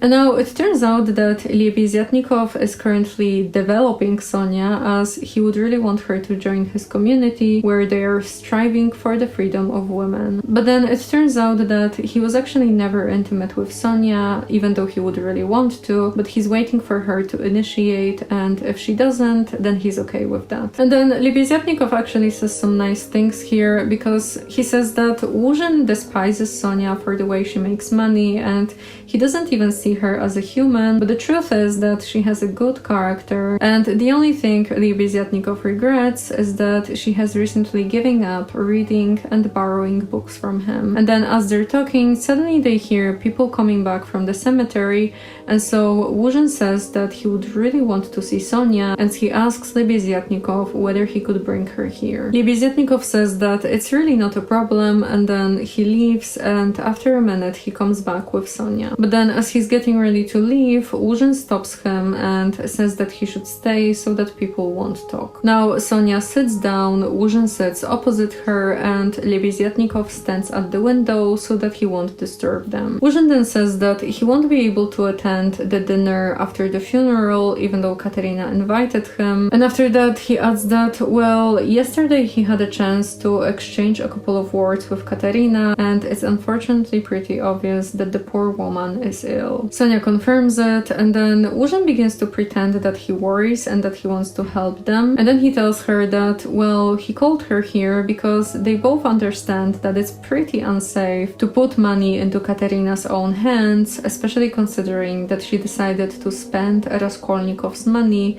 on such a big dinner. And so Łużyn decided that it would probably be best to give money to Sonia, and so he then gives her a 10 ruble note and tells her not to mention his name in relation to this. She takes it, her cheeks become completely red, then she stands up, says something, and then she leaves. And then after the guys are left alone, Lebeziatnikov comes up to Łużyn, tells him that he saw and heard everything, and then he praises him for being so honorable and humane. But then Lebeziatnikov just talks and talks while Łużyn kind of listens to him, but kind of doesn't, as he's very deep in his thoughts, clearly preoccupied with something else, which even Lebeziatnikov notices. Following that, we learn a bit how Katerina is doing, and yeah, she's really not that well. She is not really insane, but she did become pretty unhinged, which you can clearly see by her organizing this whole dinner that takes place right after Marmeladov's funeral. And it's said that her reasoning for the dinner is a combination of the poor man's pride and also her wanting to prove that Marmeladov was not inferior to others, but perhaps he was even superior. And so Katerina managed to get some vodka, rum and wine,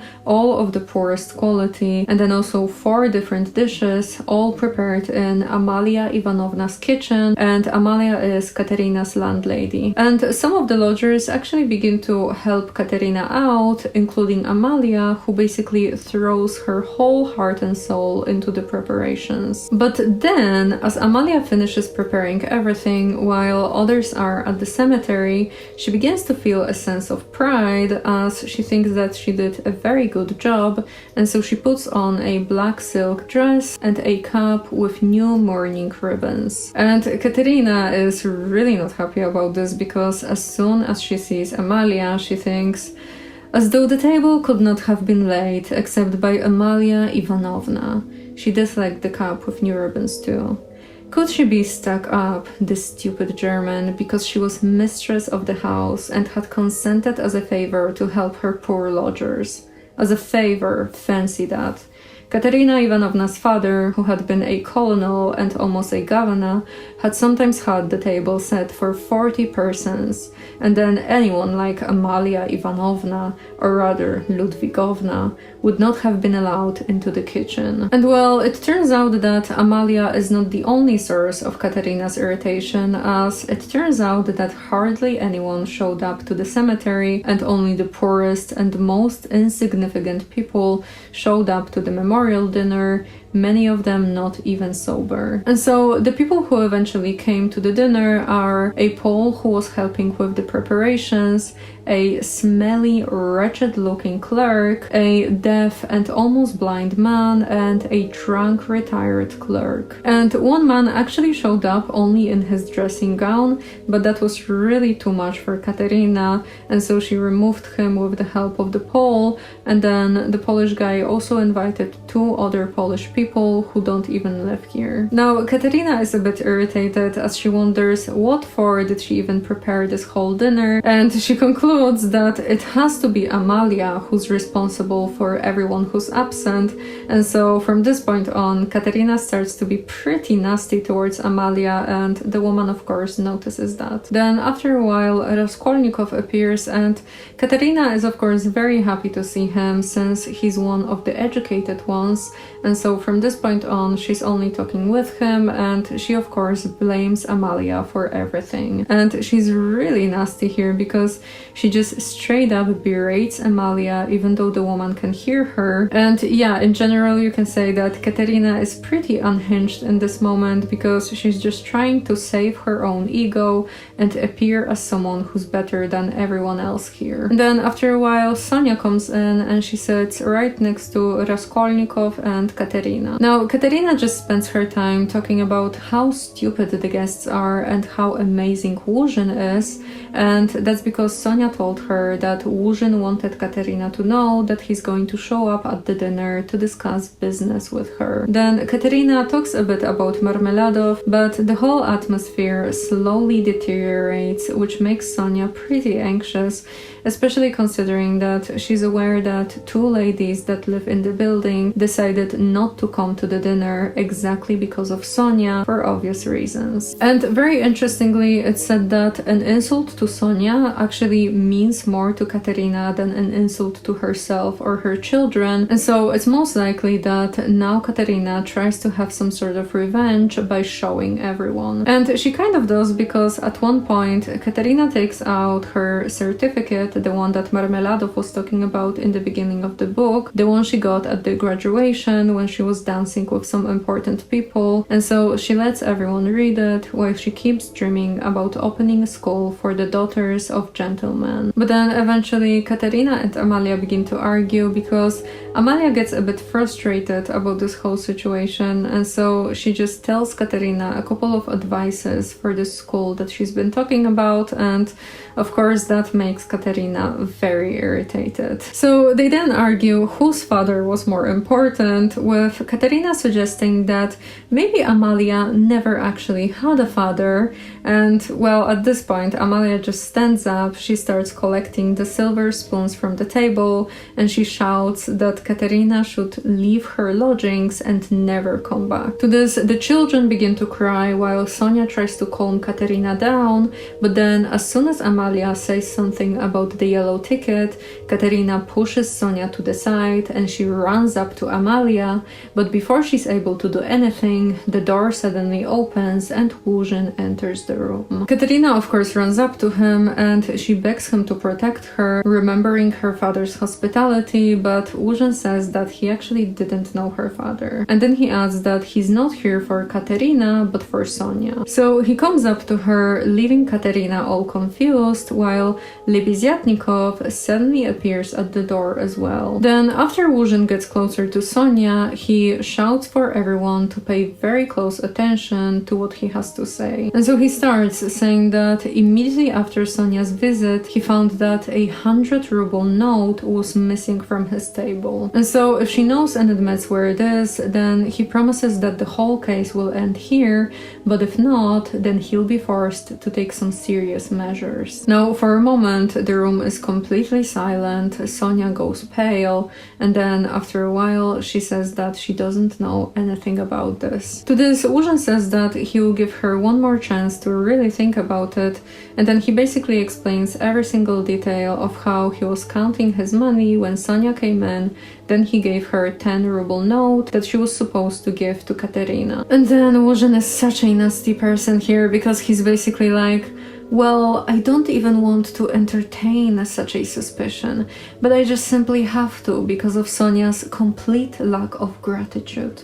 I, being such a good person, invited her and gave her money, and then right after that, she did something like this. To this, Sonia of course whispers that she didn't take anything, and she even says that she will give Łóżyn back his money, and so she pulls out a handkerchief out of her pocket, and from it she takes the 10-ruble note that she then gives to Łóżyn. But Łóżyn of course asks about the rest of the money, and he says that they really have to inform the police about this, and to all of this, Amalia shouts that she always knew that Sonia was a thief, which of course makes Łóżyn very happy as it makes his case even stronger. And now Katerina shouts at Łóżyn for accusing Sonia of stealing, and then she snatches the note from Sonia, she crumbles it in her hand, and then she flings it straight into Łóżyn's face. Łóżyn of course calls her mad, to which Katerina begins cursing him and saying that Sonia could never be a thief as she would rather give away her last penny. Then Katerina yells that if he wants to, then he can search her, and then she actually begins searching Sonia herself as she comes up to her and begins turning out her pockets. And the first one turns out to be empty, but from the second one, a piece of paper falls out and lands at Łóżyn's feet. Everyone of course is able to see it, and some people even cry out, while Łóżyn picks up the paper and he reveals that it's the 100 note. Now Amalia begins to yell for the police to come, Raskolnikov stays silent, but he keeps his eyes fixed on Sonia, while Sonia turns red, she hides her face in her hands, and she says that she knows nothing about it and that she didn't take it. And Katerina actually shouts that she doesn't believe in those accusations, and then she kisses Sonia's face and hands, and she yells that these people here are just stupid because they have no idea what kind of heart Sonia has. Then Katerina just basically begins to lament here, saying how good Sonia is, and her words really reach people's hearts as they begin to feel sorry for her. And of course, Łóżyn decides to use this opportunity to be like, oh, Katerina, you don't have to worry about this because this incident doesn't reflect upon you. And besides, I am ready to show compassion, especially considering that poverty was what drove Sofia Semyonovna to it. And so, as Łóżyn pridefully says that he won't carry this matter any further and that he will just let it be a lesson for Sonia, he suddenly notices that Raskolnikov is looking at him with pure hatred in his eyes. But then they all suddenly hear a loud cry in the doorway, shouting "how vile," and it turns out to be Lebeziatnikov, who's now staring straight into Łóżyn's face. And so Lebeziatnikov comes up to Łóżyn and he's extremely angry as he accuses Łóżyn of being a slanderer, to which Łóżyn asks him whether he's out of his mind. But Lebeziatnikov replies that no, he's completely sane, but Łóżyn is a slanderer and he just doesn't understand what kind of motive he had behind all of this. Łóżyn of course tries to accuse him of being drunk, but to this Lebeziatnikov is like, well, I actually don't drink at all because it goes against my convictions. And then he adds that he actually saw Łóżyn giving Sonia that 100 ruble note. Łóżyn calls him crazy and says that Sonia herself declared that he only gave her 10 rubles, but to this Lebeziatnikov says that even though it goes against his principles, he's ready to take an oath that he saw Łóżyn slipping the 100 ruble note straight into Sonia's pocket. To this, Łóżyn turns pale and he begins shouting that it's a lie and that Lebeziatnikov couldn't possibly see anything from the distance.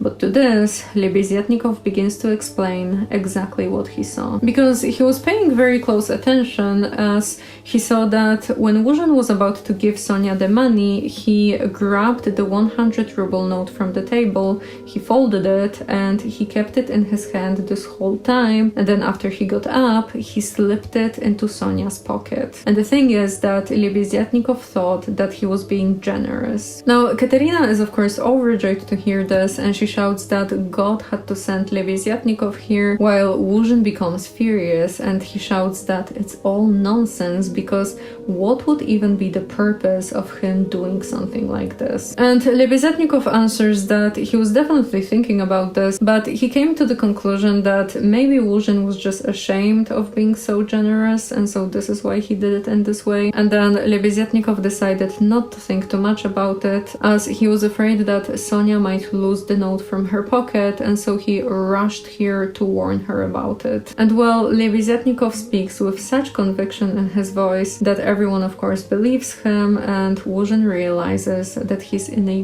very bad position right now. But still, Łóżyn decides to be like, well, maybe you just dreamed of it. And besides, you're just lying and trying to slander me just because I do not agree with your free-thinking, godless social propositions. But of course, no one is really buying it, and so Lebeziatnikov shouts to call the police, while Raskolnikov suddenly says that he can explain why Łóżyn risked such an action. And so he explains here that this gentleman here was recently engaged to a young lady, his sister Avdotia Romanovna Raskolnikova, but 2 days ago Raskolnikov drove Łóżyn out of his room, and everyone listening here has to be aware that Łóżyn is a very spiteful man. And so after this incident, Łóżyn wrote to Raskolnikov's mother, telling her that Raskolnikov gave all his money away to Sonia, and he described Sonia in the most contemptible way possible, even though of course Raskolnikov gave the money to Katerina for the funeral. And so the conclusion is pretty clear here. Łóżyn just wanted to divide the whole Raskolnikov family. And then Rezyan further explains that another time he told Łóżyn that he's not worth Sonia's little finger,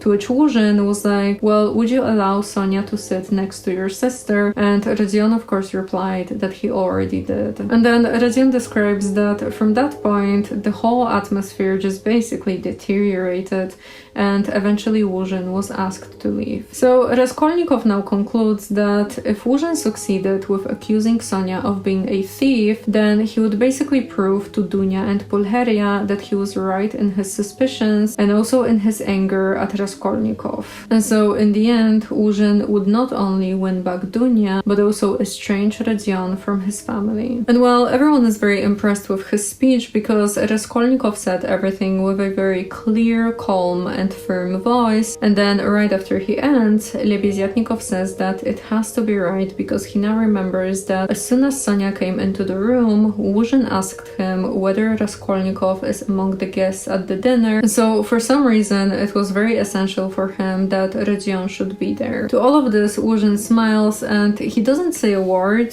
but he's completely pale and he looks like he's thinking about the best way of escaping. But he soon realizes that it's not really possible, as first of all it would confirm that he's guilty, and second of all people would not even let him, as everyone here is now shouting very unpleasant things at him. And it's also said that the Poles are also shouting at him, calling him a łajdak, and also muttering some threats in Polish. Which łajdak is not like the worst that you can say, but nice to see the Polish representation here. Still, Łóżyn is just trying to leave the room, saying that the thief has been more than unmasked, and then he threatens that he will basically sue her, as the judges are not so drunk and blind and they won't believe the testimony of two notorious agitators. Then Lebeziatnikov shouts that Łóżyn has to move from his room as soon as possible, and after that Łóżyn leaves. Not long after that, Sonia begins to cry and she rushes out of the room, while Amalia is just basically done at this point, and so she shouts for Katerina to leave her lodgings once and for all. And at first Katerina actually wants to fight her, but then she figures that it's probably not the best idea since the landlady is much stronger than her. And so instead Katerina just laments that on the day of her husband's funeral she's thrown out of her lodging and she has no idea where to go with her orphans. But she also yells that there's law and justice on earth and that she will find it, and then tells her, oh my gosh, law and justice, prawo i sprawiedliwość. If you are Polish or just interested in Polish politics, yeah, there definitely is law and justice on earth, unfortunately. Okay, maybe let's not be political. Yeah.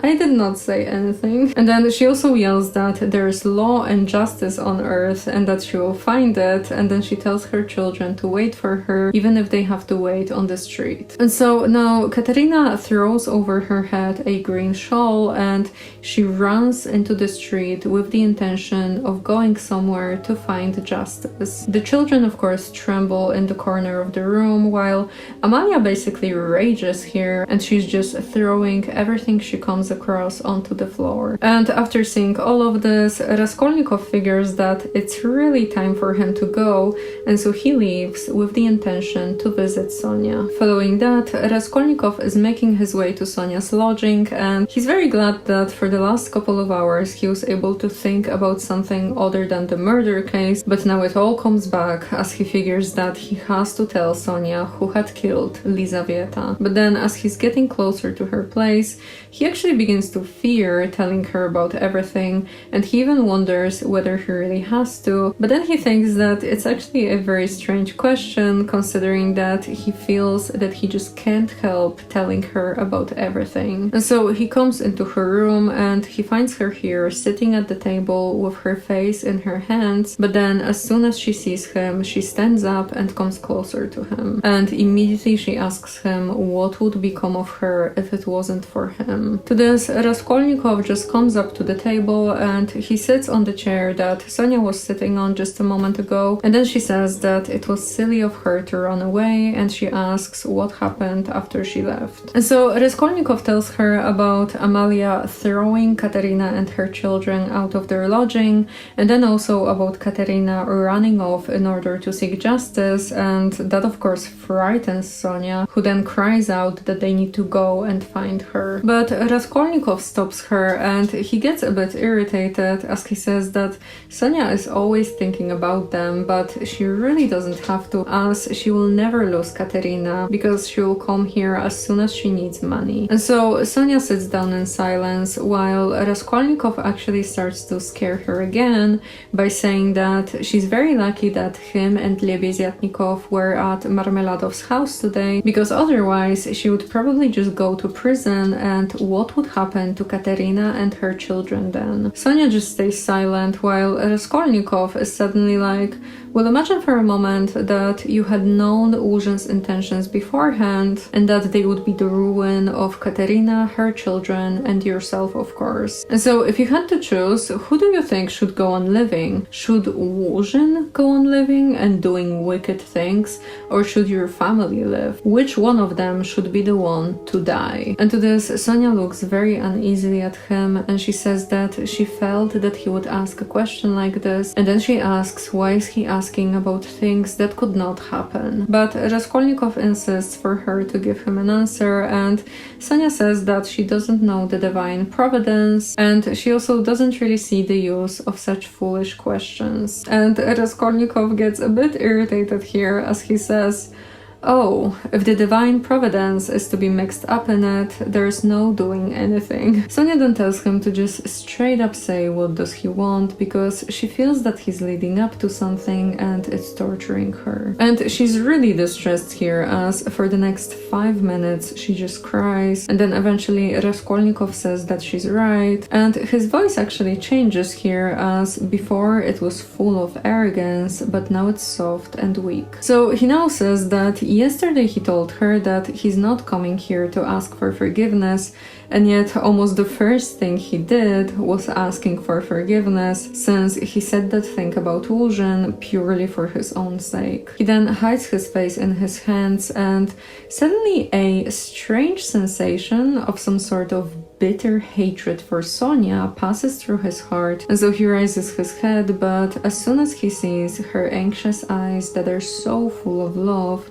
his hatred vanishes immediately. Then he suddenly turns pale, he gets up from the chair and then sits on her bed while Sonia asks him what's the matter. But Raskolnikov is really not able to answer, so she comes up to him, she sits down on the bed as well, and she waits. Raskolnikov turns his face to her and he tries really hard to say something, but he's just not able to, which actually makes Sonia pretty terrified, as she then asks him again what's the matter, and she actually draws back a bit. He tells her not to worry as it's all pure nonsense, and then he asks himself why did he even come here to torture her. But then he picks up the topic again and he reminds her that yesterday he said that if he comes here today, then he will tell her who killed Lizaveta. Sonia of course grows pale and it becomes very difficult for her to breathe, and then she asks how does he know, to which Raskolnikov replies by just saying that he knows. And so then Sonia asks whether they found the murderer, and Raskolnikov replies with a simple no. Sonia asks how does he know about this then, to which Raskolnikov just turns to her, looks at her very intently and says, guess. Then she asks why does he frighten her like this, and she actually tries to smile here, but Raskolnikov replies, I must be a great friend of his, since I know. Raskolnikov went on, still gazing into her face, as though he could not turn his eyes away. He did not mean to kill that Lizaveta. He killed her accidentally. He meant to kill the old woman when she was alone, and he went there. And then Lizaveta came in. He killed her too. But Sonia doesn't really want to accept what he's trying to say, so Rodion tells her to take a good look, and then right after he says this, he seems to see in Sonia's face the face of Lizaveta with the same childish expression that she had when he was about to strike her with the axe. And so, full of pure terror, Sonia now rises from her bed and she begins to move further away from him while still keeping her eyes on him. Raskolnikov then asks her whether she has finally figured it out, to which Sonia just yells, "Good God," and then she falls back on the bed with her face in the pillow. But then she gets up, she moves closer to Rodion, holds both his hands and looks into his face, trying to catch some last hope, but there is no hope left, as there is no doubt that it was him. And Raskolnikov actually begs her to stop, and so she draws back a bit and stands in the middle of the room, but then she quickly goes back to him. And she suddenly starts to cry, and she falls on her knees before him, not really sure why, and then she asks him what has he done to himself. After that, but she actually hugs him, which makes Raskolnikov look at her with a mournful smile, and he says that she's a very strange girl for hugging him right after he told her about what he did. But to this, she just shouts that right now there's no one in the whole world so unhappy as he is, and then after that she begins to weep. And to this, we actually get a nice fragment that reads, "A feeling long unfamiliar to him flooded his heart and softened it at once. He did not struggle against it. 2 tears started into his eyes and hung on his eyelashes." And so then he asks, looking at her with hope, whether she won't leave him, and Sonia replies that she will follow him everywhere, and then she also laments why didn't she know him before and why didn't he come here earlier. And then she also adds that she will follow him to Siberia, to which Rodion is like, well, perhaps I don't really want to go to Siberia. Now, at this point, Sonia really has a hard time processing everything, as her mind is suddenly flooded with questions about the details of the murder, and so she asks Raskolnikov how could he even bring himself to do it. He replies that he just needed money, but he's really not into talking about his motives, and so after Sonia asks him whether he wanted to help his mother, Rodion replies that yeah, kind of, but he really doesn't want to talk about it. Despite that, Sonia asks him some more questions about the money, and so Rodion eventually reveals that he took a purse off the pawnbroker's neck and then also some of her chains and trinkets, and he hid everything under a large rock. Now, Sonia is a bit confused because Raskolnikov said that he committed the crime for money, but he didn't actually take anything. And to this, Rodion tells her that if he simply killed because he was hungry, then he would be very happy right now. But the thing is that this whole case is just too complicated to explain, and then he also adds that he comes to Sonia just for one thing, and that is for her not to leave him. And so as Sonia keeps crying and embracing Rodion, he bashes himself for coming here and telling her everything just because he couldn't bear his burden and had to throw it on another, making Sonia suffer. But to this, Sonia is like, well, but aren't you suffering as well? And her saying this actually softens Raskolnikov's heart a bit. But then he once again bashes himself for coming here and says that he has a very bad heart, to which Sonia just tells him that it's good that he came here and told her about everything. Now, at this point, Rodion finally gets to his true reasoning behind the crime, and he's suddenly like, I wanted to become a Napoleon. Do you understand now? And Sonia is of course like, yeah, not really. And so he explains that one day he asked himself, what if Napoleon had happened to be in his place and had nothing but this old pawnbroker to kill to get her money for his career? And so for a long time, Raskolnikov was just overthinking whether Napoleon would bring himself to get rid of the pawnbroker, and eventually he came to the conclusion that he definitely would, and he probably wouldn't waste his time on thinking. And so Rodion, following his example, also stopped thinking and just simply murdered the pawnbroker. But then he also adds that he started to think about all of this the moment he could no longer stay at university, because the truth is that all of his family's hopes were centered on him, and he knew that even if he did everything right, he still wouldn't be able to support his mother and sister, and so he basically wanted to give himself a chance in life by taking the pawnbroker's money. Upon hearing all of this, Sonia cries out that it's not right, to which Raskolnikov just tells her that he has only killed a louse, a useless, harmful creature. But Sonia is really not into this explanation, and so she shouts that he has killed a human being, to which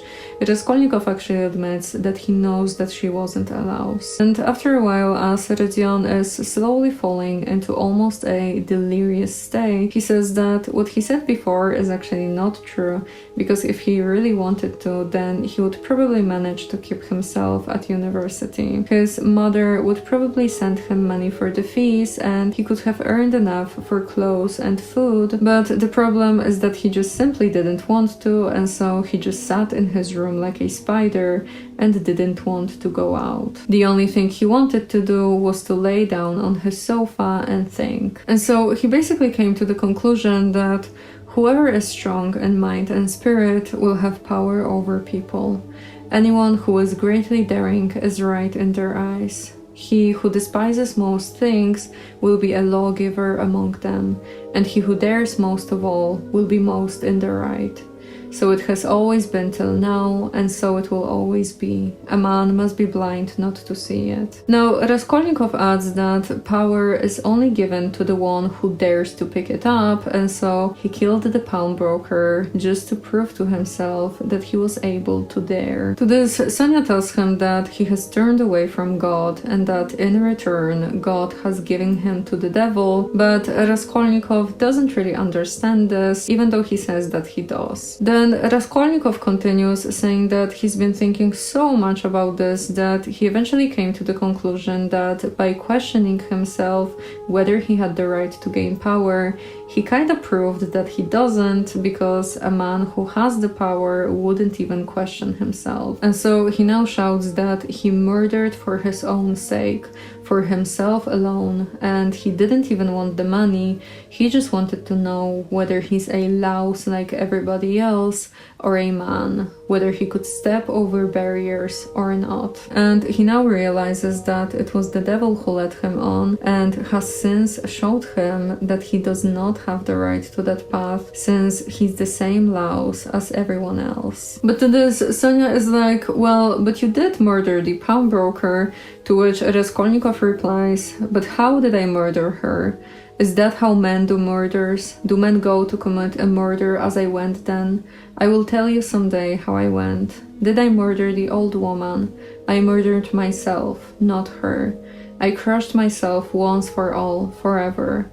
But it was the devil that killed that old woman, not I. After all of this, Rodion asks what should he do now, and Sonia tells him that he has to go and confess that he's the murderer and then suffer in Siberia to redeem his sin by it. But Raskolnikov is not really that excited about this idea, even though Sonia tries to convince him that if he won't do it, then he will never be able to live among people again, which he probably realizes as he has already abandoned his mother and sister. Sonia then tries to convince him for a minute longer, but that just makes Rodion think that actually no, maybe he still has a chance to be a man and not a louse if he only fights a bit more. After that, he talks a bit about the police being after him, and he says that they probably won't arrest him, but even if they do, then they don't really have enough evidence to punish him harshly, and so he will probably be sent to prison for some time, and then he will be set free. Now, for the next couple of minutes, they just sit in silence, and as Raskolnikov looks at Sonia, he feels how great her love is for him, but in this moment, it's actually very hard for him to be loved. And it's even said that as he was making his way here, he hoped to get rid of at least a small part of his suffering, but now with Sonia's heart turned towards him, he suddenly feels that he's even unhappier than before. And then Sonia suddenly asks him whether he has a cross, and quickly concluding that he doesn't, she gives him her own cross made of cypress wood, and she says that she has another one that previously belonged to Lizaveta. And at first, Raskolnikov wants to take the cross just so that he doesn't hurt Sonia's feelings, but then he immediately takes his hand back and says that he will take it later. And Sonia actually agrees, saying that when he's ready to go to Siberia, he should first come to her, she will put the cross on his neck, and then they will pray and go together. And right in this moment, someone suddenly knocks at the door.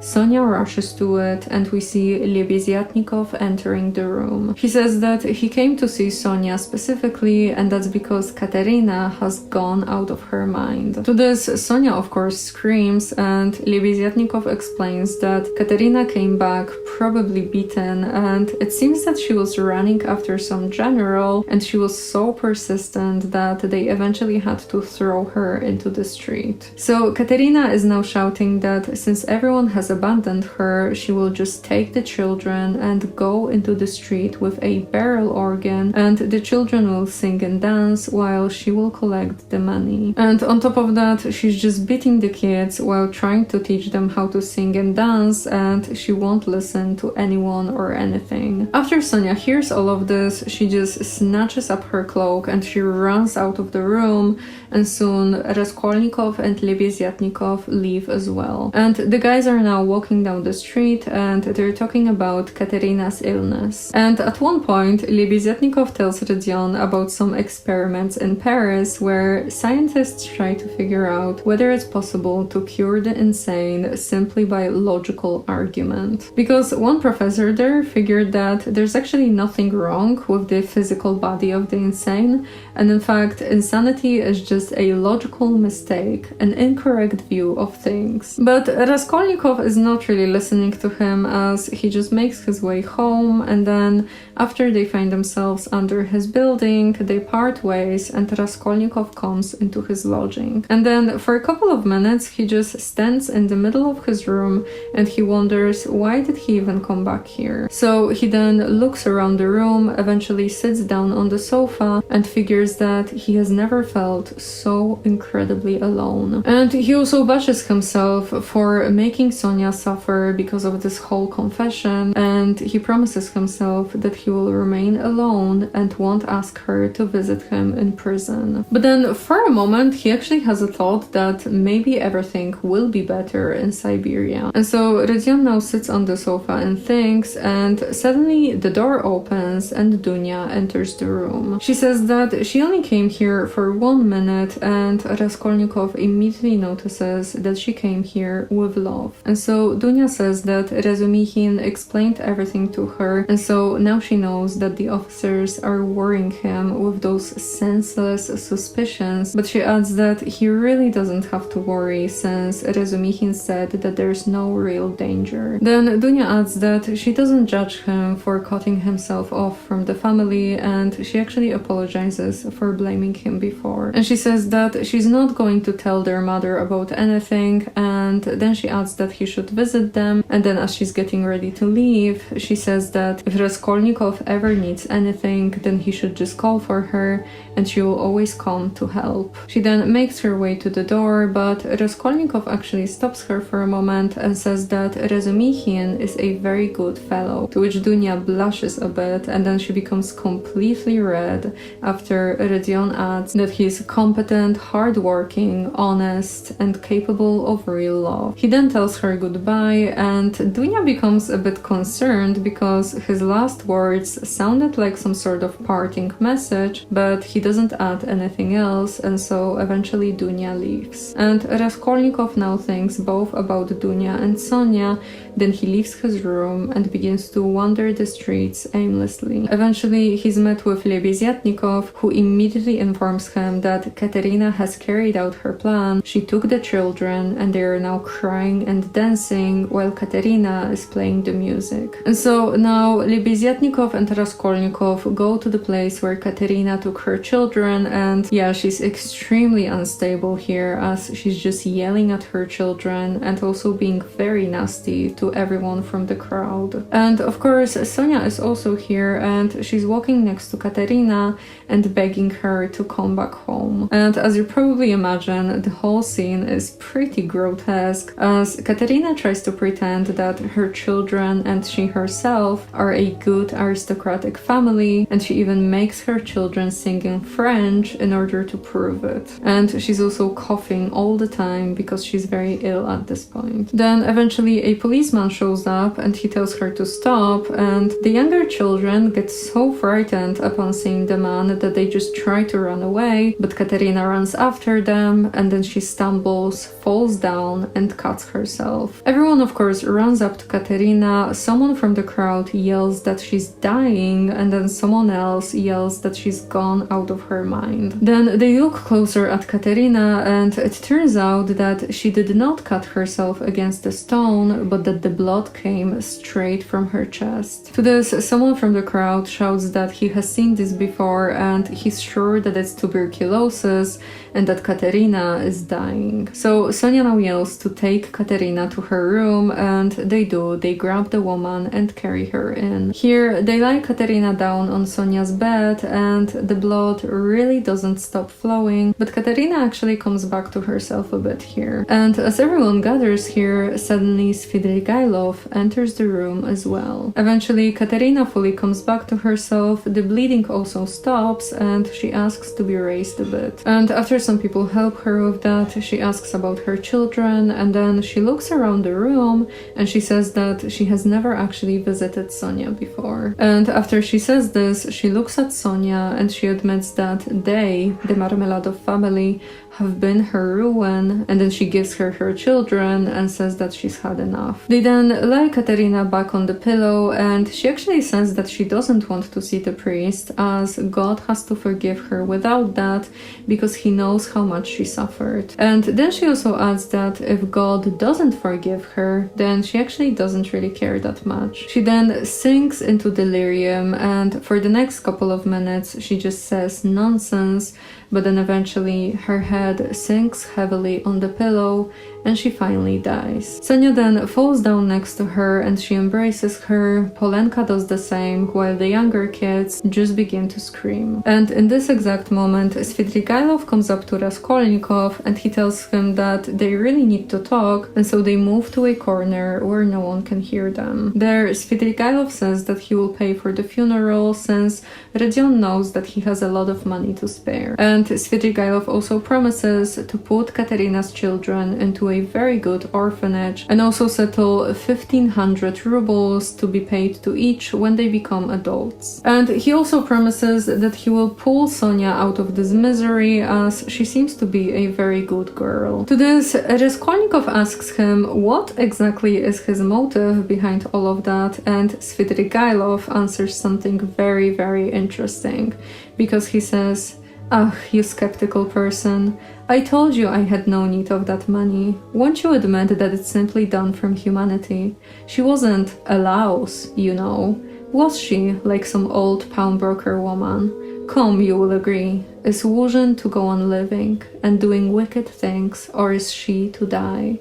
And if I didn't help them, Polenka would go the same way." Which, as you probably remember, this is very, very similar to what Raskolnikov said to Sonia when he was telling her about his crime. And so Rodion now turns pale, he steps back, and he asks, how does Svidrigailov know about this? And he replies that he lodges here right at the other side of the wall, so he's a neighbor. And Svidrigailov is actually so extremely happy here, as he just laughs and tells Raskolnikov that he knew that they would become friends, and he promises him that he will show him how nice and easy it is to be friends with him. Following that, we learn that for the next couple of days, Raskolnikov gets into a very strange mood, as it's almost like some sort of fog had fallen upon him. And during this time, he gets confused a lot, he doesn't even remember half of the things he does, and his mood changes between panic and complete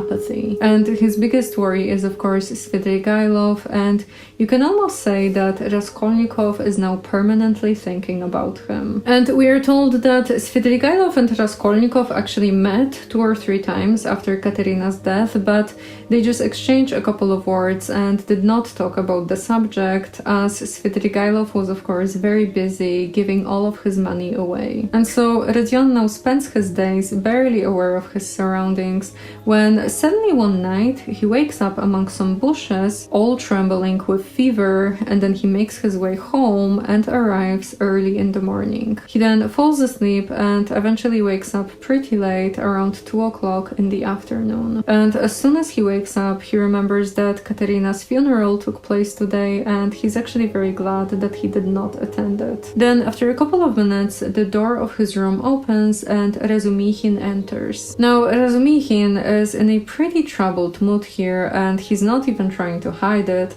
as he speaks with very clear annoyance and asks whether it's true that Raskolnikov is mad. Because Razumikhin begins to believe that he is, judging from his recent behavior to his mother and sister, since only a monster or a madman could behave like he did, and so in conclusion, he has to be mad. Then Razumikhin tells him that yesterday Pulcheria, Raskolnikov's mother, decided to visit him, and everyone tried to prevent her, but she was very stubborn, saying that if Rodion is ill, then she has to look after him as his mother. Eventually, they all came into Raskolnikov's room, but they found it empty, and so then Pulcheria just sat down on his bed and stayed like this for about 10 minutes, after which she stood up and said that if Rodion is out, then that means that he's well, it's just that he has completely forgotten about his mother. Then Pulcheria went back home, she got into bed, and she's now in fever. And Razumikhin further informs him that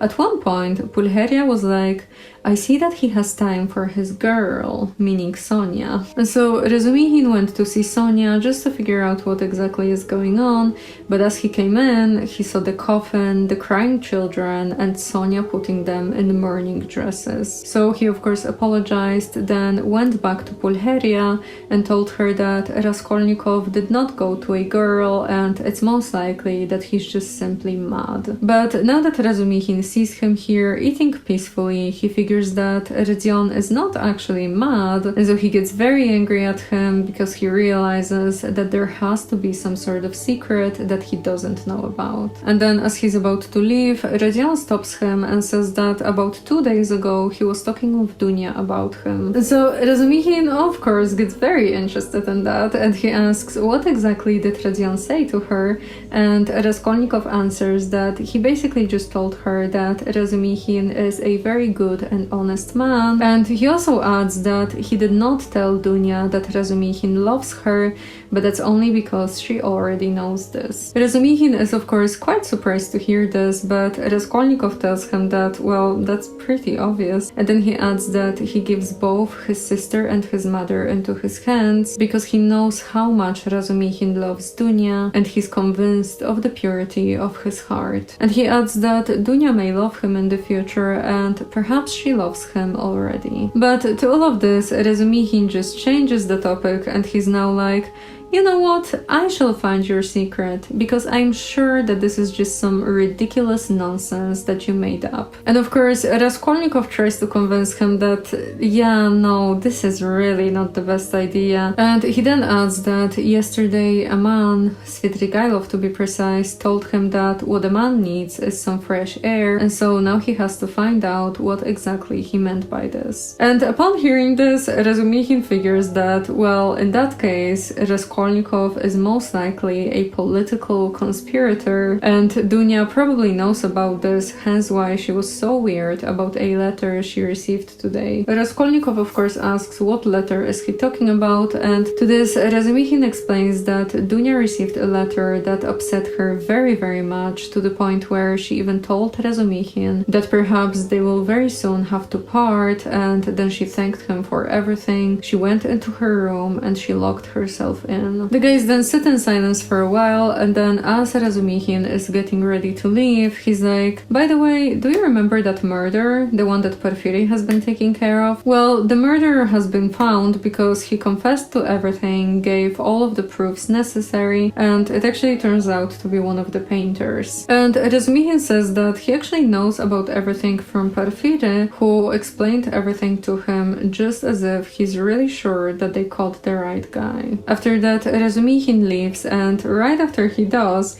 he thinks that it's so obvious that Raskolnikov is a political conspirator. There's really no doubt about it, and it's also pretty possible that he just drawn Dunya in. And Razumikhin is actually pretty happy about this conclusion because for a moment, he thought that Raskolnikov is guilty of something much worse. And that's because of the conversation they had when Raskolnikov abandoned his family. Now, as Raskolnikov is left alone in his room, he begins to overthink the whole murder case once again, and he actually feels pretty renewed, knowing that Porfiry seems to really believe that one of the painters is guilty of everything. But then, as he thinks more, he figures that no, this is actually pretty suspicious, and Porfiry has to be lying to Razumikhin. The question is why. So Radzion now grabs his coat and he thinks that he has to visit Svidrigailov and settle everything with him as soon as possible, but then right as he reaches his door, suddenly Porfiry enters the room. Radzion is of course pretty surprised, but only for a short while as he's quickly back on his guard. Now Porfiry starts by laughing and he's like, well, I bet that you did not expect a visitor,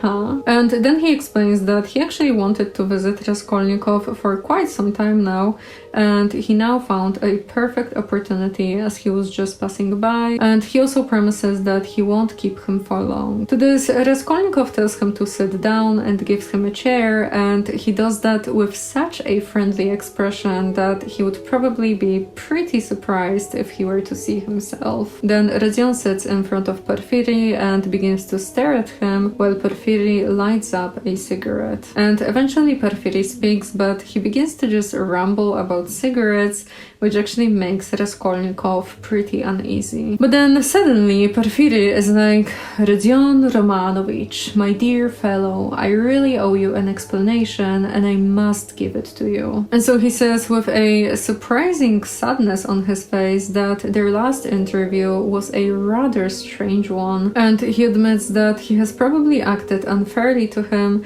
especially considering the way they parted, both nervous and shaky. Then Porfiry continues, saying that he knew that Raskolnikov would not tell him the whole story during their interview, but he hoped for at least one little fact, something that he could hold on to. To this, Raskolnikov asks him why is he suddenly talking about all of this, and Porfiry replies that he genuinely came here to explain himself. And he also adds that he considers Rodion a man of noble character, and he actually quite likes him, even though he's aware that Rodion disliked him from the very beginning, which actually doesn't really surprise him that much. After that, Porfiry begins to explain, and he says that in the beginning there were just rumors, and also one little accident that made him very suspicious of Raskolnikov, though he doesn't want to say what exactly it was. And then this slight suspicion developed into a more serious one, but even Porfiry is not really sure why. And he adds that he realizes that even 100 suspicions don't make a proof, but for some reason he just couldn't stop suspecting him. Then he says that he was actually very fond of Raskolnikov's article, as even though it was a bit absurd and fantastic, there was this youthful pride in it which he really likes. And then Porfiry actually reveals here that Raskolnikov's room has been searched at the first suspicion when Rodion was still deep in delirium. And after that, Porfiry started expecting him, as he figured that while another man would never dare to come, Raskolnikov seemed different, like someone who would definitely show up. And of course he did, all happy and laughing with Razumikhin, and Porfiry actually reveals here that his laughter was exactly what made him sure that Raskolnikov is guilty. Then, after discussing his article in detail, Porfiry suddenly got a feeling that maybe explaining everything in another way that would make Raskolnikov innocent would not only be possible, but more natural. And the thing that got him back into suspecting Rodion was of course the story of him going to the flat, ringing the bell and asking about the blood. And then as Porfiry mentions Nikolai, the painter guy, Raskolnikov says that Razumikhin just told him that Porfiry thinks that he's guilty, but right after he says this, his voice fails him and it breaks off. And to this, Porfiry now explains that Razumikhin really is an outsider when it comes to this whole case, so let's not even talk about him, let's rather concentrate on Nikolai. And so we learn that Nikolai has a bit of a childish and creative nature, and he is pretty impulsive, but he's mostly innocent. And actually, in the beginning of his life, he wanted to run off into the wilderness for spiritual reasons, which, yeah, same. But later, the wine and the women of Petersburg made him forget about those plans. But then, as Nikolai was in prison, he suddenly remembered about his elders and about the Bible, and he got very into suffering, which is probably why he admitted to being the murderer. So, as we can clearly see, the psychological profile of Nikolai doesn't really match the one of the murderer, who, on the contrary, was a troubled man with bookish dreams and unhinged theories. The murderer was a man who committed the crime but couldn't take the money, a man for whom suffering behind the closed doors while the other men tried to get in wasn't enough, and so he had to go back to the flat and ring the bell just to feel the cold shiver again. And now the man is a murderer, but he looks upon himself as an honest man, he despises others and acts as an injured innocent, so of course that profile doesn't really match Nikolai's personality. To this, Raskolnikov asks who then is the murderer, and Porfiry sinks back in his chair, certainly amazed at the question, and he then says, "Who is the murderer?" he repeated, as though unable to believe his ears. "Why, you, Rodion Romanovich. You are the murderer." To this, Rodion stands up, but he doesn't really know what to do with himself, and so he sits back on the sofa without uttering a single word. After a moment, Raskolnikov says that he did not murder the old woman, but Porfiry is pretty certain that it had to be him. And so they then sit in silence for a while, and at one point, Rodion tries to tell him that he's just playing his old tricks again, but Porfiry is really not interested in playing games like this at this point, and so he just says that it's pretty clear that he did not come here to arrest him, and he actually doesn't even care if Rodion confesses or not, because he's pretty convinced even without his confession. To this, Rodion asks him why did he even bother coming here then, and why won't he just arrest him, but Porfiry explains that arresting him so directly would go against his interest. And besides, he doesn't have any real evidences, and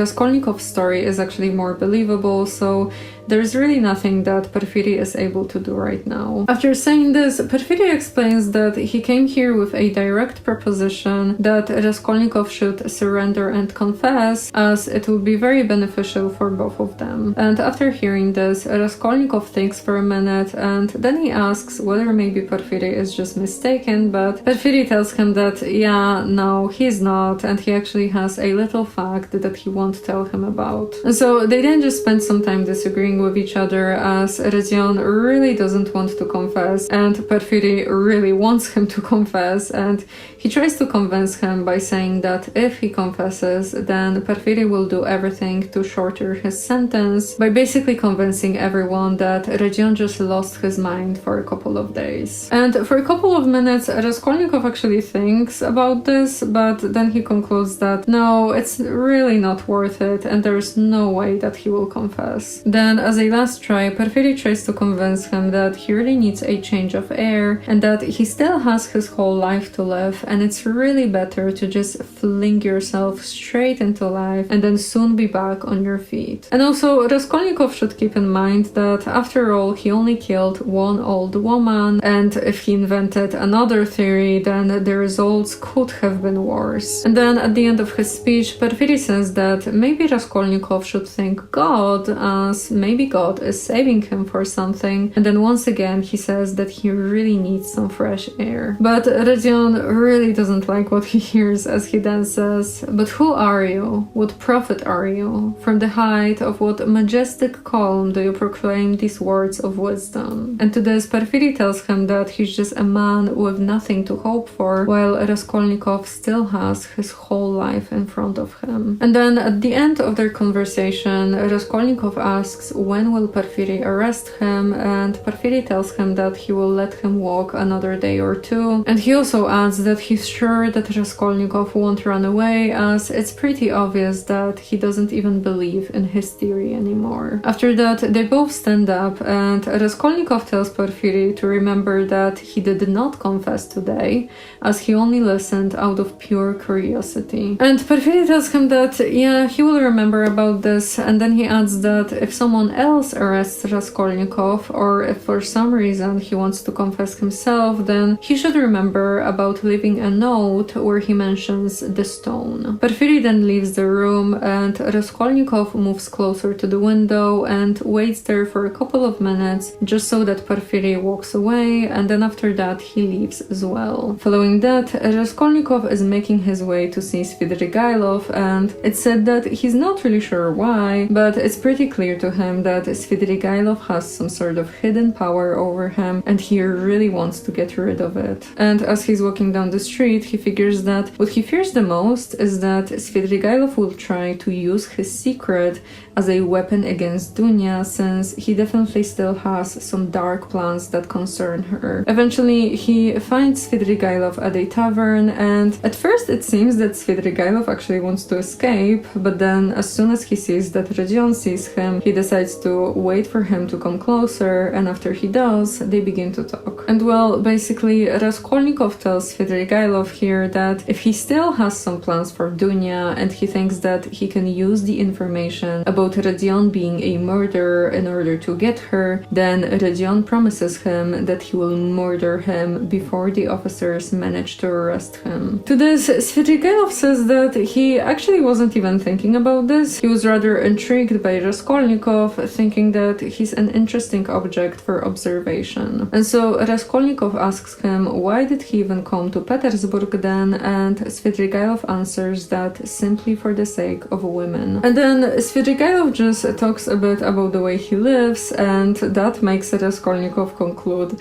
that he's the worthless scoundrel on the face of the earth, and so he slowly begins to rise up from his chair. But Svidrigailov actually manages to make him stay, as he says that he will tell him a story about how once a woman tried to save him, and it's not just some random woman, but Dunya herself. So Raskolnikov sits back in his chair while Svidrigailov begins to tell him basically the whole story of his life. First, how he was locked in prison for debts, and how his late wife managed to save him from there. And he explains that when they first got together, he straight up told her that he couldn't be faithful to her. And at first she was of course heartbroken, but then she figured that it's actually pretty nice that he was so brutally honest about this. And so they eventually made a deal, which was basically that he would never leave her and will always be her husband. He would never be absent without her permission. He would never have a permanent mistress. He will have a free hand with maids, but only with her knowledge. He will never fall in love with someone of their class, and if he falls for someone, then he has to reveal it. And so it was a bit of a mystery how a woman so jealous would agree for Dunya to be the governess, but Svidrigailov figured that she probably fell in love with Dunya herself, even though she was of course very jealous of her. And it turns out that the truth is that Dunya actually made the first step, as in the very beginning Svidrigailov was trying to pretend that she just simply doesn't exist because he really didn't want to get tempted. But his late wife was talking about him with Dunya quite a lot, and she basically revealed every single detail of his life to her, including the rumors that were current about him, the ones about the death of the child, which we learned before. And Raskolnikov actually tries to make him talk about this case, but Svidrigailov is very much not interested. But he does get into this weird, elaborate vision of Dunya living the life of a martyr, and then he also adds that she's awfully chaste. After that, Svidrigailov talks a bit about his first conversation with Dunya in the garden, and he reveals that as soon as they started to talk, Dunya immediately told him to leave Parasha alone, and Parasha was a girl whom Svidrigailov tried to force into something that she definitely didn't want to do. Co, misiaczku? Co, piszczołeczko moja mała? Moja mała calineczka. Ale cię pani kocha, wiesz? Such a baby. He's actually big. I actually have like a really big cat. And so after that conversation, Dunya started to give him regular moral lessons, and Svidrigailov quite enjoyed it, even though it was only because it was Dunya who was talking to him. Then Svidrigailov started to flatter her, as he figured that this is the most powerful weapon for winning over a woman's heart. But eventually, Dunya became quite displeased with Svidrigailov, and so they stopped talking, which eventually led to him offering her all his money if she only runs away with him to Petersburg. And after Svidrigailov says all of this, Raskolnikov concludes that, well, in that case, it's pretty clear that he came to Petersburg just for the sake of Dunya. But Svidrigailov says that, no, that's definitely not the case.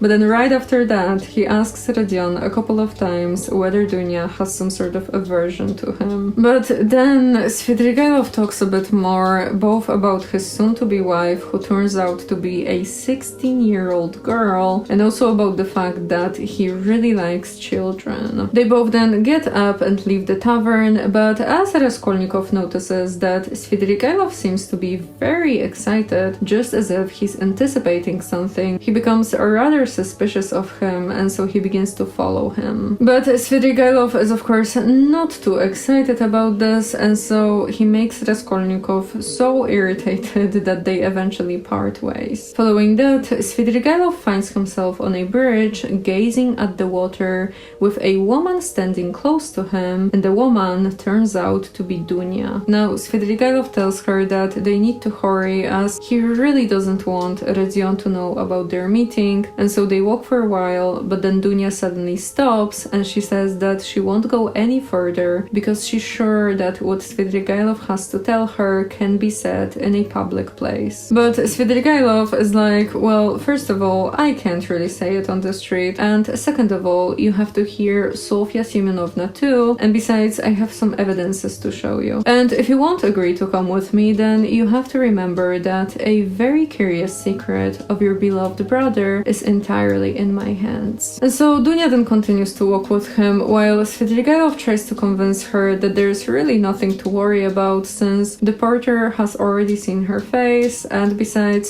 Sonia lives right next to him, so Dunya shouldn't fear like a child. And this remark makes Dunya so irritated that she decides to go with him, after telling him that she knows that he's not a man of honor, but she's not afraid of him. Then Svidrigailov goes to see if Sonia is home, and he discovers that she's not, even though he knew about this already, because just a couple of minutes ago he told Raskolnikov about Sonia not being here right now. So Dunya and Svidrigailov now enter his room, and the first thing he shows her is the chair that stands right by the door. And he explains that just on the other side of the door is Sofia Semyonovna's table, where she sat when she was talking to Raskolnikov, and it just so happens that Svidrigailov heard every single word. After saying this, Svidrigailov takes Dunya further into his room, he offers her a chair, and then sits right at the other side of the table. After that, Dunya lays his letter on the table and asks whether what he wrote is really true, since he very clearly hinted at a crime committed by her brother. But the thing is that Dunya already heard about those ridiculous suspicions, and she doesn't believe them at all. To this, Svidrigailov points out that if she really didn't believe it, then she wouldn't risk coming here, and then he reveals that Raskolnikov came here on 2 successive evenings to talk to Sonia, and he made a full confession to her, saying that he's the murderer of both the pawnbroker and her sister. Dunya of course doesn't believe him at first, and Svidrigailov further explains that Raskolnikov robbed the pawnbroker, but he decided not to use any money, and so he decided to just hide everything under a stone. And so Dunya is now completely terrified, and she asks how could Rodion do something like this, and to this Svidrigailov says that he actually explained his motives to Sonia,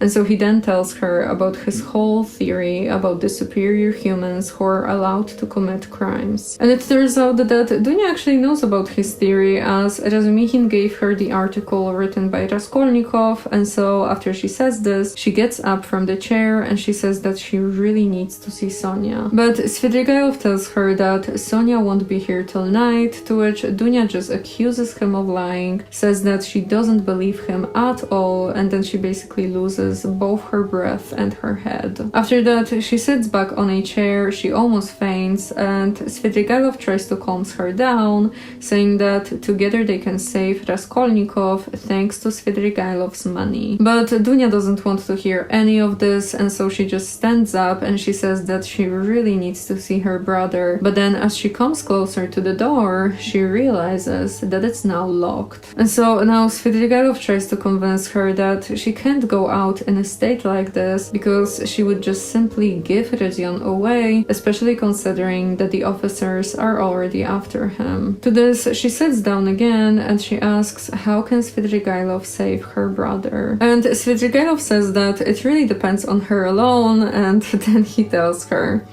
"You, one word from you and he is saved. I will save him. I have money and friends. I will send him away at once. I will get a passport, 2 passports, one for him and one for me. I have friends, capable people. If you like, I will take a passport for you, for your mother.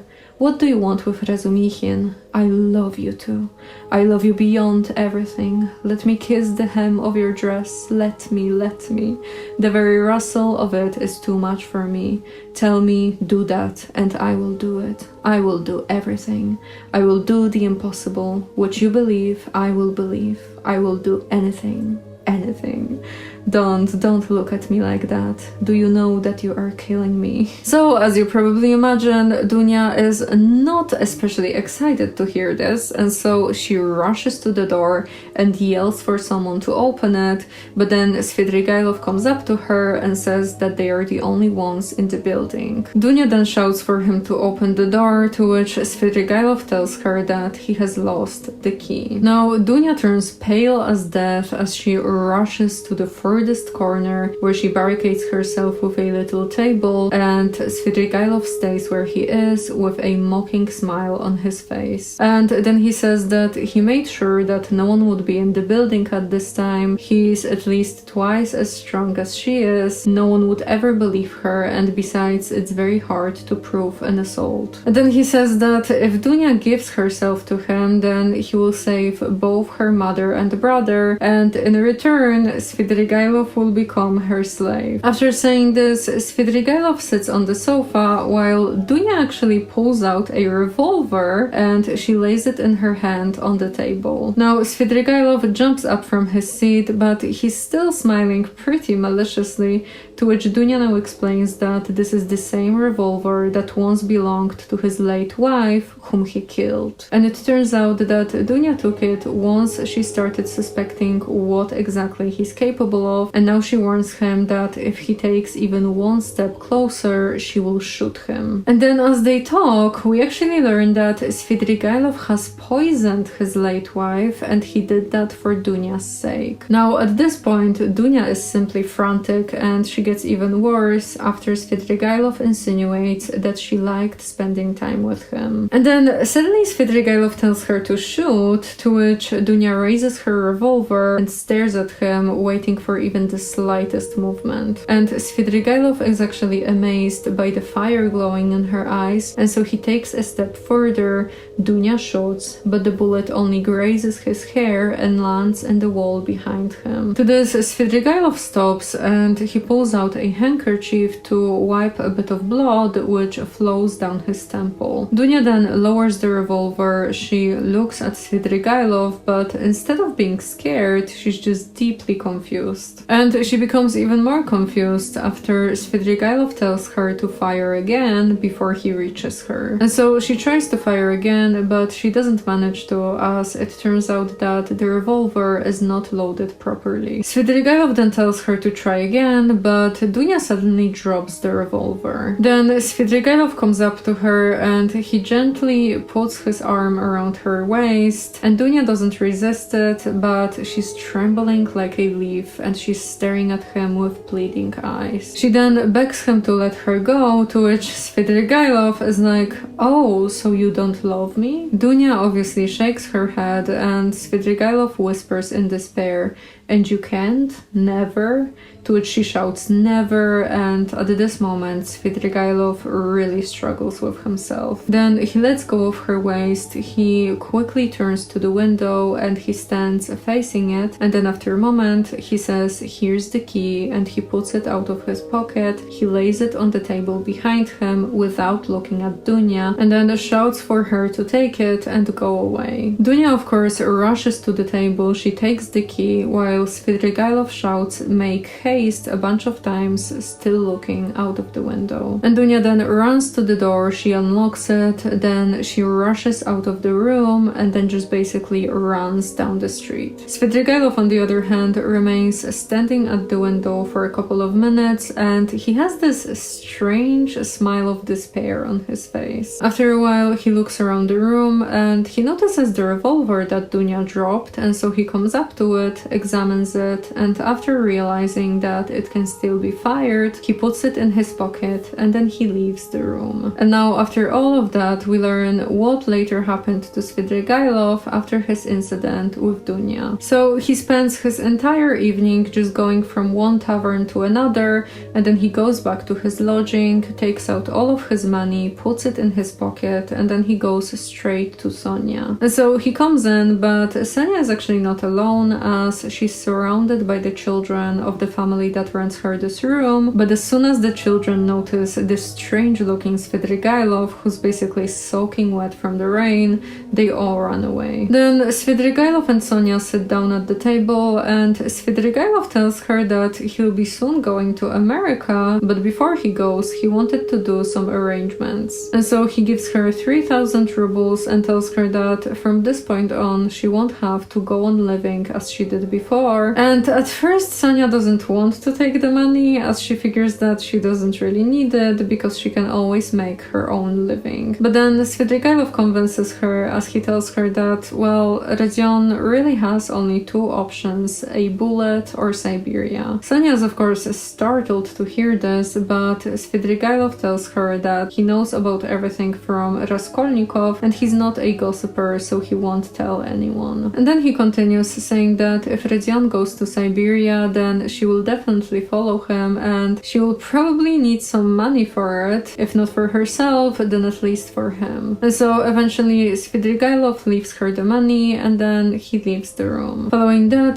Svidrigailov walks down the street in the pouring rain and he actually makes one more visit, this time to his soon-to-be wife, to whom he gives 15,000 rubles and whom he informs that he needs to leave Petersburg for a while. After that, Svidrigailov makes his way into a pretty nasty hotel and he spends his night there, and he has such a bizarre dream. Because he dreams of being somewhere at the countryside where basically everything is covered with flowers. And in his dream, he comes into a large drawing room where once again everything is basically covered with flowers, and in the middle of the room he sees a coffin. And in this coffin, among the flowers, there is a girl in a white dress with her arms crossed, her hair all wet, and her expression full of misery. Now it turns out that Svidrigailov actually knew this girl, and he knows that she was 14 when she drowned herself soon after Svidrigailov assaulted her. And then after that, still in his dream, he meets a 5-year-old girl girl, and he basically has this delusion that she's trying to seduce him, which I'm not even going to describe in detail because like what in the world, Dostoevsky? Which I guess this is probably like,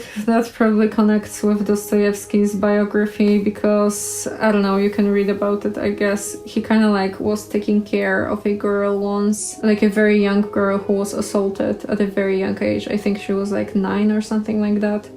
And it kind of like, you know, he started to then like incorporate his trauma, basically, I think, into his books. So yeah, but I cannot.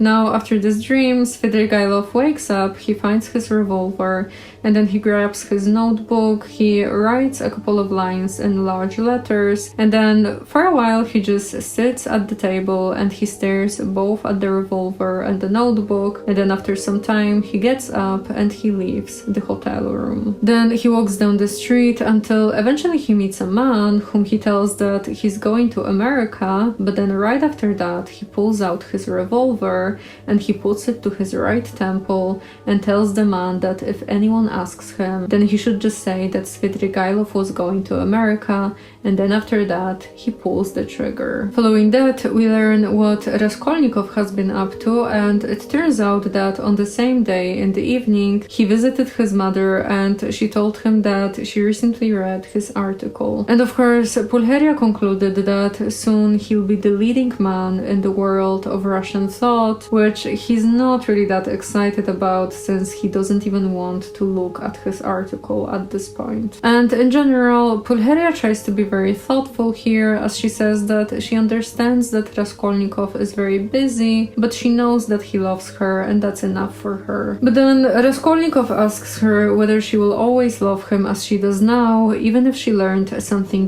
very bad about him. Pulcheria of course replies that she wouldn't believe anyone who would say something bad about him, to which Rezion tells her, "I've come to assure you that I've always loved you and I'm glad that we are alone, even glad Dunya is out. I have come to tell you that though you will be unhappy, you must believe that your son loves you now more than himself, and that all you thought about me, that I was cruel and didn't care about you, was all a mistake. I shall never cease to love you." She of course begins to cry and she tells him that she doesn't understand anymore, but she sees that there has to be some sort of great sorrow in him, and then she asks whether he's going away somewhere, to which Raskolnikov replies that he indeed is. To this, Pulcheria says that she will come with him and Dunya will join as well, and maybe even Sonia will come if he wants to, but Raskolnikov just stands up, says that he really needs to go now, and then he tells her to pray for him. Then they just embrace each other and cry, and Raskolnikov feels that for the first time after all of those terrible months, his heart has softened. And Pulcheria tells him that right now he's exactly the same as he was when he was little, and she recalls how he would run up to her, hug her and kiss her, and she also tells him that when they were poor he comforted everyone simply by being with them. Then she asks whether it is far where he's going, and he answers that it's very, very far, and he only asks for her to pray for him. After that,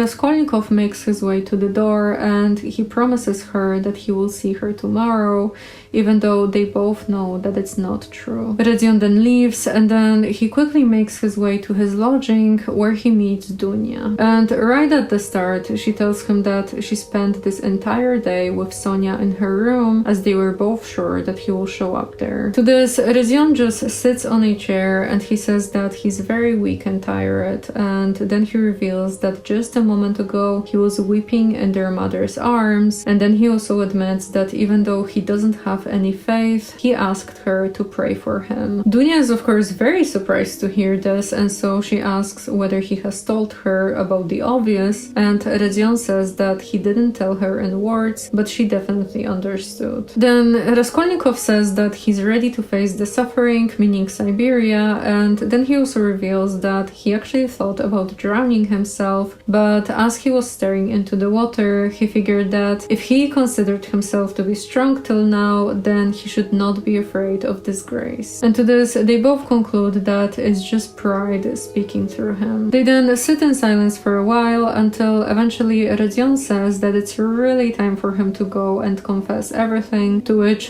Dunya cries and embraces him. But then they talk a bit about his crime, and Raskolnikov actually snaps here as he suddenly yells, "What crime? That I killed a vile insect of use to no one. She was just sucking the life out of poor people. Was that really a crime?" To this, Dunya cries out. She asks him whether he has shed blood, and to this, Rodion answers, "Which all men shed, which flows and has always flowed in streams, which is spilled like champagne, and for which men are crowned in the capital, and are called afterwards benefactors of mankind. Look into it more carefully and understand it. I too wanted to do good to men, and would have done hundreds, thousands of good deeds to make up for that one piece of stupidity. Not stupidity even, simply clumsiness, for the idea was by no means so stupid as it seems now that it has failed. Everything seems stupid when it fails. By that stupidity, I only wanted to put myself into an independent position, to take the first step to obtain means, and then everything would have been smoothed over by benefits immeasurable in comparison. But I couldn't carry out even the first step because I am contemptible. That's what's the matter. And yet I won't look at it as you do. If I had succeeded, I should have been crowned with glory, but now I'm trapped." But then he actually tells Dunya to forgive him if he's guilty, but he of course realizes that he cannot be forgiven. And then he tells her that he really needs to go now and asks Dunya not to follow him. But then as he's getting ready to leave, he suddenly remembers something, and so he comes up to the table, takes from it a thick, dusty book, and from between the pages, he takes out a small watercolor portrait on ivory. And it turns out to be the portrait of his landlady's daughter, the same one whom he almost married. And so he now kisses the portrait and gives it to Dunya, and he says that he used to talk a lot about his theories to this girl, even though she always disagreed with him. After that, Rodion struggles a bit as he wonders whether he should really turn himself in, and whether Siberia is really that necessary. But then eventually he leaves together with his sister. But as they find themselves outside, they actually go in two separate directions, and then after there's some distance between them, Dunya turns around and looks at him, and Rodion turns around as well, but he just motions her away with impatience, and then he turns around the corner. And then he thinks to himself, "I am wicked, I see that." He thought to himself, feeling ashamed a moment later of his angry gesture to Dunya. "But why are they so fond of me if I don't deserve it? Oh, if only I were alone and no one loved me, and I too had never loved anyone.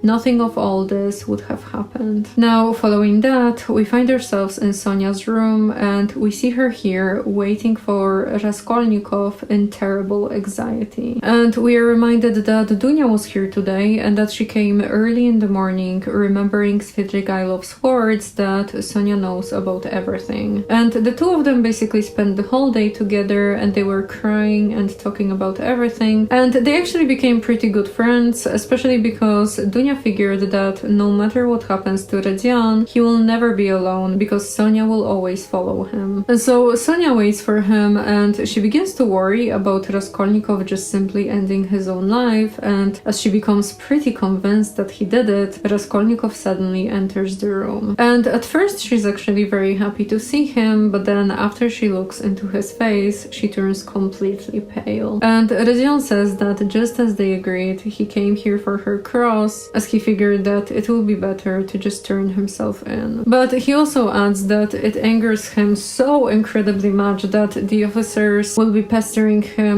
with their stupid questions which he will have to answer. And well, Rodion is really shaken up here as he's not able to stand still or concentrate on anything, and his thoughts just jump from one to another, and his hands are all trembling. And so without a single word, Sonia then takes out two crosses crosses from her drawer, one of cypress wood and one of copper, and then she makes the sign of the cross over herself and over Rodion, and then she puts the wooden cross on his neck. But Rodion just kinda rumbles a bit here, and then he thinks to himself, why is she grieving too? What am I to her? Why does she weep? Why is she looking after me like my mother or Dunya? She will be my nurse. After that, they pray for a moment together, and then Sonia puts her shawl over her head, the same that belonged to Katerina and was called the family shawl. And then, as Raskolnikov figures that she's getting ready to leave with him, he tells her to stay here, and then he quickly leaves the room. But then, as he's walking down the street, he bashes himself for visiting Sonia, as he thinks that he only did that to see her tears and to delay himself from going to the police.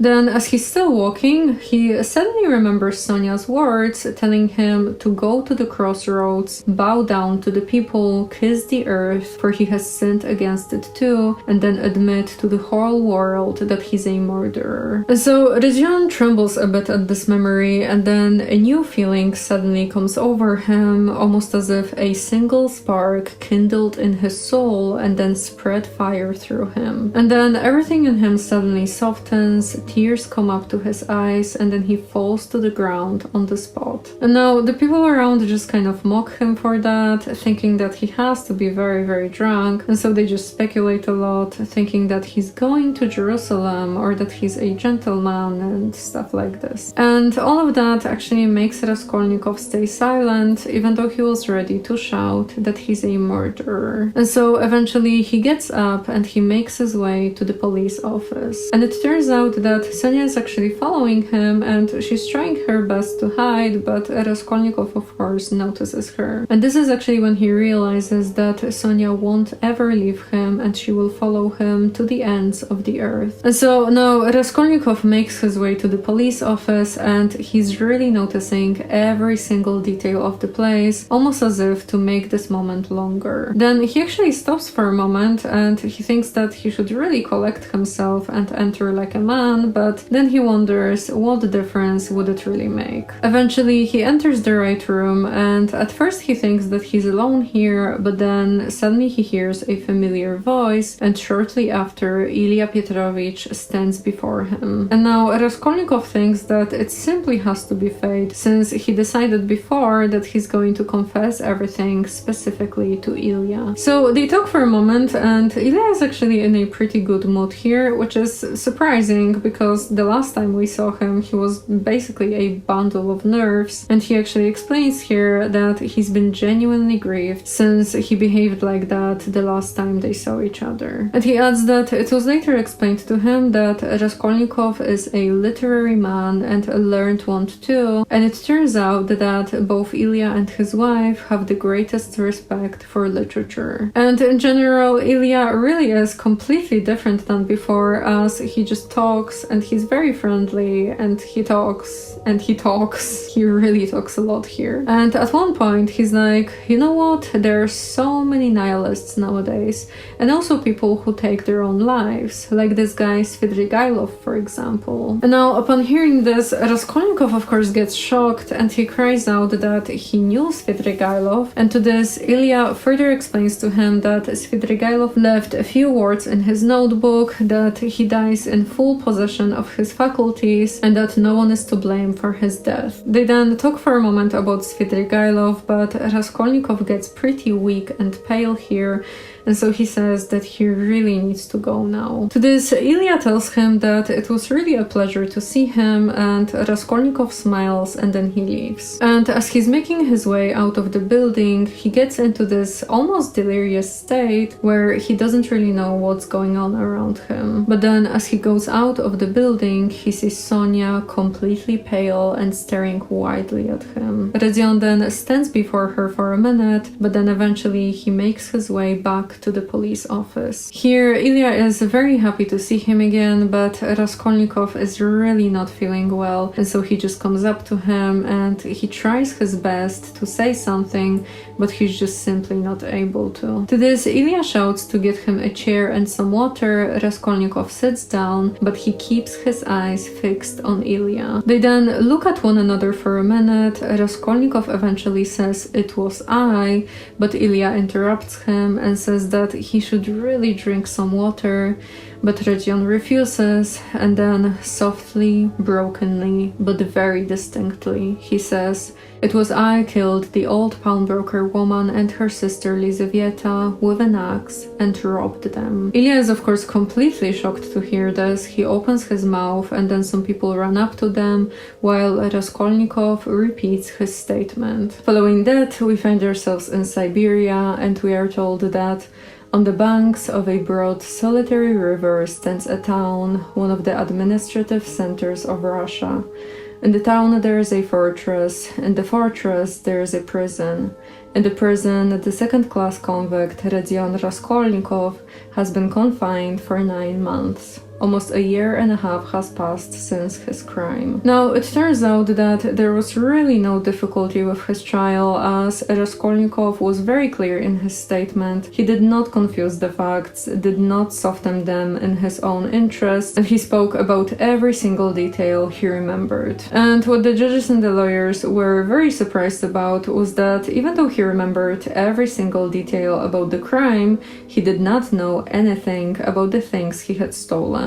And so they eventually concluded that because Raskolnikov was not interested in the money, the crime had to be committed in some sort of temporary mental derangement without the pursuit of gain. And so they basically gave him the latest, most fashionable diagnosis, which was temporary insanity. Raskolnikov, on the other hand, said very clearly that the only cause was just his helplessness, poverty, and miserable position, and also his desire to have some money for his first steps in life. And when they asked him what led him to confess, he answered that it was just his heartfelt repentance. And then, as the lawyers and the judges were thinking about the sentence, suddenly Razumikhin showed up and he told them that while Rodion was still at university, he had helped his fellow student and basically supported him for 6 months. And then after the student died because of his illness, Rodion took care of his father. And then Raskolnikov's landlady also showed up and she said that when they had lived in another house, Rodion actually saved 2 little children from a house on fire, and he was even burned in doing so. And of course, both stories were then investigated and confirmed. But now we also learned that at the very beginning of the trial, Raskolnikov's mother fell ill with some sort of strange nervous illness. And so Dunya and Razumikhin decided that they won't tell her about what exactly is going on with Raskolnikov, and they even came up with a story if she ever asks any questions. But to their surprise, Pulcheria never asked about anything, as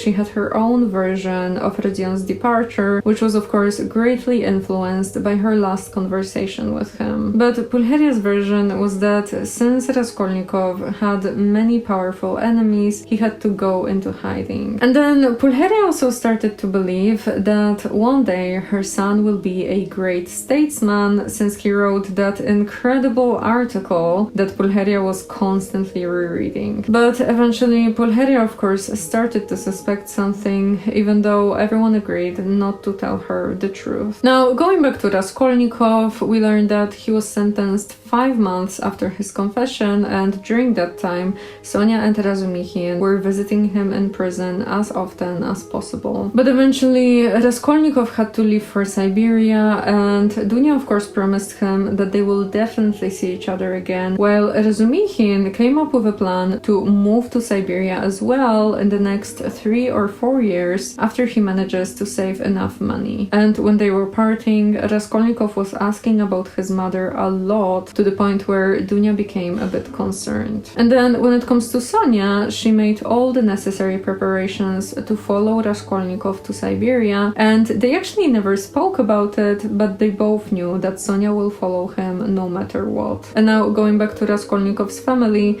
2 months after that, Dunya and Razumikhin married, and it was of course a very quiet and sorrowful wedding. Despite that, Pulcheria was actually very happy about this marriage, even though soon after she became even more melancholic and anxious, and she basically couldn't think about anything other than her son. And soon her health really deteriorated and she eventually died, though before she did, she said a couple of words which showed that she knew much more about her son's fate than anyone supposed. Now we go back to Raskolnikov and we learn a bit about how he's been doing thanks to Sonia's letters to Razumikhin's, where she writes that in the beginning Rodion was just constantly sullen and he didn't want to talk at all, to the point where even when he found out about his mother's death, he did not really react much. And so for some time Raskolnikov just basically shut himself off from everyone and everything, and he couldn't even enjoy Sonia's presence as any sort of attention was just irritating him. And so when Sonia was making friends in the town and she started to earn money from suing, Raskolnikov did not really get along with his fellow prisoners and he just kept silent for days. Now Sonia of course persisted with the visits, and for a while it actually seemed to get better, but then Raskolnikov got seriously ill and he was taken to the hospital. And now interestingly, we learned that this illness was not caused by harsh weather, hard work or shame. No, it was Rodion's wounded pride that made him ill. And what's the worst for him is that he's not really able to find any sort of fault in his past, and he's only ashamed because he, Raskolnikov, had to humble himself and submit to the idiocy of a sentence. And he doesn't even care that he'll be set free in the next 8 years, as at this point he doesn't find any meaning or purpose in life. And what he fears most is living just for the sake of existing, since mere existence had always been too little for him. So Rodion finds it incredibly hard to repent, especially because now that he thought everything through, he figured that his theory was not that stupid, and so his actions were not as bad as they seemed to him back in Petersburg. And not only that, but his only crime was failing and then confessing to everything. Raskolnikov then also bashes himself for not ending his own life like Svidrigailov, and he's also completely amazed that his fellow prisoners seem to enjoy and love life more in prison than in freedom. And there are two questions that he's just simply not able to answer. First one is why everyone seems to hate him and laugh at him, and the second one is why everyone loves Sonia even though she's not really doing that much for them. And so as he's laying in the hospital and thinking about all of this, we are told that Sonia had only been able to visit him twice during that time, but despite that she often comes to the hospital yard, sometimes to only stand for a couple of minutes and look up at the windows. But Raskolnikov is still not very fond of Sonia, even though eventually his heart begins to soften for her, and we get a nice description that points us to it, which reads, "One evening, when he was almost well again, Raskolnikov fell asleep. On waking up, he chanced to go to the window and at once saw Sonia in the distance at the hospital gate. She seemed to be waiting for someone. Something stabbed him to the heart at that minute. He shuddered and moved away from the window. Next day, Sonia did not come, nor the day after. He noticed that he was expecting her uneasily. At last he was discharged. On reaching the prison, he learned from the convicts that Sofia Simenovna was lying ill at home and was unable to go out. Then he later learns that Sonia's illness is actually not that dangerous, and upon hearing that he was anxious about her, Sonia sends him a note saying that she's feeling better now and she will visit him soon. Now, eventually we find ourselves by the riverbank where Raskolnikov has been sent to work for the day, and we see him here sitting on a log gazing at the river.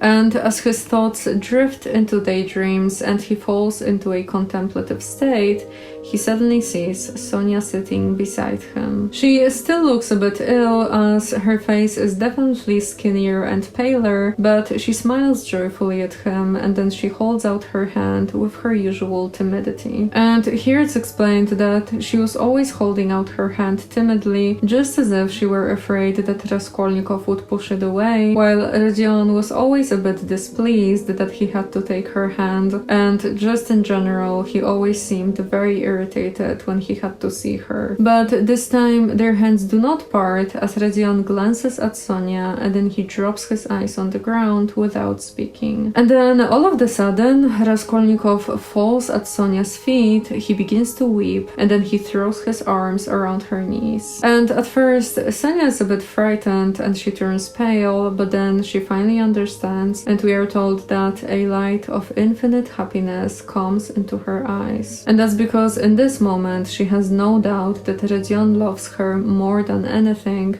and that the moment has finally come. And then we get a very nice description that reads, "They wanted to speak but could not. Tears stood in their eyes. They were both pale and thin, but those sick pale faces were bright with the dawn of a new future, of a full resurrection into a new life. They were renewed by love. The heart of each held infinite sources of life for the heart of the other." And at this moment, Raskolnikov realizes that he had risen again, and he feels it in all his being. After that, Rodion just keeps thinking about Sonia, and interestingly, it seems to him that all of the prisoners who were once his enemies now look at him differently, and even when he talks with them, they answer him in a very friendly way. Then Rodion also recalls how nasty he was to Sonia since they got here, but those memories don't really trouble him that much, as he's sure that he will now repay all her sufferings with his infinite love. And a very interesting point here, as Raskolnikov later lies on his plank bed, he's not really able to think of anything for long, as he's rather just feeling. And that's further described as life stepping into the place of theory. And so as he lays and thinks, he suddenly takes the New Testament from under his pillow. And what's interesting here is that we are told that in the beginning Raskolnikov was very afraid that Sonia will pester him about religion and the gospel, but she actually stayed silent on the subject to the point where Raskolnikov had to be the one to ask her for the New Testament, and she gave it to him without uttering a single word. Still, he does not open it even now, but a thought passes through his mind asking whether maybe he can just adapt Sonia's convictions from this point on. Then when it comes to Sonia, she gets so incredibly happy after the scene by the riverbank that she's almost frightened by her own happiness, and she rejoices that they only have to wait 7 years. But it's also added here that Raskolnikov does not yet know that his new life will not be given to him for nothing. No, he will actually have to pay dearly for it, and it will cost him great suffering. And then we get the last, final fragment that reads, "But that is the beginning of a new story, the story of the gradual renewal of a man, the story of his gradual regeneration, of his passing from one world into another, of his initiation into a new unknown life.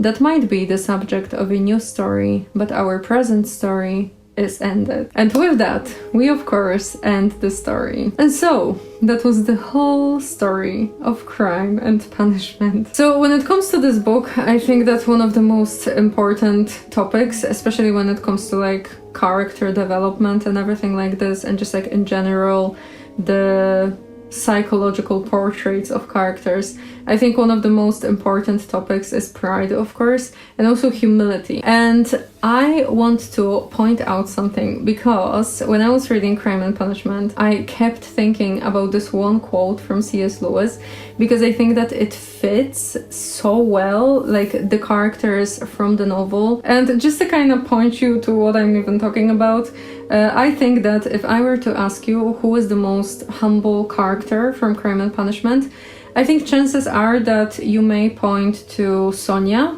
but I actually think that she's not the most humble character. I think that Razumikhin is. And I think like this because of this quote, so I'm going to read it to you, because like this is exactly the description of both Sonia and Razumikhin. It's incredible. So, the quote goes like this.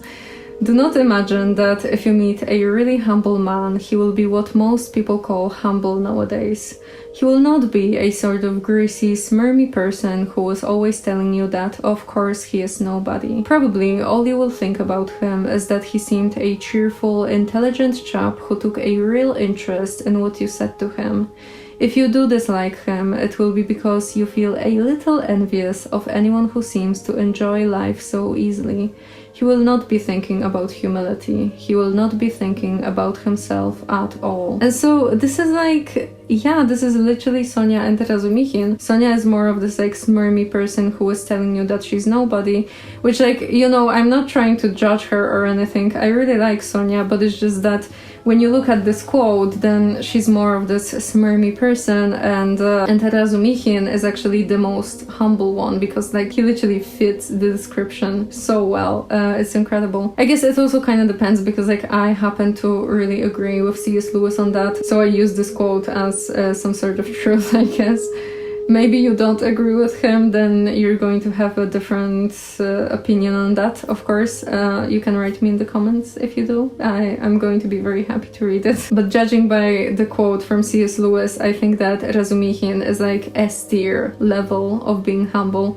And Sonia would probably be like A-tier or something like this. Which, you know what, actually, maybe we should do like a tier list of characters from Crime and Punishment.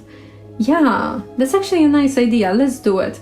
I don't have anything prepared, so I don't know how it's going to go. I'm not going to do it live, but maybe I can just give you like a big screen and then make myself small somewhere here. No, somewhere here actually. Yeah, here. Okay, so now that I am small here somewhere, like no, because you actually, okay, you get the point.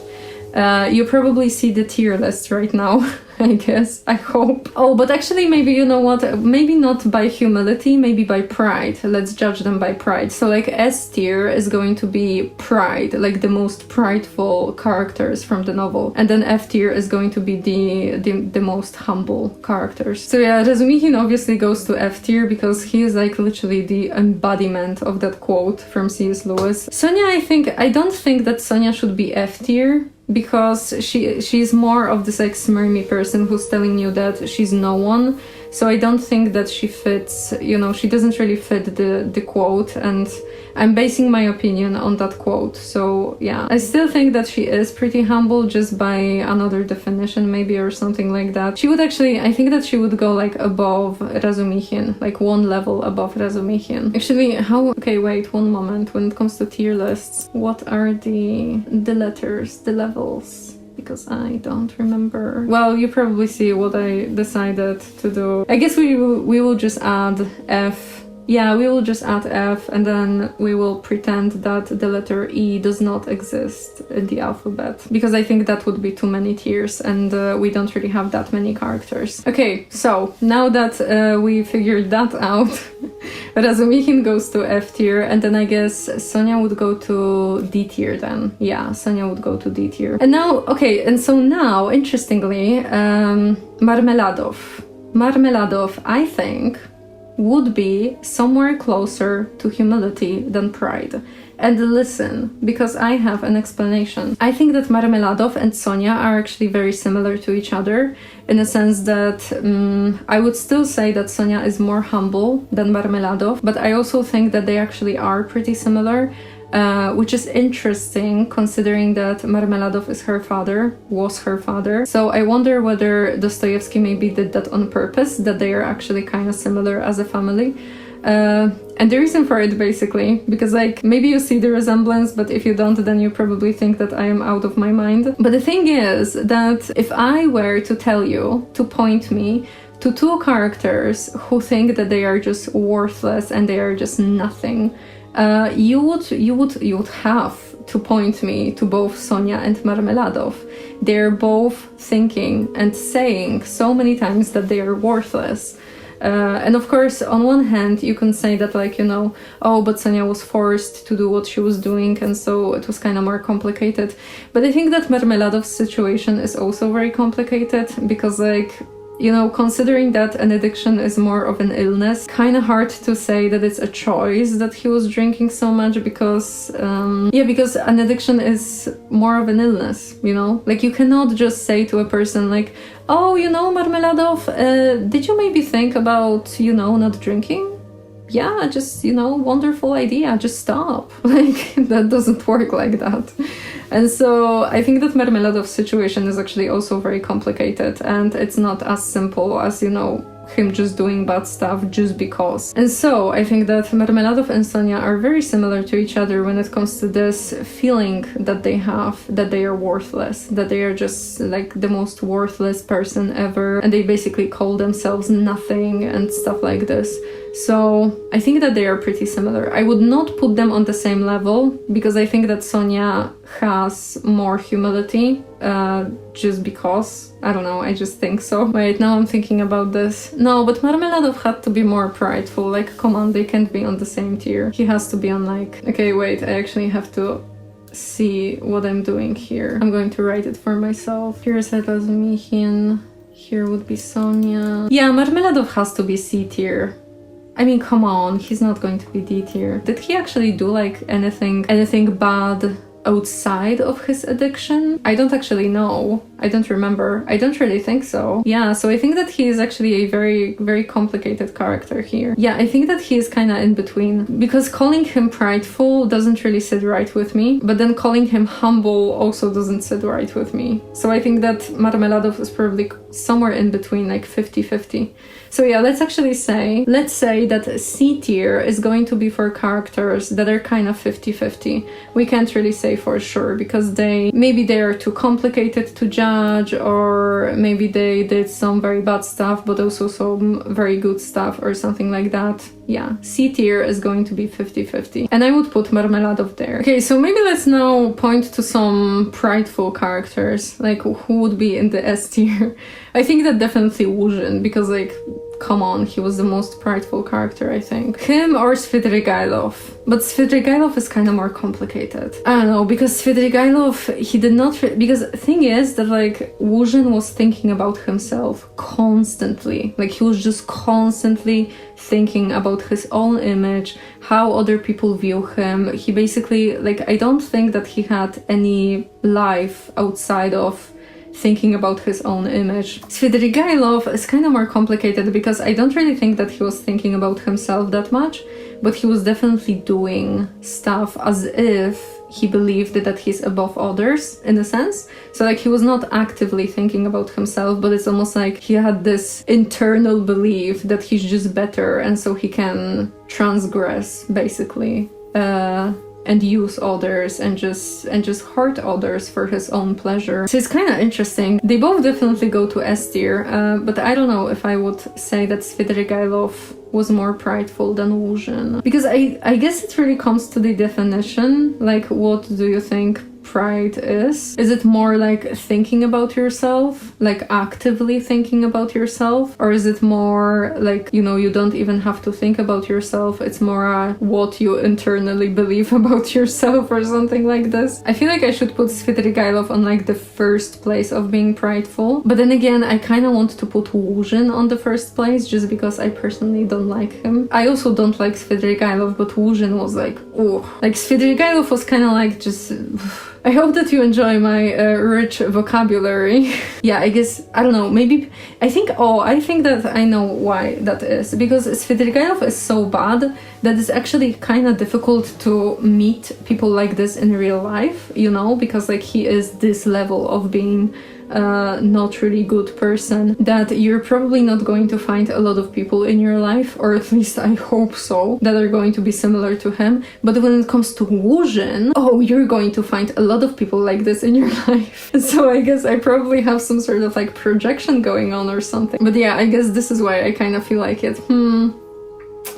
Interesting. Okay, so going by that, I think that Svidrigailov should be on the first place and Wuzhin on the second, because yeah, I'm just feeling a lot of feelings for people like Wuzhin. Yeah, and then from other prideful characters, we have to point out Katerina, because Katerina was prideful. she was extremely prideful. She definitely goes to S tier as well. Probably on the last place, I think. So it would be Svidrigailov, Łóżyn, Katerina. Yeah, I think that's the correct order. Or actually, is Katerina more prideful than Łóżyn, maybe? Oh my gosh, I feel like she kinda is, but at the same time, I really want Łóżyn to be high on the pride scale. Well, they both cared a lot about their image, but I guess Katerina was just like talking about it in a sense. Yeah, no. Łóżyn is more prideful than Katerina, because Katerina was always just pointing out that she was like, you know, from an aristocratic family, something. So she was just saying stuff, basically. She kind of believed it and she was just saying it. Yeah, and that was basically it. But Łóżyn, when he cared about his image, he was able to do some nasty things towards others in order to kind of like, you know, make his image better or something like this. So I think that this means that Łóżyn is more prideful than Katerina. Because yeah, his image was basically more important to him than the lives of different people. So that's not very nice. And now, as we're talking about the prideful characters, I think that we should talk about Raskolnikov, of course. And I actually think that he does not go to S tier. Because characters in S tier, I think that what you can see in the characters in S tier is that they are kind of like, they are not even thinking about the things that they are doing in a sense that like they are able to do bad stuff and they are not going to like try to justify doing bad stuff, while Raskolnikov was actually struggling so much with this, and he even said it himself. I think when he was talking with Sonia, when he visited her to tell her that he's the murderer, he was saying that, you know, when he was laying in his bed and he was thinking what Napoleon would do, he figured that Napoleon probably wouldn't think about this thing and he would just go and murder the pawnbroker. And I think that he was correct in it. I think that those people that he's describing, even though he's describing them as some sort of like, you know, great person, well, he's definitely describing something, but I don't think that his labels are correct, but he's definitely describing something, and he's describing people who are very prideful. And so people in S tier, those are the people who do not search for any sort of justification for their bad actions, while Raskolnikov was actually searching for it in a sense. Yeah, his justification was not really, yeah, well, he was a very troubled person. Let's just put it like that. But yeah, I would actually put Raskolnikov in A tier, I think. Because as he was saying, his own words, people like Napoleon would not even think about doing bad stuff. They would just do bad stuff if it benefited them. And Raskolnikov struggled a lot with it. He struggled before committing the crime, and then he struggled after committing the crime. Like, he could not stop thinking about it. And even if he was coming to some sort of conclusions, like, you know, oh, but she was just a louse, blah, blah, blah, blah, still, I think that people like Napoleon would not even consider that. You know, Napoleon, like, people like Napoleon, don't even have to think that, oh, the pawnbroker was a louse or something. Like, no, people like Napoleon wouldn't even care to acknowledge the existence, like the living life of a person. They would just do what's in their interest, I think. But Raskolnikov was struggling so hard to kind of justify everything that he did. So I think that he goes to A tier. He's not S tier. He's kind of like getting close there, but definitely not. He's definitely not there. Which, yeah, if he were there, then we would not have the ending that we had. So that's kind of also that. Okay, also, why do I speak as if someone is chasing me? Sorry for that. I don't know why. Maybe it's because I just really want to finish this video because it's so long and I still have to edit it and everything, and it's just, I'm having so much fun with it. Like, don't get me wrong, this is probably my favorite video that I did on the channel. And just in general, Dostoevsky is, oh my gosh, so good. But it's long. I'm not going to make the joke. This is a Christian channel. Okay, then who else do we have? Oh, I guess Dunya, his sister. That's a complicated one. Yeah, that's a complicated one. Dunya... Thing is that Pulcheria, their mother, described Dunya as prideful. when she was saying that Dunya is actually very similar to Raskolnikov. And I think that Razumikhin also said that Dunya is similar to Rodion. I think so. Yeah, he did, I think. So we have two people who said that Dunya is similar to Raskolnikov. And so she is a little bit prideful. She definitely is. But she's not on the same level as Raskolnikov. She definitely isn't. She definitely has like good moral values and stuff like this, which I mean, good moral values, what even is that? Everyone has different definition of that, I guess. But I guess she did have good moral values, according to me. And so going by that, but really, because think about how Dunya was trying her best to change Svidrigailov. When she was working for him. And literally, even though, you know, she heard so many bad things about him, like really, really bad things, she was still trying to give him moral lessons and everything like this. And she really cared about that. So I guess she is pretty moral. So I wouldn't put her on the same tier as Raskolnikov. Because I just think that if you reach the like S tier level of being prideful, then you kind of don't care about morality anymore, I think. Because you just care about your own gain in some sort of way. That's kind of my understanding, I guess. But Dunya cared about morality. So she definitely put morality above herself in some sort of way. So I guess if you put anything above yourself, then you're not going to S tier or A tier. So she's not going there. I think she's probably going to be B tier. Yeah, I think that she's going to be B tier. Because also, you know what? Yeah. Because you know what? She has those like moral values and everything. But I think that if any character from Crime and Punishment could be guilty of being holier than thou, then that's probably Dunya. I still really like her, like, don't get me wrong. I really like Dunya. So I'm not trying to criticize her. But yeah, going by everything that I said, we're going to put Dunya in B tier. And now, who else do we have here? Okay, so what do we know about Lebeziatnikov? I guess he was pretty young, and I guess he also kind of had this sort of like youthful pride. You know what I mean? When you are young and you think that you figured everything out, and you're like, how is it that everyone older didn't figure it out and now I am so young and I know everything? When you're young, you can kind of get yourself into this thinking. And so he had this pridefulness about himself. But then again, that's kind of like a very low-key pride, you know? It's not anything that serious. It's not anything that dangerous or anything like that. But I still think that he has some humility about himself, because think about his interactions with Sonia, or just like what he was saying about her. He said, for example, that he would really want to be intimate with Sonia, but then he said that, you know, if she doesn't initiate, then he's not going to try anything and he's going to be completely okay with that.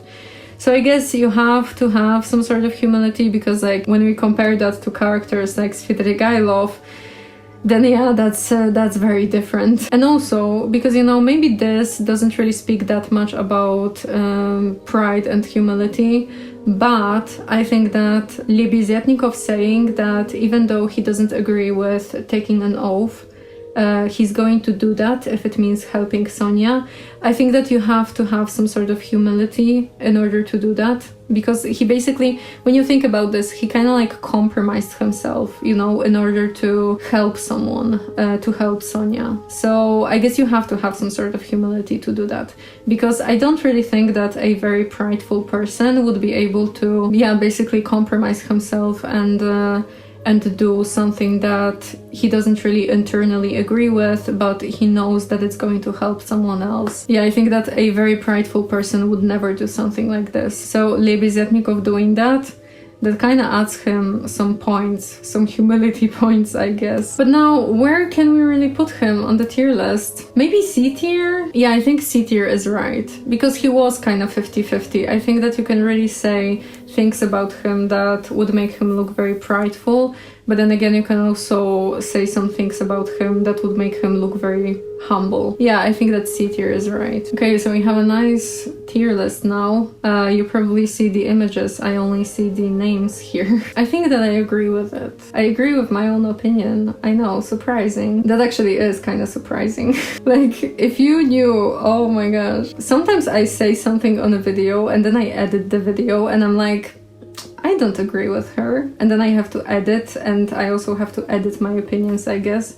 So yeah, so that is actually surprising that I agree with myself. Okay, I guess we have Dunya and Raskolnikov, so we should talk about Pulcheria as well, their mother. Pulcheria is an interesting one because I feel like if you consider Pulcheria as one person, then she would be very humble because she's not really thinking about herself that much.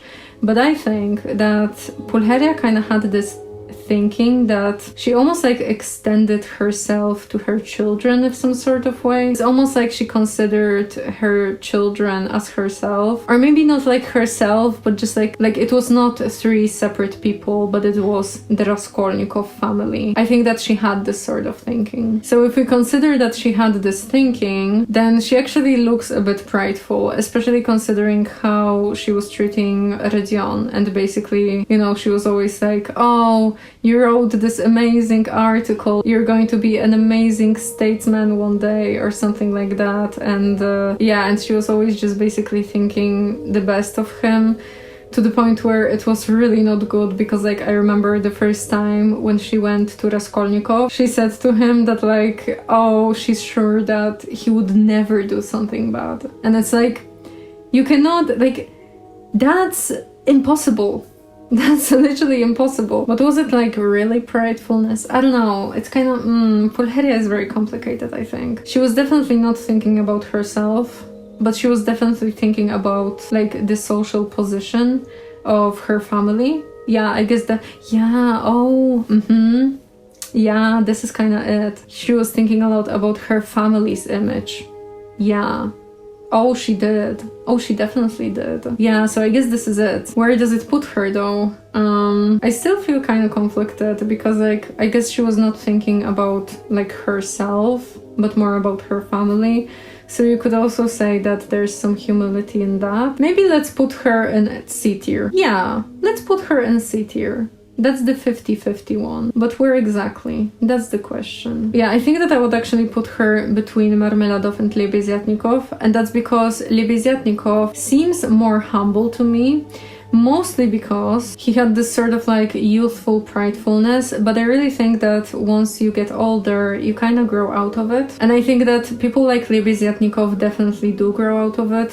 Like, I don't know, there's just something about him that seems very pure to me. Like, he has a good heart. He's just kind of young and, you know, he's just overwhelmed with all of those ideas. And I guess, you know what I think about Lebeziatnikov?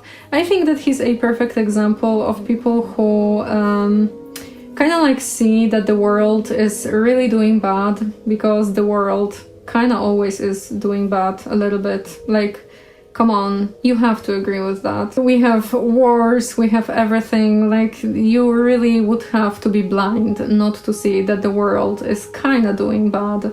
And I guess when you are young and you live in a world like this, and then you suddenly learn something new, like a new idea that shows you that, oh, if we only do this, then the world is going to be perfect and everyone is going to be happy and everything just, you know, it's going to be so amazing. I feel like it can really get in your head because, you know, suddenly you feel that you found the solution to suffering and everything. And I guess it can kind of make you a little bit prideful, but I think that this pride just kind of hides grief for the world. I don't know if you know what I mean, you know? So I feel like deep down in Lebeziatnikov's heart, he feels grieved that the world is just not working correctly. And he just found this system and everything, and suddenly it's like, whoa, if we only do this. then it's going to be amazing and everyone is going to be happy, and yeah. And so I guess Lebeziatnikov, I would say, is kind of more like a person like this. Which I'm not saying that it's like bad to be like this, because, you know, I certainly also have those feelings. I definitely, when I discovered Christianity like very seriously for myself, I also had this feeling, and I still kind of do, you know, that like, oh, if we only do everything like it's said in the Bible, then everyone is going to be happy. Like, what? Why are we not doing it? I definitely also fall into this category, so I'm really not trying to criticize him. But yeah, but that would be Lebeziatnikov. And so I think that Lebeziatnikov, considering that he's still young, and just considering his heart, because I don't know, I feel like Lebeziatnikov really has pure intentions, and he has a good heart.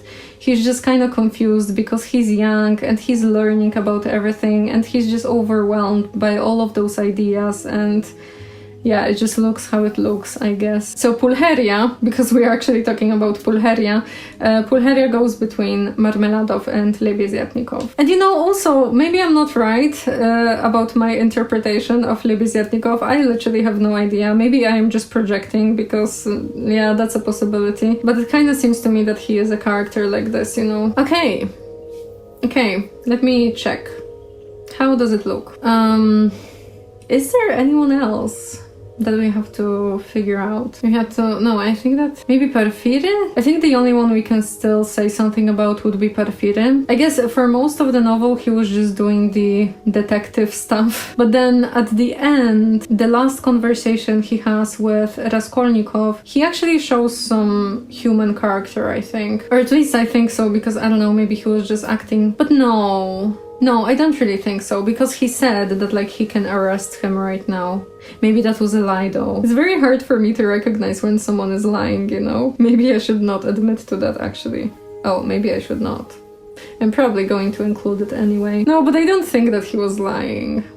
Come on. You know what I think about Porfiry? I think that he was a very curious person. Yeah, he was an extremely curious person. I think that actually solving this case was more about him being curious about the truth than winning, you know? Because he didn't have this energy of a person who's like, you know, oh, I want to win this, I want to find this murderer and I'm going to do it. No, I think that he was actually very, very curious about this case, and he was like genuinely interested. Like just genuinely curious what's the truth. And I also think that it was not because he wanted to be this like, you know, great investigator, like the best investigator that caught the murderer. I don't really think that he was thinking about this. I think that he was mostly just genuinely trying to figure out what the hell is going on. So he couldn't be that prideful. I don't really think so. Also, Porfiry is actually related to Razumikhin, and if Dostoevsky was intentional about making family members similar to each other, then I guess just by being related to Razumikhin, Porfiry is definitely more humble. Yeah, but just because of that, just because of this thing, that I think that he really didn't care about being the best investigator on earth, but he was just genuinely interested in the case. I think that he is definitely more humble than prideful. Maybe not the most humble. Then again, we don't really know him. Because for some characters, we really know a lot about them and about their motives and everything. And Porfiry is kinda... we don't really know that much about him. He's actually probably D tier with Sonia. Yeah, I think that he is D tier. And maybe... I think that actually Porfiry is more humble than Sonia, but my opinion is based on that quote from C.S. Lewis. And so, you know, just to kind of remind you, the humble person is a cheerful, intelligent chap who took a real interest in what you said to him. Porfiry was kind of like that. But yeah, taking real interest in what you said to him, he was doing that constantly with Raskolnikov, which on one hand he kind of had to because it was his job. But then again, I think that, you know, You could have like a very nasty investigator that wouldn't be interested in Raskolnikov. I think that Porfiry was genuinely interested in him. So yeah, I guess this is my list. If you have your own, you can, I don't know, write me down in the comments or something. Or if you disagree with me, then you can also write me down in the comments. Also, you know, now that I look at it, it's so interesting to me that, as I was saying, I think that Sonia and Marmeladov are actually pretty similar, and it's so interesting that they both ended up with very prideful people, because Marmeladov was of course with Katerina, and he was always praising her, like he was always constantly praising her, and he really believed in her own story in some sort of way, you know, that she was this amazing aristocratic woman and everything, while he thought that he's just the most worthless person on earth. And then you have Sonia and Raskolnikov, who basically, you know, Raskolnikov told her that he murdered 2 women, and Sonia was just embracing him and crying because of how much he has to suffer because of that. So yeah, I think that it's pretty similar, like Marmeladov and Katerina, and then Sonia and Raskolnikov. The relationships are also kind of similar. Or maybe I'm reading too much into it. I don't know. But I think that is interesting when you look at it like that. And maybe it was not intentional. Sometimes things like this happen. Or maybe it was just God's will for this book to look like this. Anyway, now that we have this list and everything, read this book. Really read this book, because I was trying to give you like a very detailed summary, but there are still so many things that I was not able to include, and the book is also very nice to read. So if you like the summary, then read the book, because it's really worth it, like really. Also, another little thing is that if you noticed that I'm balding, then I'm actually not. I'm trying to grow out my blonde hair, and I don't know if I'm going to succeed with that, because I'm starting to get quite irritated that it looks like this, but I don't know, maybe I will do that. And thing is that, like, you know, when you have natural dark hair and then you dye it blonde or something like, or just like a lighter color, when you have roots, then they kind of look cool, because it kind of looks intentional and very nice. But when you have light hair, and I have like pretty light hair, maybe I'm going to post you a picture somewhere here. And so when you have hair that's this color and you dye it dark, then suddenly when you have your roots, you just look like you're balding, and it's not nice. It's really not nice. But my only option right now is to just grow out my hair if I want to see my blonde ever again. So this is how it's going to be for the next couple of videos, unfortunately. But no, I hope that I won't give up with growing out my blonde hair, because I haven't seen it in so many years. I've been dyeing my hair since like middle school, I think. Because you know how it is. One day you are a happy blonde girl just enjoying your life, and then you suddenly become an emo teenager. You start listening to My Chemical Romance, and now boom, your hair is black, which my hair was black for many years. So at least we have red going on right now, which is kind of better, because like blonde roots on black hair. You know, sometimes I don't make the smartest decisions on earth, and that definitely was not the smartest decision on earth. So yeah, other than that, now that you've listened to me talking about my hair, I guess you can subscribe now, because like, join me on my journey. And so yeah, this is really the end of the video. So thank you so much for watching, especially that you're watching till the end. You can subscribe to the channel, and bye bye.